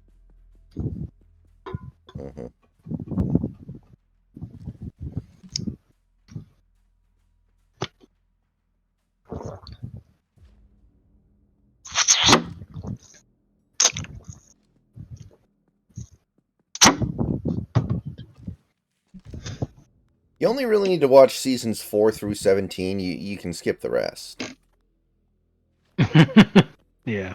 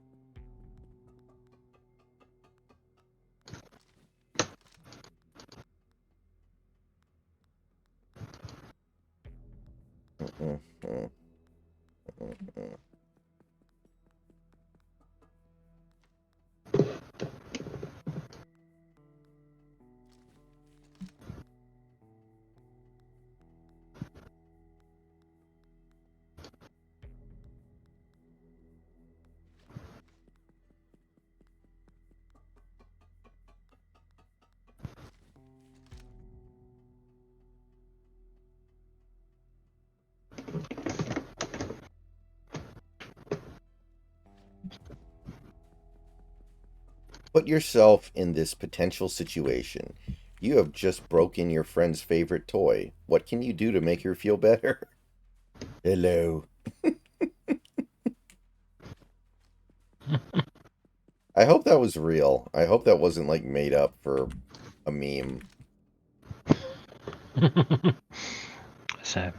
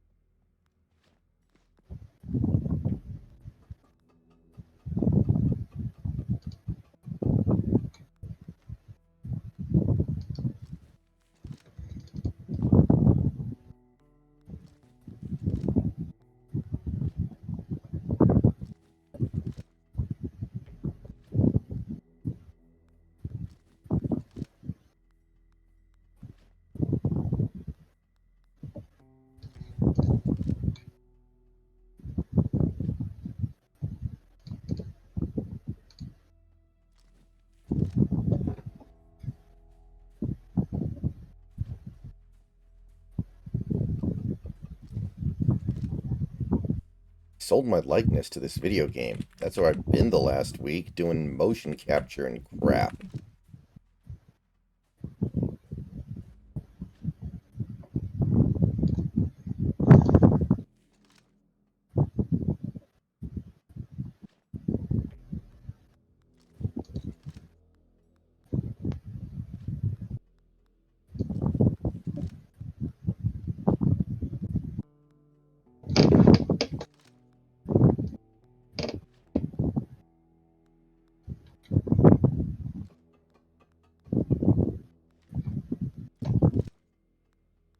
really, really, really wants to say the N-word.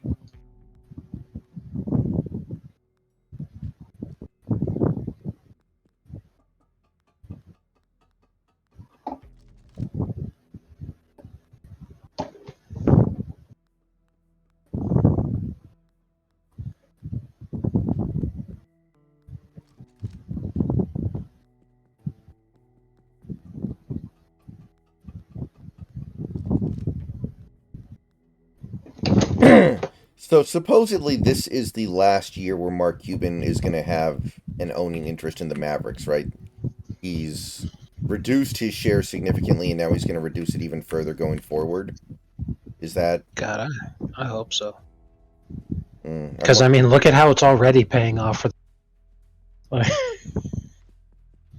like I'm wondering if like Adam Silver would rig it as a final farewell to one of the most colorful owners in the sports history. Yeah, just to piss him off one last time, Jason Tatum's going to average 30 free throw attempts a game. Mm-hmm. Jesus. That's also a concern. For real though, I want Cuban.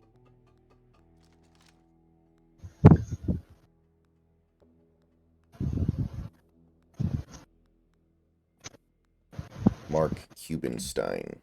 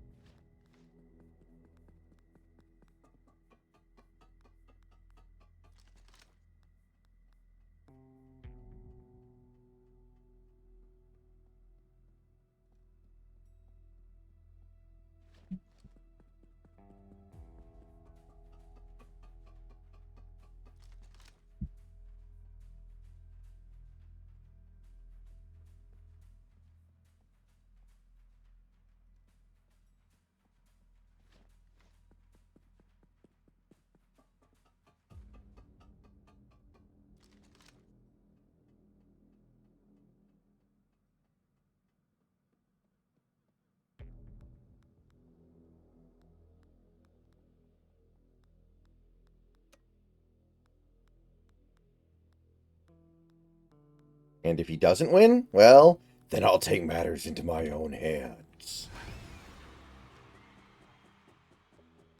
No, I'm just fooling. No, I'll actually do it. All right, now anything I do is. It's Glep. Oh man.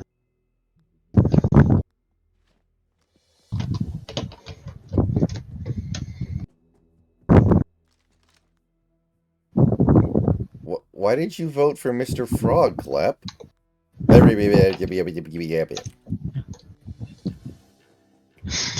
Oh yeah, that actually.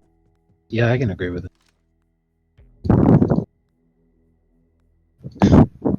Can't argue with that, you know.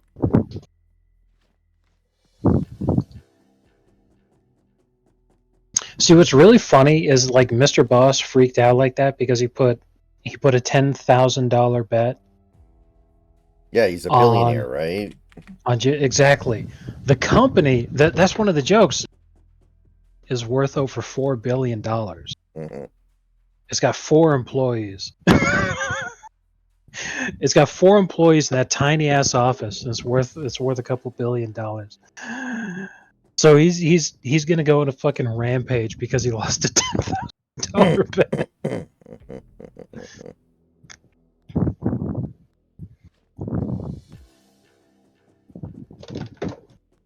Libbles is not here tonight for the debate because he blew his face off with a 3D printed shotgun. It was amazing.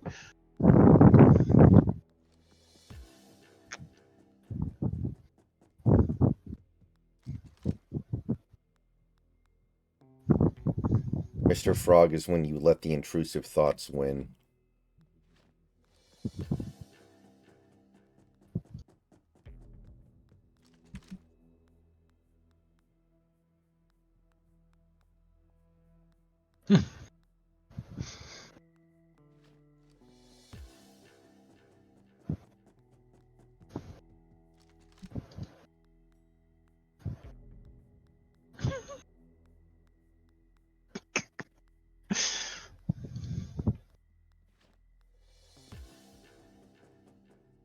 But seriously, I will do it though.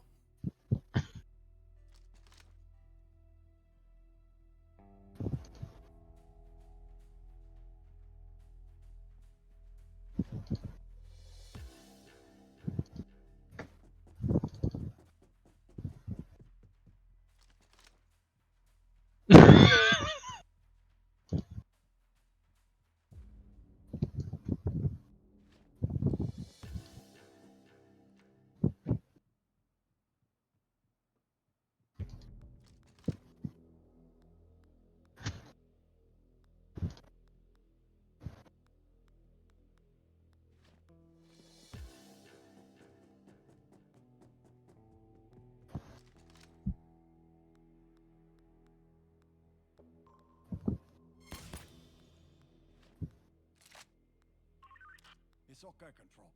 Everything is cool. No Cuban criminals in the area. Only American criminals with no balls. No, I get it. No criminals. Place the body bag case here.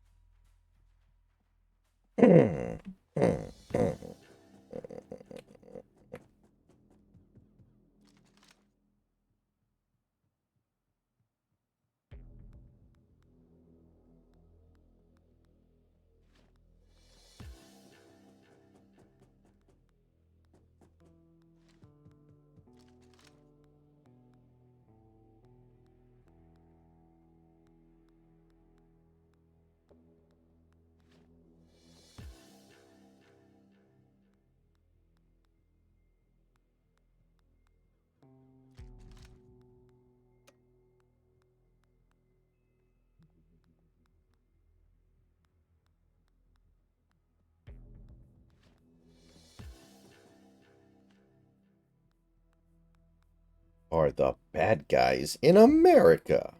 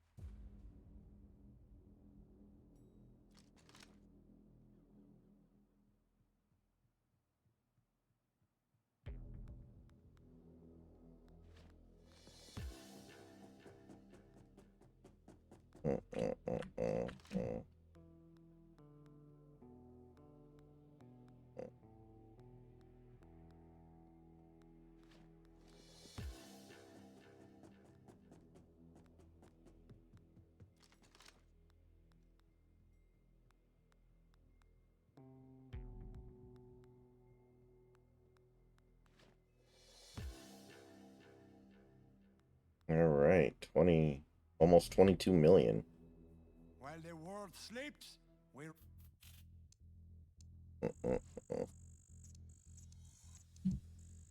You have reaped the rewards of a well-considered and deliberately executed plan. Most impressive.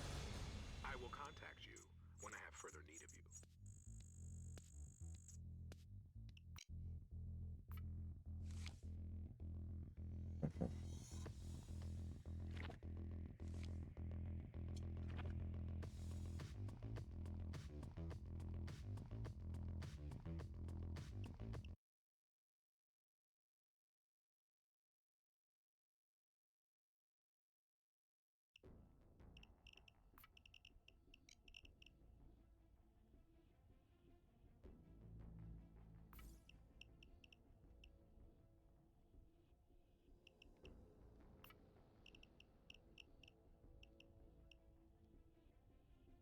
If the NBA 75 team was this season, Doncic would have been on it instead of Lillard. Yeah. Although, is Lillard the guy who falls off for sure, though? Is there anybody else on that list who maybe could have been beneath Lillard? Probably not, right? Which was it? The NBA all-time 75 best players ever list they did last year, and like Lillard was on it, and he was saying that if they did it this year, Luka would have surpassed him, and I think he's right, but I'm also thinking like, okay, who else could maybe come off instead of Lillard? It's probably Lillard, I agree, but I'm trying to think if there's somebody else. Yeah, Lillard was dead last, 75th. Okay. Pretty much anybody who's down low. 74 is Dave Bing, who played for the Pistons between 1966 and 1975, and then 2 seasons with the Bullets, and then 1 last season with the Celtics. So anybody who plays in the 60s and the 70s on teams that didn't win championships is pretty much like, yeah, you just get the fuck out of it. Number 71 is Anthony Davis, and I think we could all agree that, yeah, he could go too. Truly, I don't even know why the fuck Anthony Davis is on there. 69 is Carmelo Anthony. I'd say Luka's up above him. Probably. Especially if he takes Finals MVP this. It's almost impossible for the Mavericks to win and Luka to not get Finals MVP. Like, Kyrie would have to play the absolutely fucking batshit insane series of his you have to average like 45 a game or something. While Luka simultaneously shits.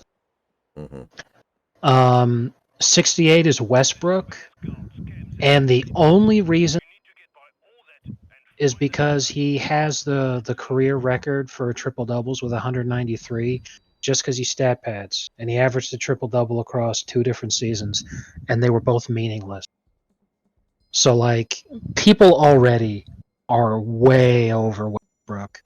Yeah. So because he has even though it's fraudulent as fuck that he has an MVP, he still has it. So you could like, okay, I guess he's over. But like when Luka takes Finals MVP, then it's a difference. And he should have finished in second this year for MVP, not Shea. And I think people are starting to realize that, but it's just too much to ask of black people to actually be physically capable of saying that the two best players in basketball are both white. I don't think they're physically capable of doing it. But yeah, there's a ton of people in the 70s and the 60s that you could easily just push right out and put Luka on that list instead. Mm-hmm. Number 63 is Robert Parrish, and I'm like, he was like the third best player on his own team. right, like he played until he was 43.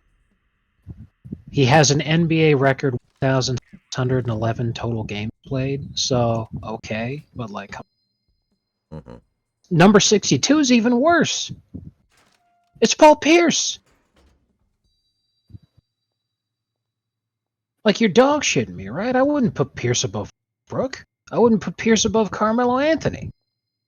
I guess Pierce has the Finals MVP and Melo never made the Finals. That's probably the On one of the rationale. most stacked teams of all time, and KG deserved to. They just gave it to Pierce, literally because Pierce spent his career on the Celtics. If that same team formed by them trading everybody to Minnesota instead, then KG would have got it. Yeah, that would have been hysterical. The Timberwolves assembling a super team like that. Yeah, that truly, truly bonkers. Number 56 is James Worthy. I don't.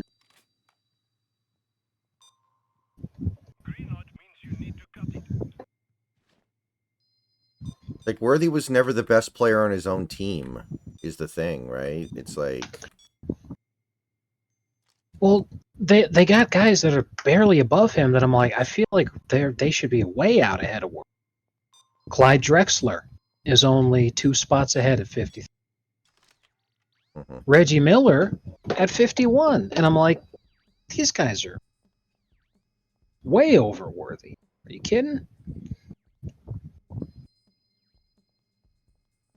James Harden should be higher than. I don't give. He should be higher than 50 when you have Wes Unseld at 48. Are you kidding? Yes, Wes Unseld was an excellent player, and he carried his team during the 70s when there was weak competition. But he averaged 11 points a game across. Really? I didn't know that. I'm rounding up, bro. It was 10.8. Wacky.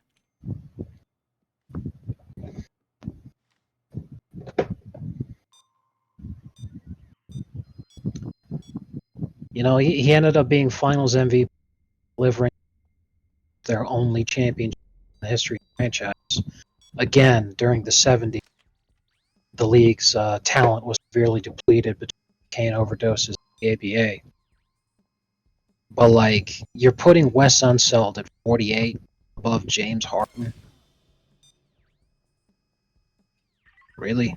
Come on, I was taking a shit, okay? Is that okay? Wes Unseld and Wilt Chamberlain of the year and MVP. But Wes Unseld did that in 1969. Bill Russell's gone. That was like last season, and the league was basically dead. The only person of any kind of caliber at all at the time was Kareem, and by that time it was voter fatigue. Stopped him getting MVP because he'd already won 3. Like, what the fuck?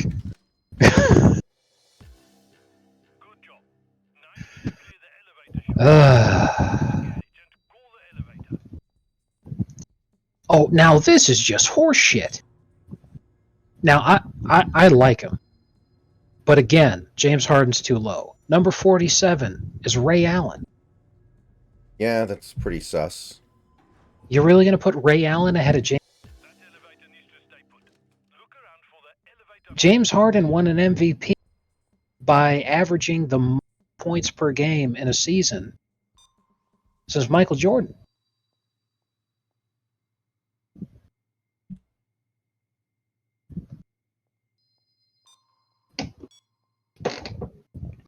Feels like Harden's accomplishments really get diminished by people because he plays an unappealing style of basketball. It's like Embiid.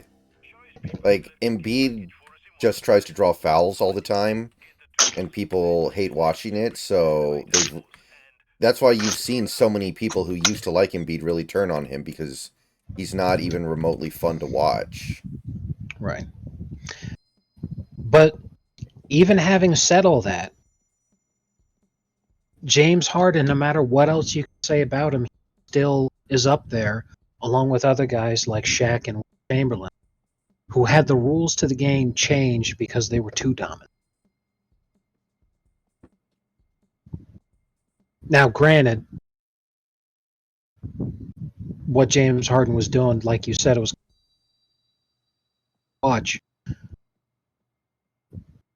but he was way too fucking dominant, getting all those free throws.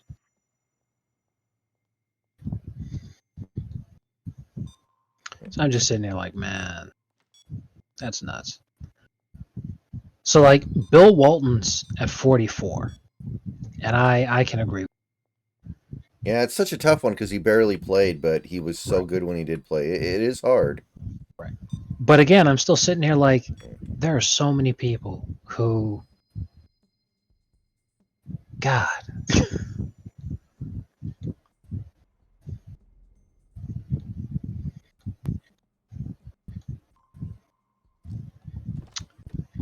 There's a lot of people who, like, if you just sat there and said that you were just naming the top 75, like, oh yeah, I think these are the top 5 all time, and you just started naming names, that'd be one thing. But you know it's ranked because I know as I scroll down. Yep, number 1 is Jordan, number 2 is LeBron, number 3 is Kareem, 4 is Magic, 5 Wilt, 6 Bill Russell, 7 Bird, 8 Tim Duncan, 9. Wow. 9th is Oscar Robertson above Kobe at 10 and Shaq at 11. That is unfucking believable.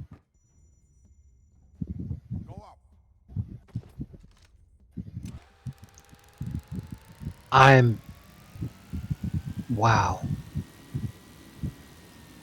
I've never heard of anyone in the top 20.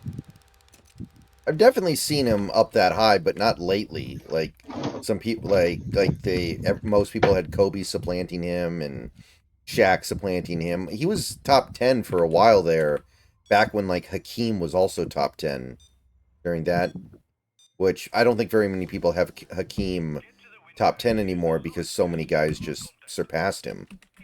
Right, but that's still the problem is having Robertson that high at 9th. He's ahead of Kobe. He's ahead of Shaq.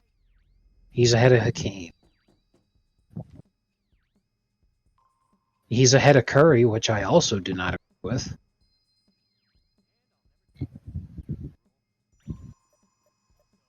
Oh, you've got to be completely bullshitting me. This list has Giannis at 18th.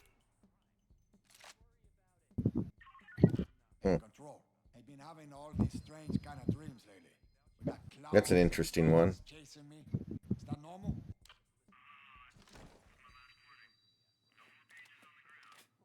The argument for having Oscar say that Oscar Robertson was Mr. Triple Double and he had the career record for triple doubles until Westbrook came along. He's the only guy to ever average triple double until Westbrook. So they go on and on about that, and that's why he's at 9th. Then they've got John Stockton, who has the career record for assists, like Mr. Double Double, basically. He's got the highest anything related to assists record pretty much ever. The only one he doesn't have the record for assists in a single game, which Scott Skiles got because he Shaq not. Yeah, that was. I mean, that's not really an award that I feel like that's not something he should be like lamenting. I don't think.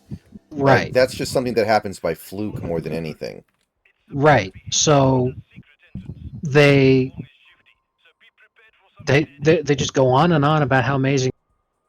And that's why he's in ninth because of his stats. Then they've got John Stockton, who has more impressive stats, at 24th.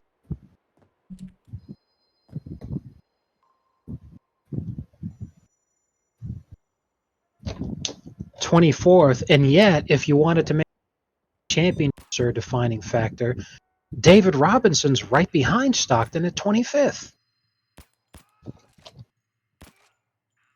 What the fuck is this fucking list using as a grading? Like, anything that you could say about Robertson either applies to Stockton should be higher or David Robinson higher. If you want to say that Oscar Robertson has a ring and an MVP, well, David Robinson has 2 championships and a Defensive Player of the Year award. Why is he 25th when he played against tougher competition than Robertson did when Robertson got the stat pad in the weak-ass 70s? If you want to just talk about stats, why is John Stockton at 24 with more impressive stats?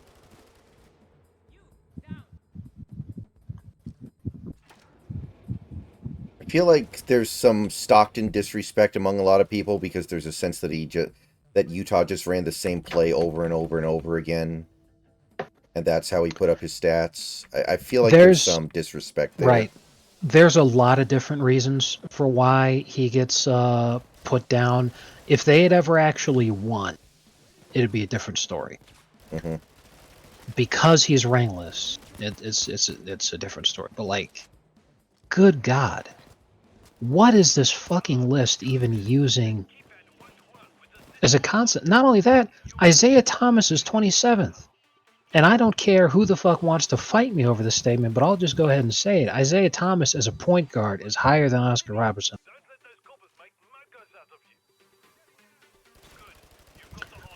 And I say that because he played against tougher competition.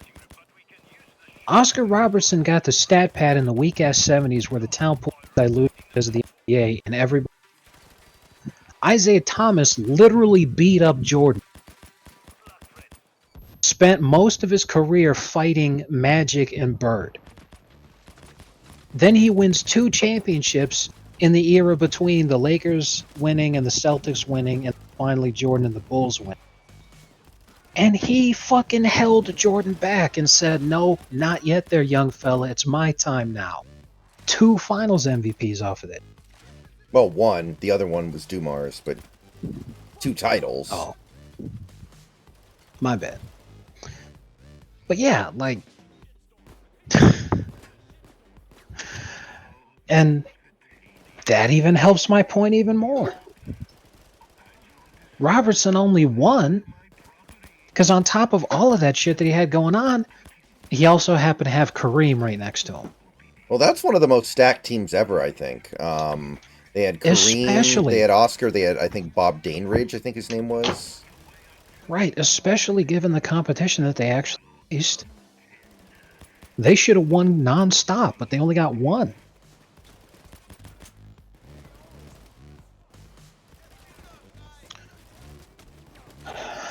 With that roster that they had for as long as they did, they should have got at least, especially in the 70s.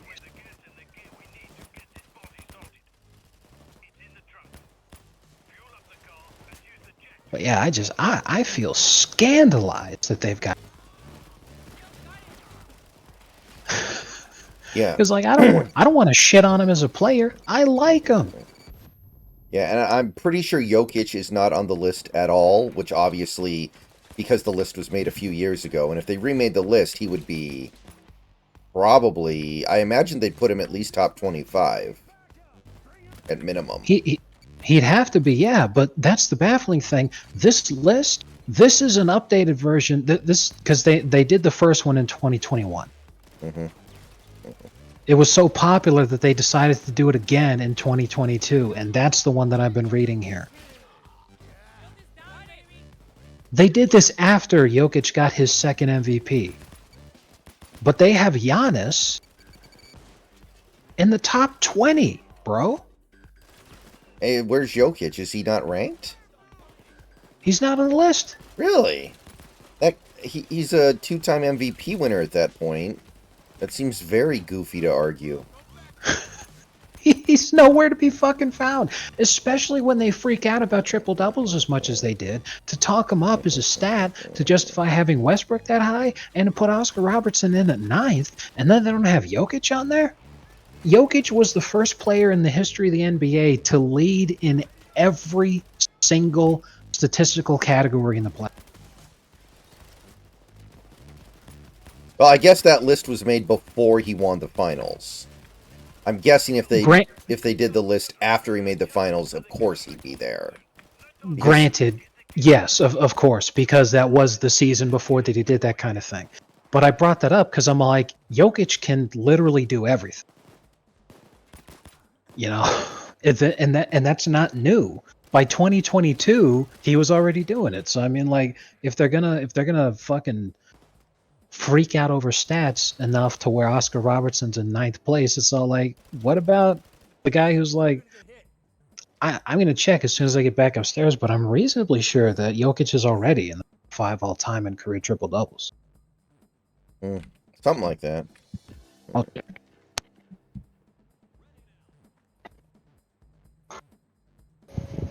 Yeah, Jokic would probably be top 20 if they did the list now with, with 3 MVPs and 1 Finals MVP and all that. That's probably about right.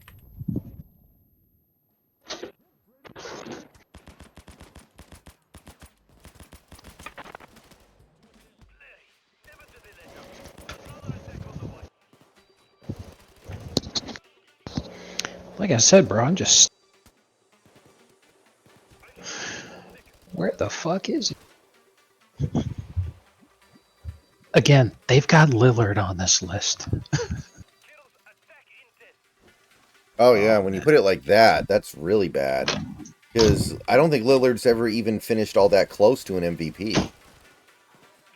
The highest, I believe, that he ever... 4th. In that one season that they were really good.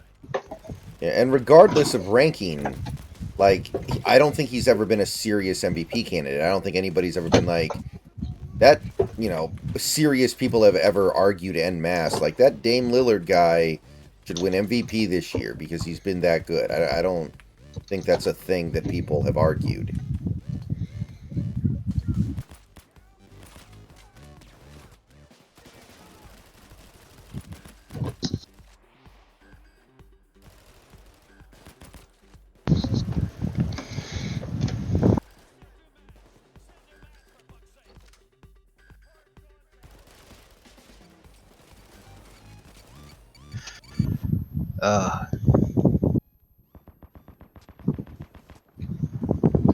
Oh, speaking of, we were talking about Kyrie earlier. I forgot to say this. Did you see the report that last year the Lakers tried to trade Westbrook and 2 first-round picks for Kyrie?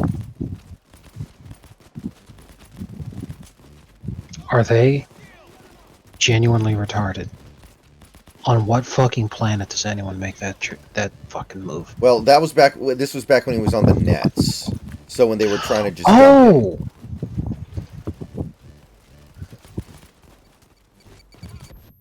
So when he was on the Nets and the Lakers were trying to get him desperate to get rid of him. Okay, that makes it a little better. I thought you meant that was like last season when he was on the Mavs. Yeah, I can't remember the last time he was on the Nets, but it was, what, 2-3 years ago? I want to say the 2021 season was his last one there. No, actually, last season was the first year with the Mavs. Okay.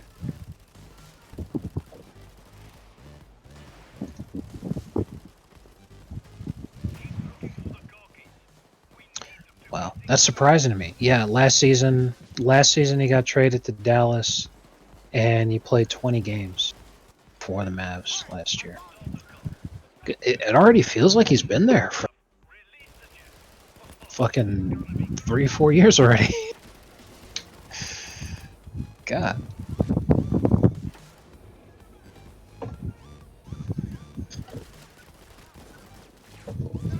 I'm surprised LeBron would sign off on something like that. I guess the implication is he's over it. It's for two reasons.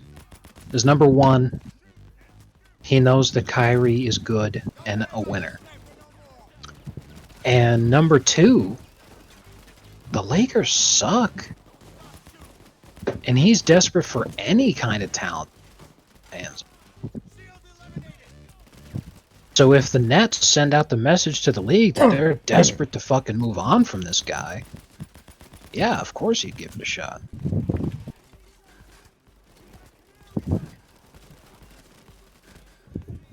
Wow, that sounds seriously pleasant.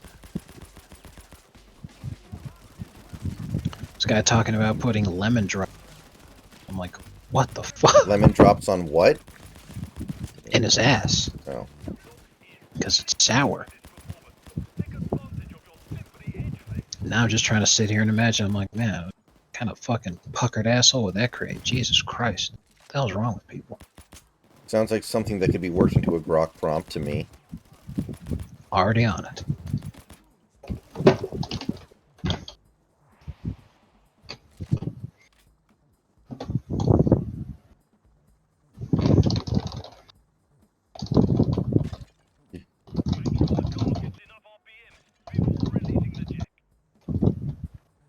Incoming! Get your guns ready!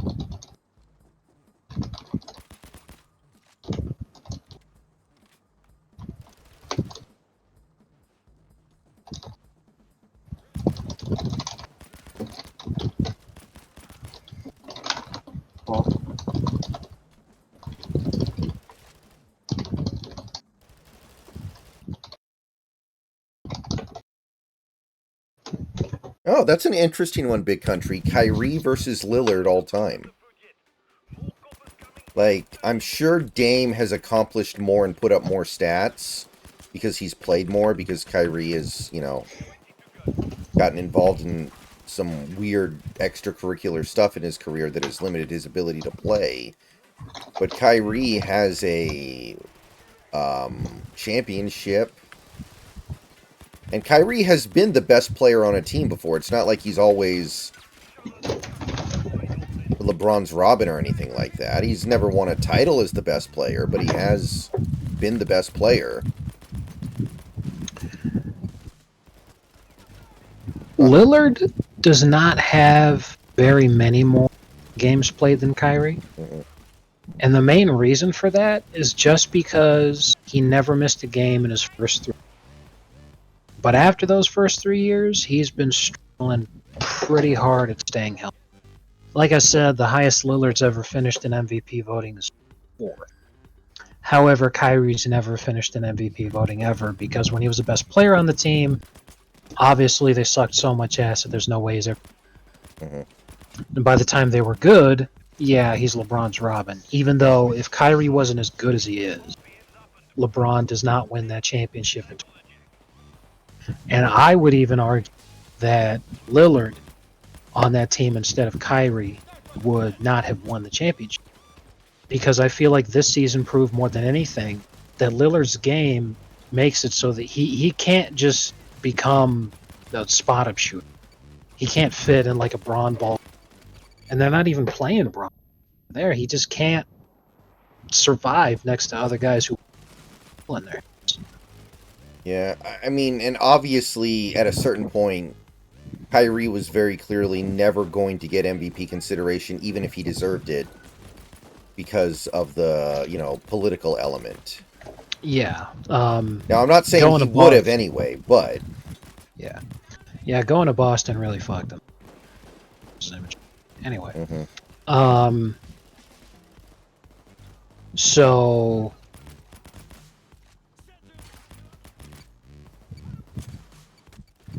I wouldn't even say that Lillard's all that much better statistically. He's just had the opportunity to take more shots throughout his career because 11 seasons with the Trailblazers, he had a license to chuck. Kyrie only got 1, 2, 3 seasons of opportunity to do that before he got slotted in as the sidekick and had to start sharing. However, Kyrie is ridiculously more efficient than Lillard. Mm-hmm. Lillard's shooting percentages across his career 37% and 89%. Kyrie's at 47%, 39%, and 88%. So they are really close in free throw percentage, but Kyrie, man, when Kyrie puts it up, you know it's going down. I think they're both pretty much equally bad defensively, so I don't think that's a consideration. And I think you could make a better argument even that Kyrie's improved defensively a little bit and Dame has not. I was going to say, yeah, Kyrie's not a liability defensively, especially not this season. Lillard this season, holy shit, he was fucking terrible. I mean, he's always been terrible defensively. I don't think there's ever been a season where he was good on defense. Yes, and that's true. However, since we're just doing a straight up head-to-head here, the Mavs made the final, and they did not lose games. The Bucks, even injuries aside, they lost a lot of games when they were because of Lillard. Now maybe it'd be a different story if we get some more seasons out of the Bucks where Lillard manages to fix whatever the fuck his problem is and he learns how to survive alongside Giannis, but right now I'd put Kyrie miles ahead.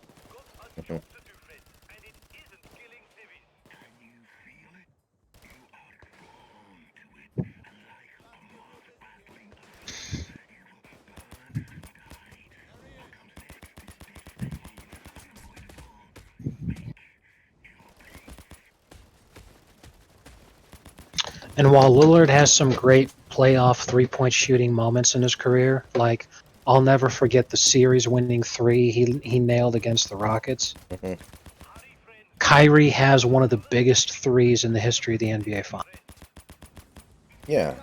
It might be the best play of the decade for the 2010s. It's that, it's the Ray Allen shot, and it's, I guess, LeBron's block, probably. Yeah. In 2010's playoff moments, you're completely correct. But specifically for the finals, yeah, that's got to be top three.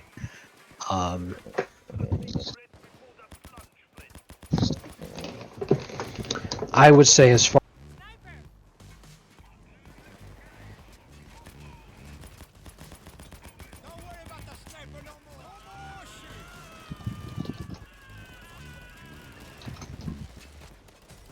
So I was talking about triple doubles earlier, and I was correct. Yes, Nikola Jokic is already top 5 all time in triple doubles. By the end of next season, he will unquestionably pass up Magic.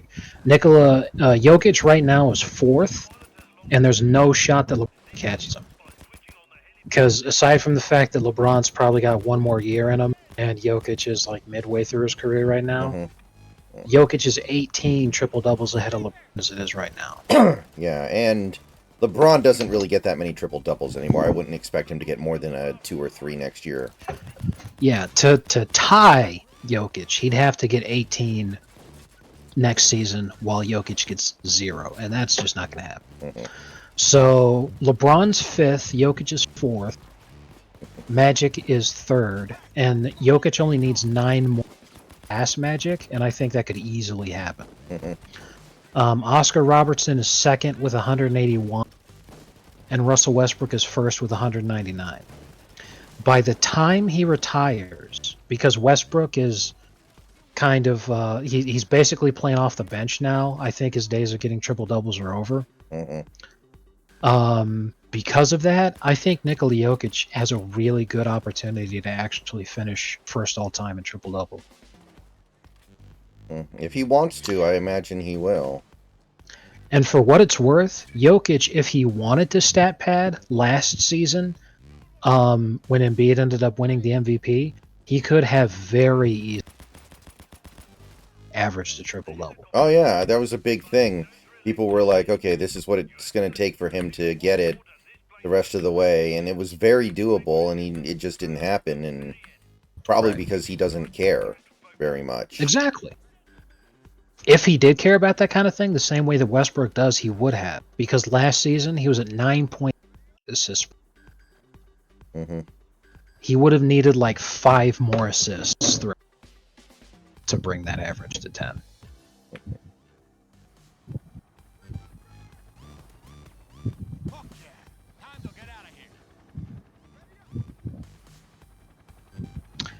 If he had done that, I think that it would have stopped people from being like, man, Embiid, and he would have 3 people based. I mean, But 3 and 4 is not bad either. I mean, Embiid won MVP for reasons outside actual basketball stuff. So I don't know if I agree with that. I think he could have done whatever, and the narrative still would have been the same. So the results would have been the same. I know, but that could have been a counter narrative where it's like, why are we giving a white guy all the but then they'd have been like, oh shit, well Jokic just averaged.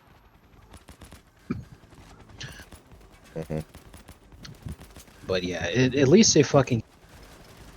I feel like next season, unless he has a godly year, I think they're going to give it to Luka just out of respect for this year. Yeah, maybe. Unless Luka has just a dog shit year. So I think what they'll end up doing is giving the MVP out of respect for this year, and is going to continue playing amazing, justify it. So they'll give it to Luka, and then Perkins is going to start bitching again because he's like, oh my god, the last 2 MVPs are both white. So then they'll give it to Shea so they can be like, don't worry, we're good, little. Then Shea will get humiliated yet again, and he'll demand out, Thunder will break up, and then we'll go back to giving Jokic.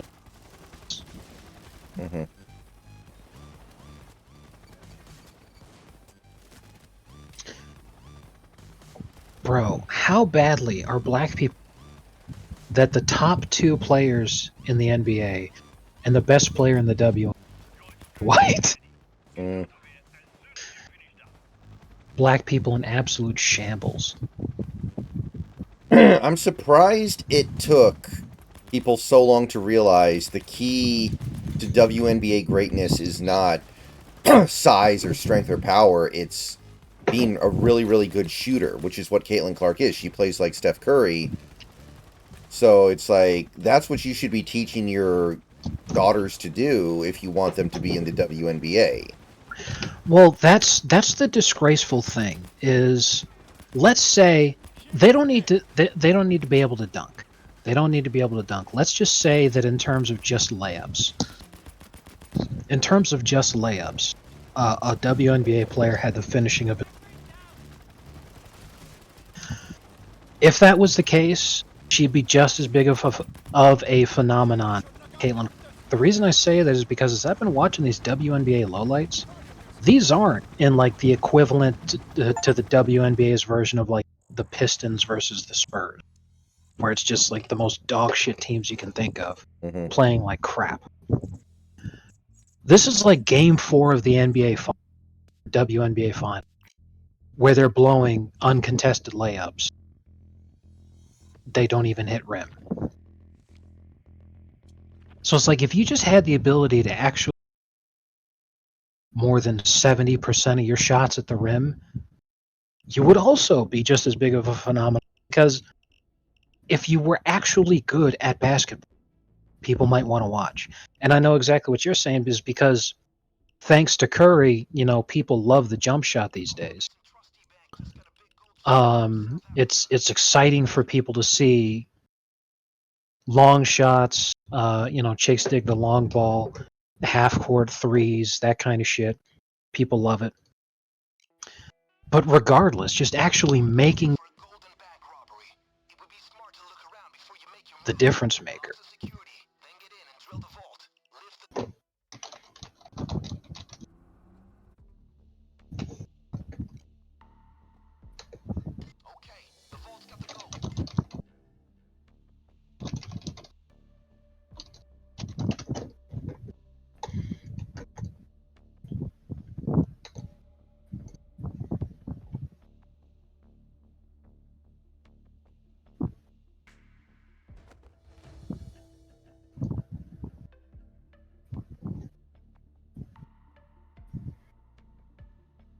Go. I'll wait here. I'll be the backup plan. Hugo, I'll wait here. Call me when you need someone killed. Like, here, this is a perfect description of exactly the kind of thing that I'm talking about. The league average for field goal percentage in the NBA over the last 20 years has been within 1 or 2 percentage points of 46%. Mm-hmm. During the same time frame in the WNBA, it's been within 1 or 2 percentage points of 40%. So It's not like, because they play better defense. yeah, it's almost like the 50s. Right. That's why people don't want to watch. Which is what WNBA games usually look like anyway. They look like an NBA game from the 50s. Right. So I guess that makes sense. That's why people don't want to watch. Is because it's just a bad product. Then Caitlin Clark comes along and she's actually able to put the ball in the fucking hoop. Wouldn't you know it, people care. Mm-hmm. Anything else you want to say? Because, like, there's plenty of other things that do. There are plenty of people who are watching just because she's white and are rooting for her to succeed in a basketball. Mm-hmm. Doesn't matter. She's actually good. There's plenty of white WNBA players. They're not as good as she is. She actually puts the ball in the fucking. That's why she's like. Imagine if there was like a WMLB and the league-wide batting average was like 1. And then a woman comes along who's batting. She'd be a fucking sensation. Right. And she'd break the sport, basically. Which is what Caitlin Clark is doing. Or will do. I know hasn't played amazing so far in the WNBA. She broke college basketball, basically, though. It was, like, not fair. Right. Like, college basketball, Right. She was basically willed. Yeah.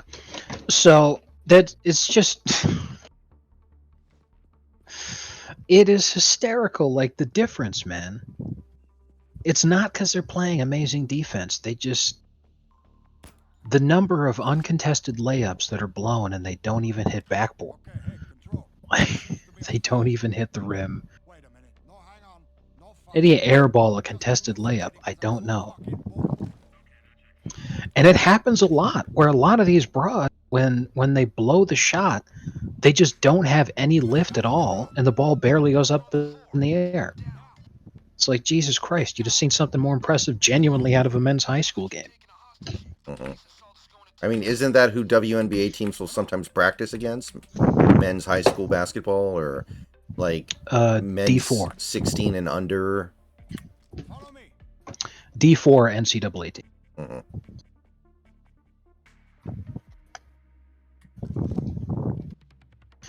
Yeah, the last time I was reading, it was the women's U.S. Olympic basketball team practicing against the D4 NCAA men's team. Mm.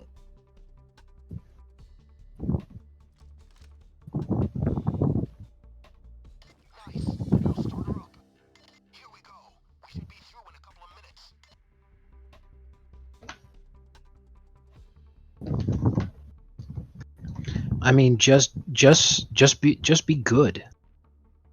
You know, like Mm-hmm. you don't have to be better than the men. Just be better than the other girl. Holy shit. But, like, you would think 10, 12, 15 years from now, there should be kind of an injection of a bunch of players like Caitlin Clark. Yeah. Maybe they'll get it. Maybe it won't. It's hard to say.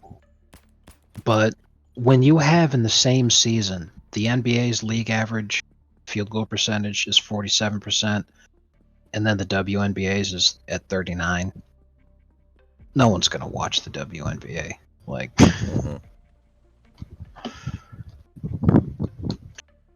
because if that's the average, and WNBA centers are 8%, then that means there have got to be players who are starting, playing most of the, taking lots of shots, are averaging in the 20s.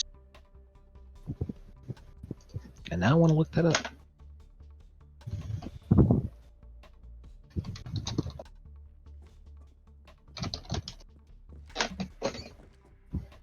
Little birdie's home.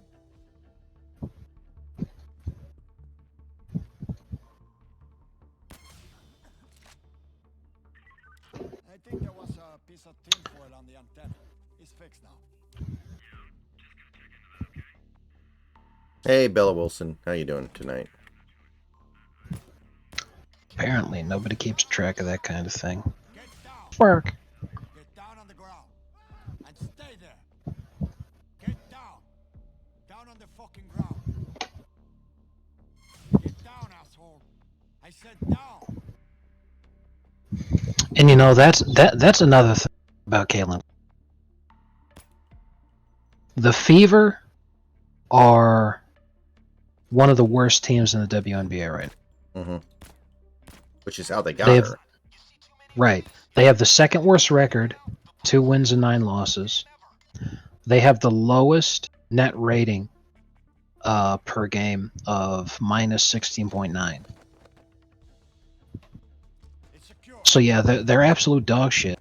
So she's basically right now she's the WNBA's version of Wemby, where you've got a team that is absolute dog shit, and then one player is such a sensation that people still watch it and can't stop talking about it.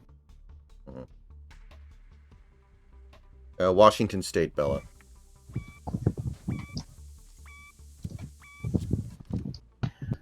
Man, I can't say enough about how amazing all this shit is. Anyway, I can't find lowest because there's not enough websites to keep track of individual player WNBA stats, and no one's going to be keeping track of who's playing the worst, just who's playing the best. So I can't do something like go to WNBA Basketball Reference. There isn't something like that. Really? I can't. Not that I've been able to find. That surprises me. I guess that goes to show you there ain't no interest in it, which should tell you something.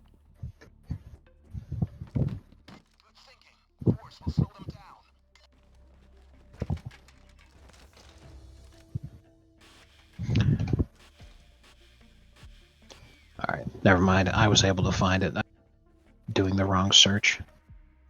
I altered my parameters. But on, because it's just the Basketball Reference website. There's a WNBA tab. There's not a lot here. Again, it's difficult to find who's playing the worst because they keep track of who's playing the best, but they can't show me who's playing the worst.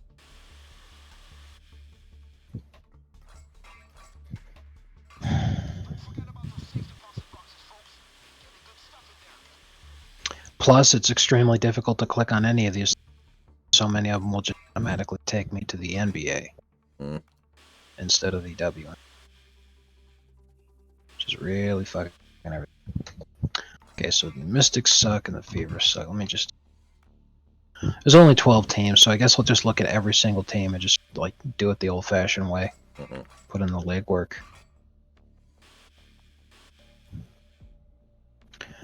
Fuck me. Okay, so Washington Mystics. They're currently 0 and 0 and what? 0 and 8. Okay. If I remember correctly, W 6 games long. So they're just about a quarter of the way through the season, and they haven't won a game yet. Hard life.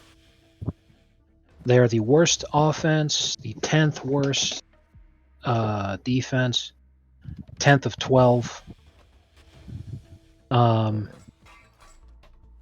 Only the Fever have a worse net rating. So yeah, they're bad. So their leading scorer is Ariel Atkins at 14 points a game off of 37% shoot.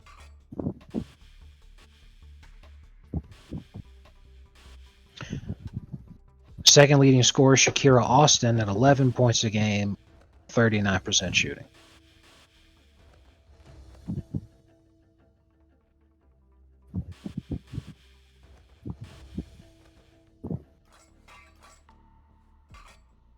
That is just terrible.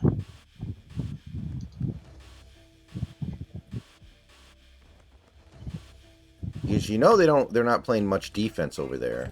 All right. Now, Caitlin Clark, I don't really think that she's struggling as I look at her stats here. She's on a very bad team. She is on arguably the worst WNBA. But like you said, of course she is. That's how they got her. She's playing the most minutes per game of any player in the WNBA as a rookie. And she's leading her team in scoring. Now what she's doing is she's chucking, but she has to. This is like 2006 Kobe. You know, she would be blessed if one of her teammates was the WNBA equivalent of. And she's got nothing. She's got forget nothing about to work Lamar with. Odom. Right. She's got nothing to work with. Damn it. And she literally carries the entire league on her shoulders, so playing as many minutes as possible is kind of crucial. Right. She's the golden goose. So let me see here. If the Indiana Fever decided to announce, like, 2 minutes before game started that they were doing load management on Caitlin Clark for a game, they would be fined $10 million by the WNBA commissioner. Remember when Popovich did that for a Spurs Heat game? Yeah, I do remember that. People were pissed. So Caitlin Clark, again, she's leading her team in scoring. She is 18th in the league in points per game. I don't think that's bad. No, it's not. But she's not as efficient as she usually is. For a rookie who is carrying the entire load, playing the most minutes per game of anybody, that's impressive. As if that isn't enough, by the way, she's 4th in the league in assists per game, 2nd in the league in total assists.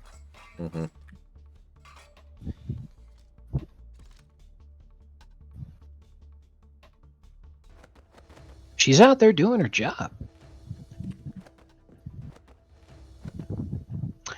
And she's 2nd in the league in threes made, 1st in the league in threes attempted. Like I said, she is chucking, but for a rookie who is getting 100% of defensive attention, she's basically putting up a Herculean performance right now. She is going to be absolutely goated, especially if the time ever comes that she actually gets some. So when people tell you that she's struggling, it's total bullshit. Like she's just out there by herself. She's doing fine. Yeah, the Fever are bad enough this year to where they should have a really high pick this year too, so they should be able to get somebody else good. And as I'm learning, because I'm looking around,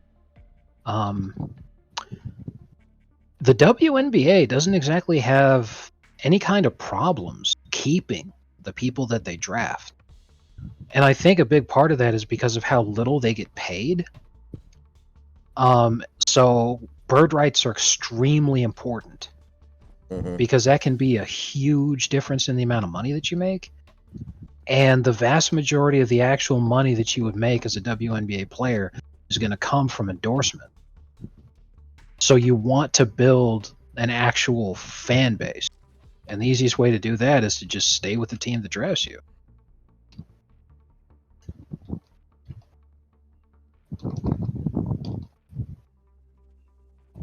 So there's no equivalent to like the Cleveland Cavaliers, where everybody who gets drafted there just wants to get out of there.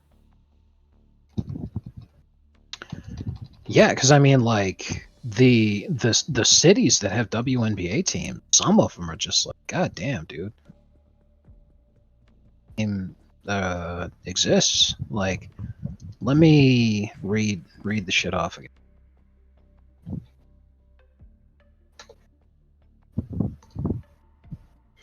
So, the New York Liberty, that makes sense. Minnesota Lynx, fair enough.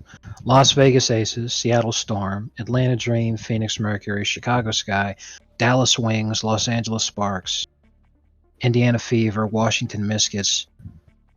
Mystics. Right. But the best team in the WNBA right now, because they're the Connecticut Sun. Connecticut, huh? Yeah, Connecticut. They play in a city called Uncasville. Sounds like a Amish city, almost. Literally, Wikipedia says it's quiet, mostly rural, which is why they call it the Connecticut Sun. The Mohegan Sun Arena is where they play. So yeah, Uncasville is a village, which is basically an Indian reservation. In the greater actual town of Montville, Connecticut.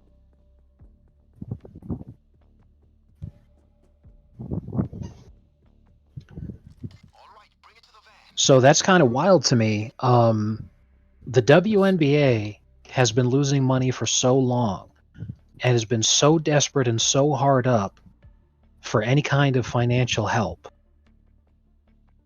that a fucking Native American casino owns a WNBA team.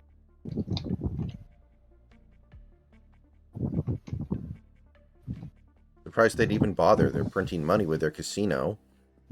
They just need someplace to, like, lose it for tax purposes, like Amazon does with Rings of Power.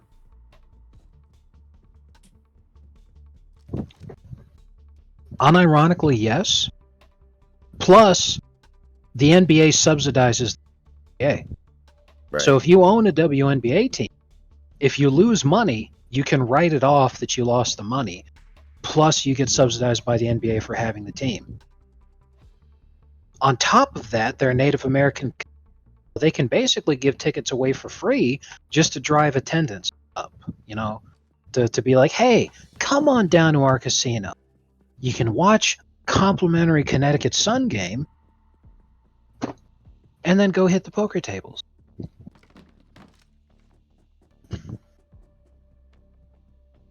I guess it's not too bad of an operation. It sounds pretty on brand for the WNBA that it's owned by what is essentially a conglomerate where the actual basketball team is the least important part of the business.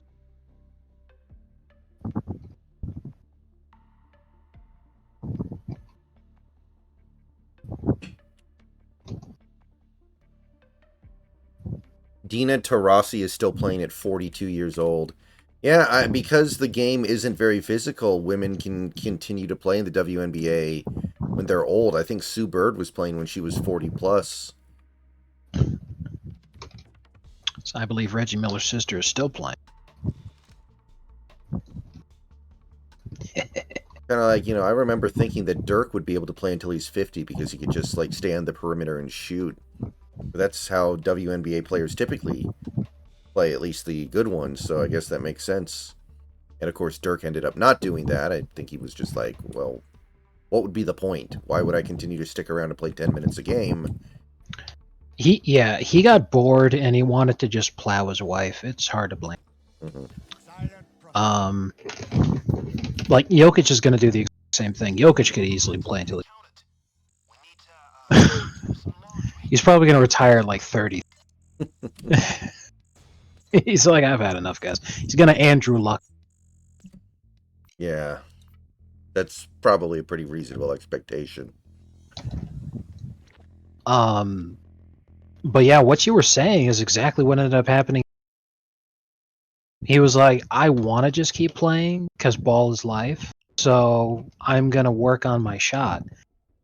And he ended up finishing as the third oldest player ever. Vince Carter, he said? Yeah. Right. Vince is the third oldest player ever. Udonis Haslam's the second oldest ever.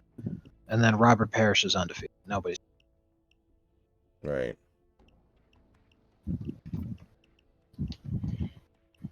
And again, for record purposes, those are just the guys who actually count and are legitimate. Because the guy who officially holds the record shouldn't count by any stretch of the imagination. Because it was a guy in the 50s who was a coach who decided to sub himself in for a game. It's like, no, that shit doesn't count. Like, Yeah, Pat Riley should do that. Become a coach of the Heat for one game. that'd be fucking hilarious. Fucking 80-year-old Pat Riley, he's all like, screw it, you guys are giving me adjective. But that's damn near what it came down to this fucking season. So many guys were hurt. Mm-hmm. He's subbing himself in so that he could fucking kick Tatum in the balls.